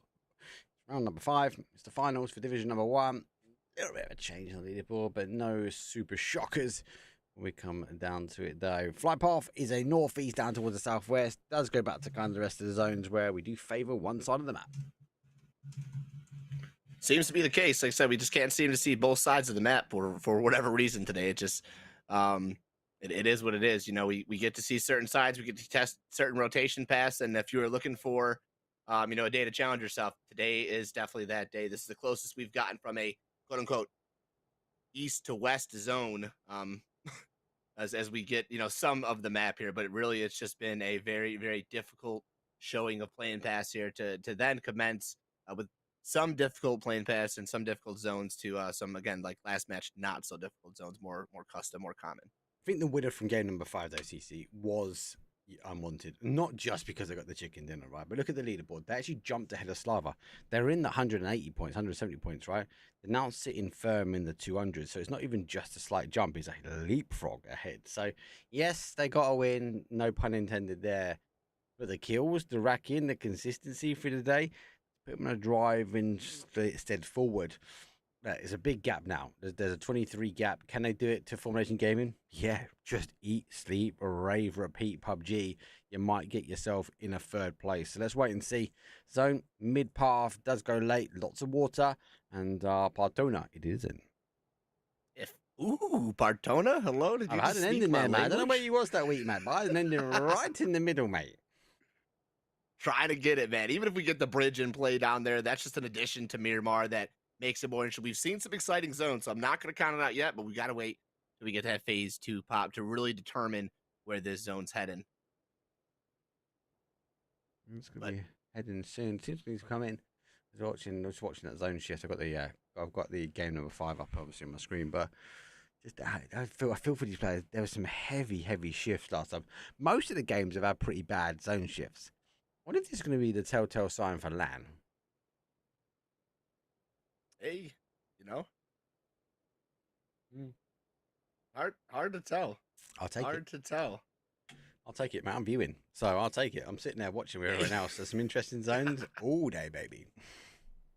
Yeah. Like I said, if you're getting these, like I said, and as a watcher, yeah, I'm taking it. As the player, you're like, like, come on, can I get a more custom, you know, more solidified zone? Like I'm trying to do well. I'm trying to show off for my fans here, and then yeah, being eliminated early on in a competition like that is never a fun thing for these teams here. So, you know, again, you've got to look, you know, again, where's your position on it? Are you favoring a team? Are you, you know, again, the viewer type, do you support these teams? Do you not? And if you're not supporting these teams, probably an interesting view, probably entertaining. If you are one of the fans, you're like, let me not break my my TV monitor here.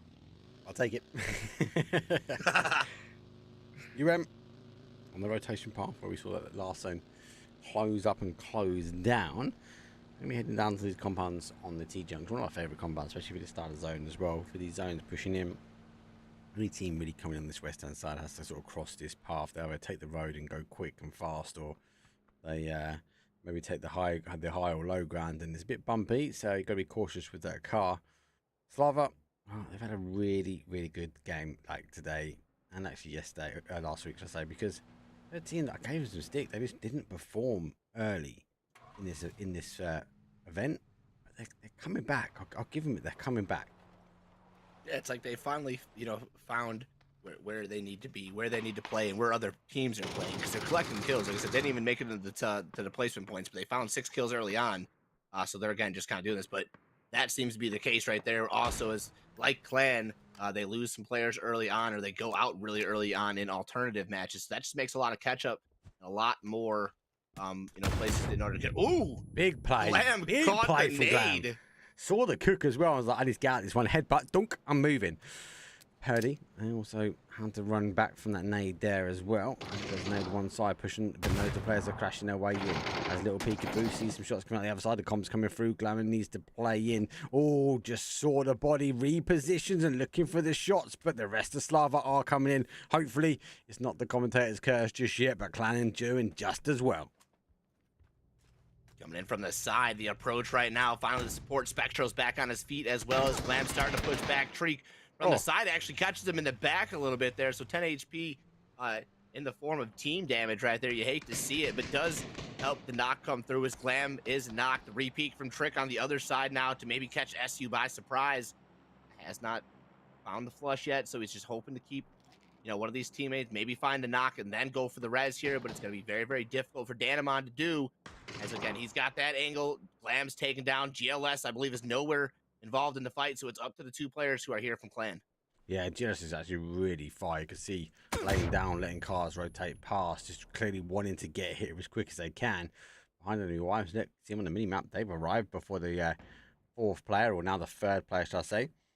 And Trico, well, comes off the peak, and unfortunately for him, PUBG timing dictates that's when the player runs past.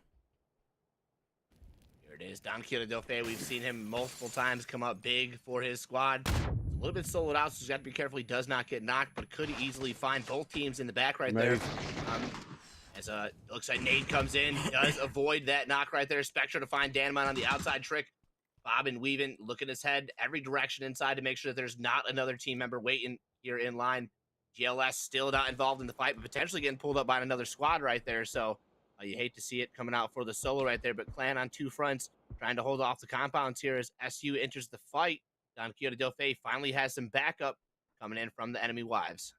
It's hard, isn't it? Because enemy wives looking for points. It's quite a difficult compound to push into. Tree cover from the south, so they have an element, but it just takes one of these players to look out the right time, and your bodies are fully exposed. So fighting stopped. That's not really what behind enemy wives want. You do want to ensure that they that fighting continues and they can get close. And then, for those that don't know, this is where the final player is for Clanham, really far away, just north of Impala. Loads of distance to try and catch up with that fight. I'll say Gambling Addicts, yeah, takes no interest in him, so just kind of lets him survive for right now. Will rotate past and continue on that momentum.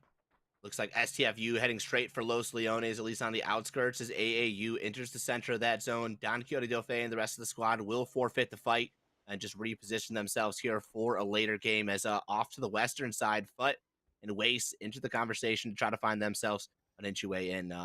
Probably well aware of BFG, who's been pretty active in the kill feed so far. Even if they're just finding knocks right now, ahead of them on the chase, Wace and Foot both trying to find their way in. Yeah.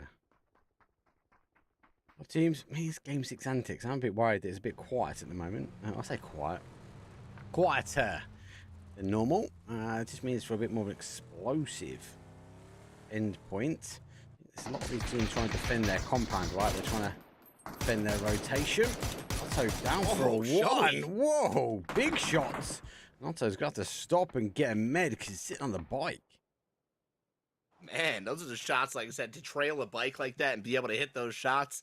That right there is just some good timed shots right there. I'm chasing, and I'm hitting the bike maybe, but I'm definitely not hitting the player right there. Good shots from Shoei right there to put on, some hurt to a Foot. Foot still making their way in, but at least I'm going to kind of delay the time for right now. Is a little spectator glitch there, Fluffy Bunny, putting some shots onto the rotating gangsters here. Yep, good use of train. See him using it well, just trying to dodge, duck, and dive. There's trying to get themselves into a bit of cover. It's just it's difficult. I think the zone, there's so many multiples where this zone can go from here. That's the major thing. I think a lot of teams are just trying to roll their dice, trying to guess where it might try and land up. A little bit of scout out because you can hear the helicopter above. So double checking in one of the players, but no, Clan's already off. Going on, UM is so close to the Mad Marines here. Again, our bottom tier team here in 16th is the UM. They're chasing the Mad Marines. They played a little bit of flippity flop here for that bottom position.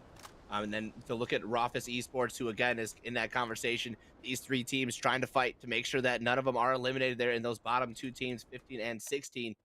So, it's Rofus Esports needs to continue to put those points on. But teams like Mad Marines and like the Ukshin Mix will have to kind of make their play and just at least find some plays to find 5-6 points here when they matter. Whether it be placement or kills, I mean, honestly, like we said, they both matter equally here. You just got to find some way to put some points on the board. You do. But here comes Zone Shift Water. Surely it was meant to go, but no.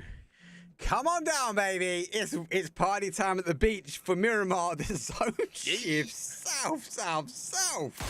Oh my god, 16 teams and 50% water, maybe a little bit less. This is going to be mental. What a disgusting zone shift in chat. I hope you love me. That's for you guys. Players, if you're watching this back, I'm so sorry. I love you all. GG's. What You guys are is- going to make the best of this. One of you guys is coming out massive right now, okay? What is going on? This is mental. Utterly mental. Early rotations will have to happen. These teams already worked down 3 spots after taking a few shots from waste. They're going to take the opportunity to get ahead. And this is kind of the style of zones. Just pedal to the metal, W key down, and less on roll. Maybe catch a few rotations. They do pull up. I think that's maybe because Michael, well, he's got to stop to Otto's rotation. Second time, second shots. But Otto's going to fall down here. And a team which don't need to worry about their points. A team that don't need to worry about how they end the game. They could, if they want to, be cheeky and just try and hold out if they want to. And for now, like I said, it just seems to be that FUT isn't really focused on winning every match. They're finding some rotations in. I think they're doing a little bit of a just kind of testing at this point. You know, they're trying this, they're trialing that, and seeing what works best, which I respect from FUT as well. To just kind of gather that information to try some, what do I say, different plays here to see what works for them here. I think definitely is what FUT needs to be doing since they've created so much of a comfort zone for them. Comfort zone? Jeez, they've gone so far ahead they're in the next league. Terrible, mate. They're moving their way in. Snowstorm right there. STFU pretty calm on that east side, but it's not for long. Red's going really wide. They're actually going to take the time and come into Partona. Look, they're crossing the bridge now. Down numbers. Ainsley's split from the guys as well. So I was looking for the third player there from FUT, but nowhere to be seen. They should be all right. Mad Marines, though. The Marines might have the gun skills, but maybe not the driving, as they do run over their own players. Low Storm deep on that rotation there on the east side. To highlight them, I meant to say when you had the leaderboard up earlier, they were a team who's been kind of picking their momentum up today as well. They're climbing the charts here, getting themselves further and further out of that 11th place position. Who's at the cusp right now, was in 13th place going into match number 4 there, and then now in match number 5 here, still up, still putting their points on board. SWS definitely having an opportunity to secure themselves and make their games that much more comfortable moving forward here. So we'll see where they end up on that rotation. It's going to be huge because, like I said, right now is the kind of the opportunity to get out of that relegation, out of that 11th through 14th spot, and kind of put the plan and the pressure back out of that. But speaking of pressure, BFG finding waste right now. R2N finds Vipers. There's already 2 down. Michael is the last left alive here as he comes up looking to peek, trying to take this fight. BFG, man, has just been huge today. Big day, big day. Welcome to the tournament, guys. As Michael has to think about how he gets in. I think he's going to take the opportunity now to rotate on past. Difficult zone. There's so much more water. People are fighting for compounds. People are fighting for train. Arguably, maybe what Rez has done is the right play. It's phase 3. It's going to tick away a little bit. It's not going to hurt too much. This store hold. What have you done? CC, you are going to get banned. They will not let you come back and cast because you asked for the bridge, and it seems like you've got some kind of script that I haven't got. It is going down to that east bridge on Partona, and a lot of the teams got to find a way in. There are 16 teams. What are you doing, CC? You guys are all welcome for this exciting match that's about to commence right now. We've got so much rotation that still needs to happen. There is 5 teams maybe inside that zone out of the 16 that we have to enter that zone. Where do you play? Where do you go? The bridge, yeah, it's in. I don't know how well you're going to want to play from that, but Attackers and FMG finding some momentum, finding some kills where they need as STFU tries to make the rotation. The Gamma Addicts are set up here for the kills right there. We see HPFL before shoot out of that vehicle, do some nice drive-bys, but unfortunately this time not able to repeat that energy. Ben trying to get his way down. Mybri as well. He can't turn. And he's going to... Oh, no, I thought he was desynced at first, but no, he's just riding the wave here. He's got no front tires. He can't shift it. He's trying to turn. Oh, there is a sandstorm as well. Here's half the zone. Have a sandstorm. You'll be fine. Don't worry about it. They're going to be okay. FUT, who rotated in the same as behind them, wives, they should be okay. And Rez is okay as well. Michael still alive as BFG now draw their attention now towards the Mad Marines. I think the only winner is Rez at the moment because they're the only team on that south section. Yeah, like I said, no matter which team you are, you're scratching your head. You're wondering where the rest of these teams are. Why is there 53 players left alive? What is happening, CC? I mean, I'm sorry, guys. I'm sorry, but it's gonna be okay. I'm telling you, there's gonna be legendary plays that come out of this. There's gonna be confidence built. There's gonna be men to be made from this zone. Okay, Mark? I don't know about that. I have to wait and see. This is a zone I do not want to play in myself. I don't mind casting. I'm going to try and keep up with the camera. Mike will be there as well. Looks like Intense is right underneath our behind enemy wives. He's thinking about it. Intense has got nerves of steel. See, if that was me, I would have been shooting. I'm sorry, and I would have been whiffing everywhere. Oh yeah, you're trying to rain some shots down in. Oh, there goes Adele for DFG. I don't know if it's game over just yet, but I don't know how much further they're willing to go back to get the res onto Adele. Phase 4 coming in with 30 seconds on the clock right now. As the Slow Storm does make their way in, they have STFU ahead. Spots out a Wooly going prone there, trying to get some health. Trying to get that med back on right there, so he's going to get knocked, thirsted out by Tajukin. SWS continuing to put some points on the board here. We still have not lost our first team into Phase 4, and I want to say that's the first time probably this entire tournament that we've had this many players alive this long. Yep. Look at the Reds, got the jammer pack. Now we eventually give up their section. Airborne, just in case it did go over. Michael's still alive. He's down to a solo. And our gangsters also down to a solo here. So, everybody's down. We should lose our first team. It's phase number 4. Definitely not like the this region to do this. Well, might want to just go for a splashdown. They will launch their way down towards the beach. And behind enemy wires, they're going to reposition. It's not going to be great for Intense, though, as he now has to hug the bottom of the cliff as close as he can. Mask does get his feet wet there. Just takes a little dip just to make sure the water's right, the temperature is good. It looks like they're going to heat up here to find themselves some momentum. We said needs to find this. We said they need these points on the board right now. Can they find them, or has Intense got destruction hooked up for him? I thought he was going for it. I generally thought he does. Tika goes down. BFG down some numbers. Michael, well, he's cruising on by, taking in the sights and scenery of the beach. Just seen that smoke ahead. There's a full Zeki and a half and a flaming car. I don't know if they're quiet.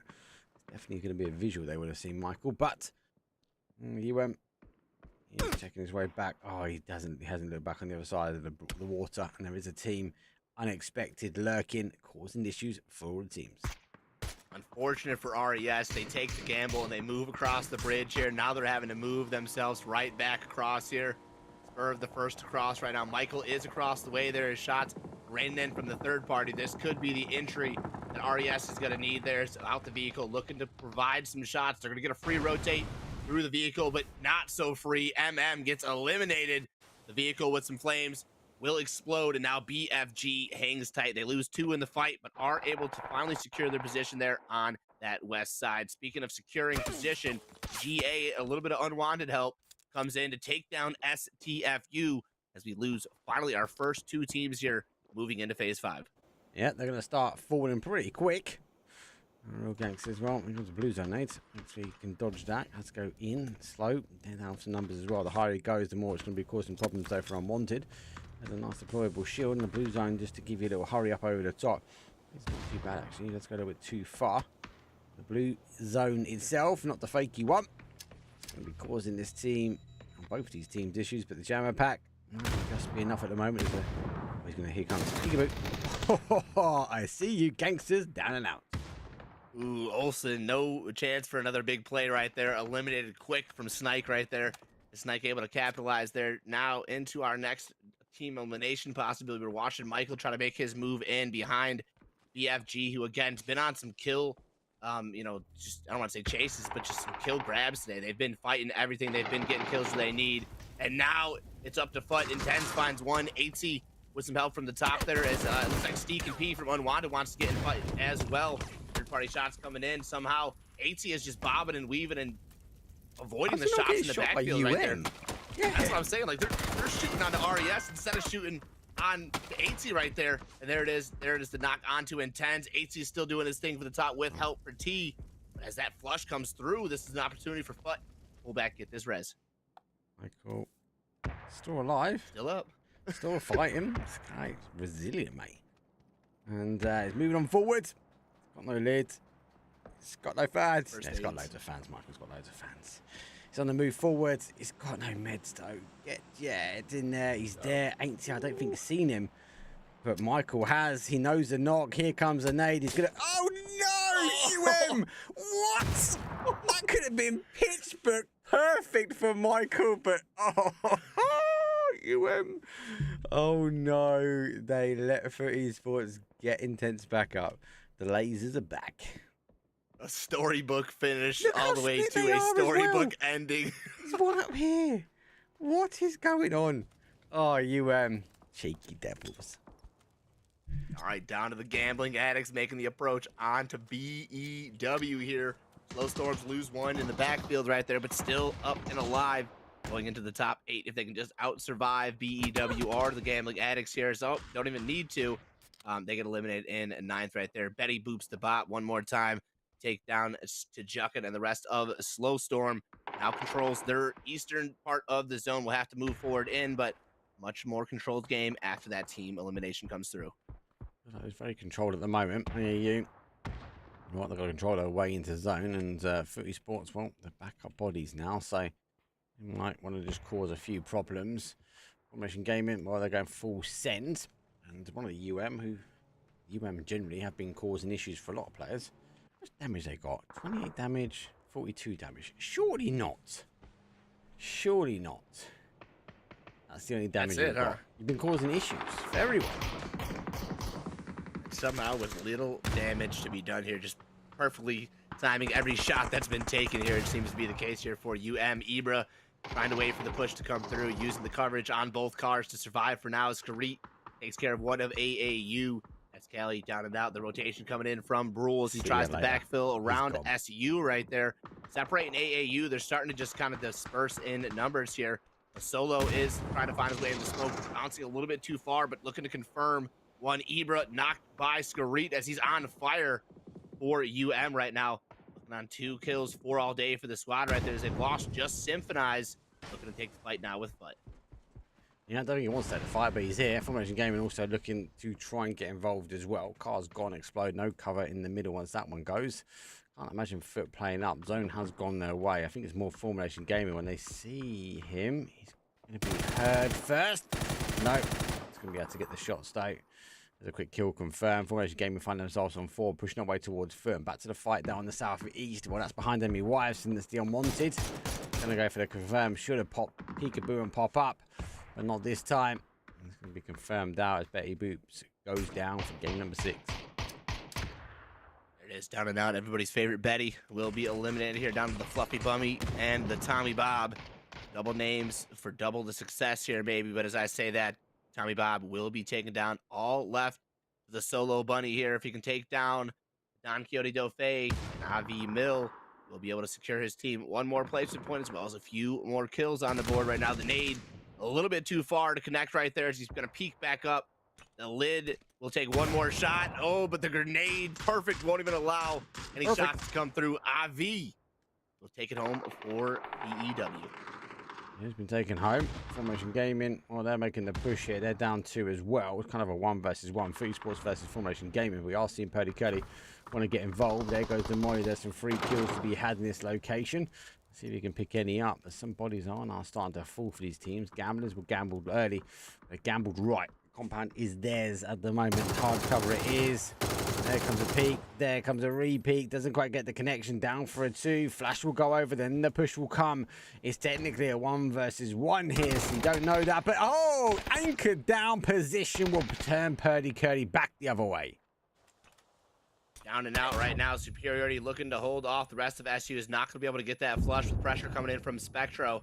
The push back to the ridge. She's still just outside the zone, so he's only going to be able to play here for about another minute before he has to either move forward to take the fight with SU, or he's going to have to push on to UM's position there, who, again, great job from UM here into the top 5. They're, again, putting the points over Mad Marines, closing the gap with RES. So this is a huge game coming out from them here towards the end of the day. It's a huge game for them now. As behind me wires, well, they're still keeping the cars about all the tires. like my wife driving. She's always hitting the curb and scuffing the alloys. Need to try and get going. The fight's already happening at the top though. Behind me, wife's trying to take on the gamble, but they've got the high ground. They've got the position. So Dream, well, it's very difficult here because nades roll on downhill.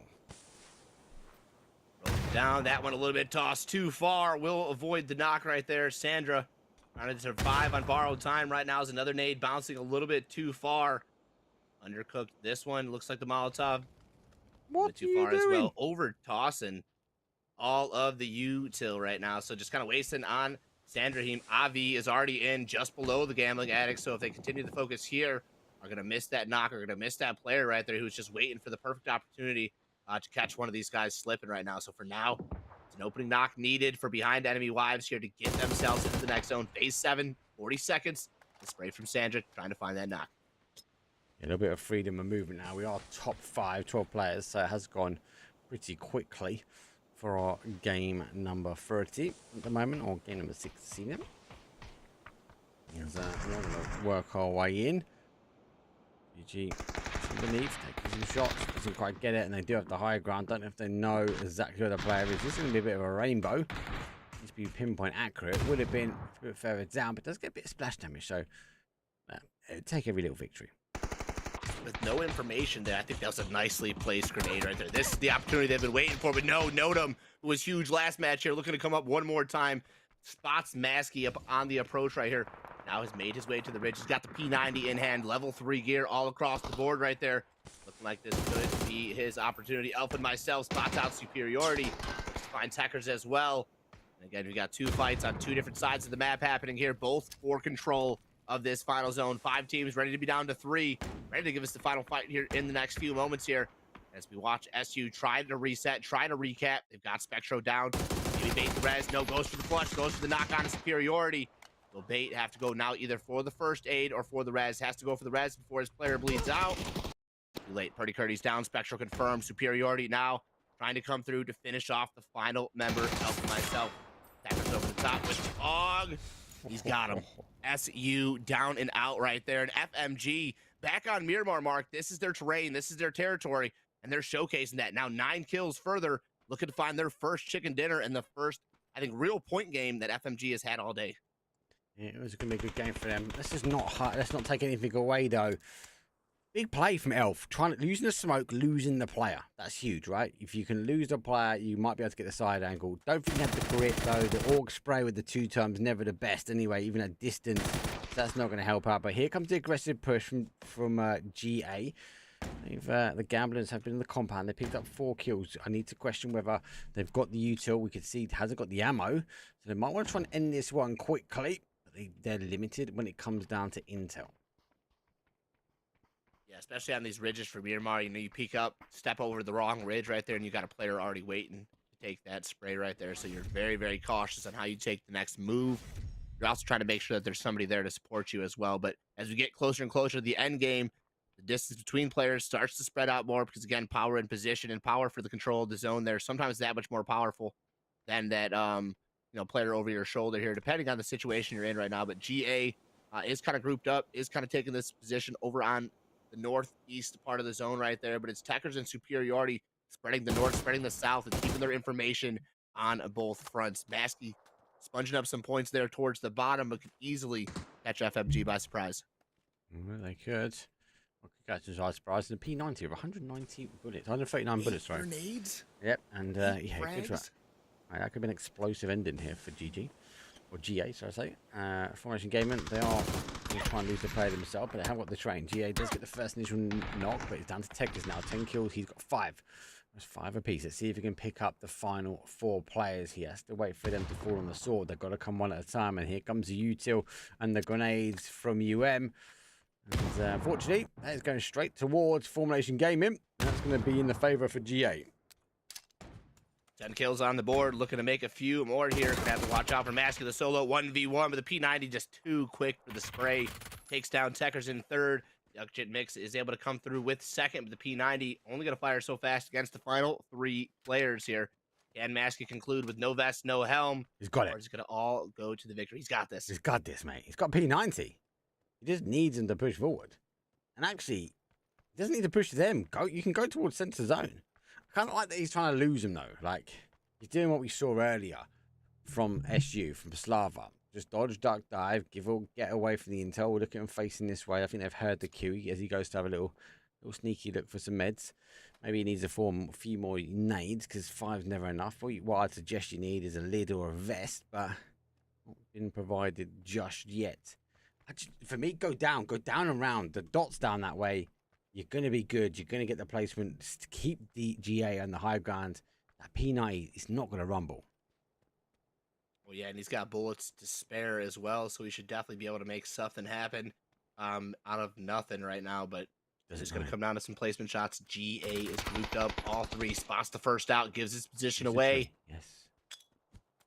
Nades up. He's got 4 more. Remember, he's got 5 total lethal utils right here. He's just going to have to time them right. If you can time them right, if you can get the stun to push and stun to delay the entry here, he should be good. But he has to wait for that push, like Mark said. If he pushes, game over. If he waits for the push here, should be not an easy victory, but a well-earned victory here for Mask. I don't think he knows exactly where all of them are, and he's just bumping his util, hoping they're coming forward, but they don't need to. He should have waited for the zone a little bit there. 1 more nade, 1 more molly, but I think more importantly, I think the valuable bit of intel that he's now got is that he knows where they are. Pushing forward, using their smokes to get them. Does he make it as quick as he can? He does. He now sees 1. The shots go through. Picks up 1. 2 versus 1. Got to lose him. Gets in the smoke, but not in time. And it's going to be a gamble. It's going to be a win. And the gambling axe, though, is a 16-point game. Ooh, that was a tight one right there. I know I was clenched. I was hoping he was going to secure it. Gets the first knock. It looks so good. We got the response from that team to recover was there. Had he had the util dump, I think right there when that would have been the prime opportunity to release all them 8 grenades. 1, 2, 3, 4, kind of in like a stagger right there, but to kind of disperse them out the way he was taking a gamble. He did what he could because, again, you had no information being the solo player coming into that. So it does the best that he can there. But, again, I think the game changer would have been wait for the util drop, throw it up when the smoke push is coming, and then you see a whole different alternative outcome there. Yeah, it's like, what, 5 seconds too fast, maybe 10. At least wait for the zone to start pushing them, and they kind of got to fall on Sinead. I think he had the better position. It's tough. But you know what I really like? The aggressive stance he took at the end. Straight to the middle, bosh, tuck one of them in, but not hold. Push forward. Like, again, I love that. I love that style of play. Really good. Didn't work out this time. UM, though, will be going for second place. GA do get a nice chicken dinner on the board with 6 kills. They got the compound. The zones have been pretty disgusting today. If you haven't already, as I say every week, give this man a follow. NA Master Blaster, though, for CC. Make sure he gets his name into chat. He might be back next week. He'll definitely be back over. We'll be covering some other bits and pieces. What we've got going on? Well, actually, this is my last stream for this week. I'll tell you what, I will try and cover something else. Most of the teams are heading out and flying towards our PGS3, which is about to kick off. So for those that are traveling, though, safe journey. And obviously, best of luck, though. I will be cheering on Amir first before these NA people, but I've got a bit of love for them lot as well. So yeah, best of luck obviously for the event for you guys. I'll see what's going on though. Obviously with everyone going, sometimes the scrim sort of died down. If it does die down, I'm planning to do some content anyway. So it's been perfect timing to try and work on some of the more videos that you might be watching during the break. I do want to do a video with some of the GGL teams as well, so I'm going to reach out again to them. And more importantly, I've got this event next week, so I've got to practice. So I might even try and... I've got an idea of getting a pro to try and teach me how to play. Like, as if I knew nothing. I kind of know how to play, but I know how to play on console really well, but it doesn't quite move over to this. So anyway, we'll have some fun. Let me know what your thoughts are. Give us a follow. Make sure you're on GGL's social medias as well. And if you haven't already, get yourself registered on the PUBG X Logitech. There's loads of money up for, and there's loads of Logitech gear up for grabs as well. That was announced the other day. If you haven't seen it already, I'm about to launch it onto my Twitter as well, at MarkPowercasts. That's it from us. I'm going to see you guys same place, same time next week. Peace. See, like, he's what tracks in the past, and actually, arguably, a bit of PUBG luck maybe, a bit of clib luck. He actually arrives at the right time.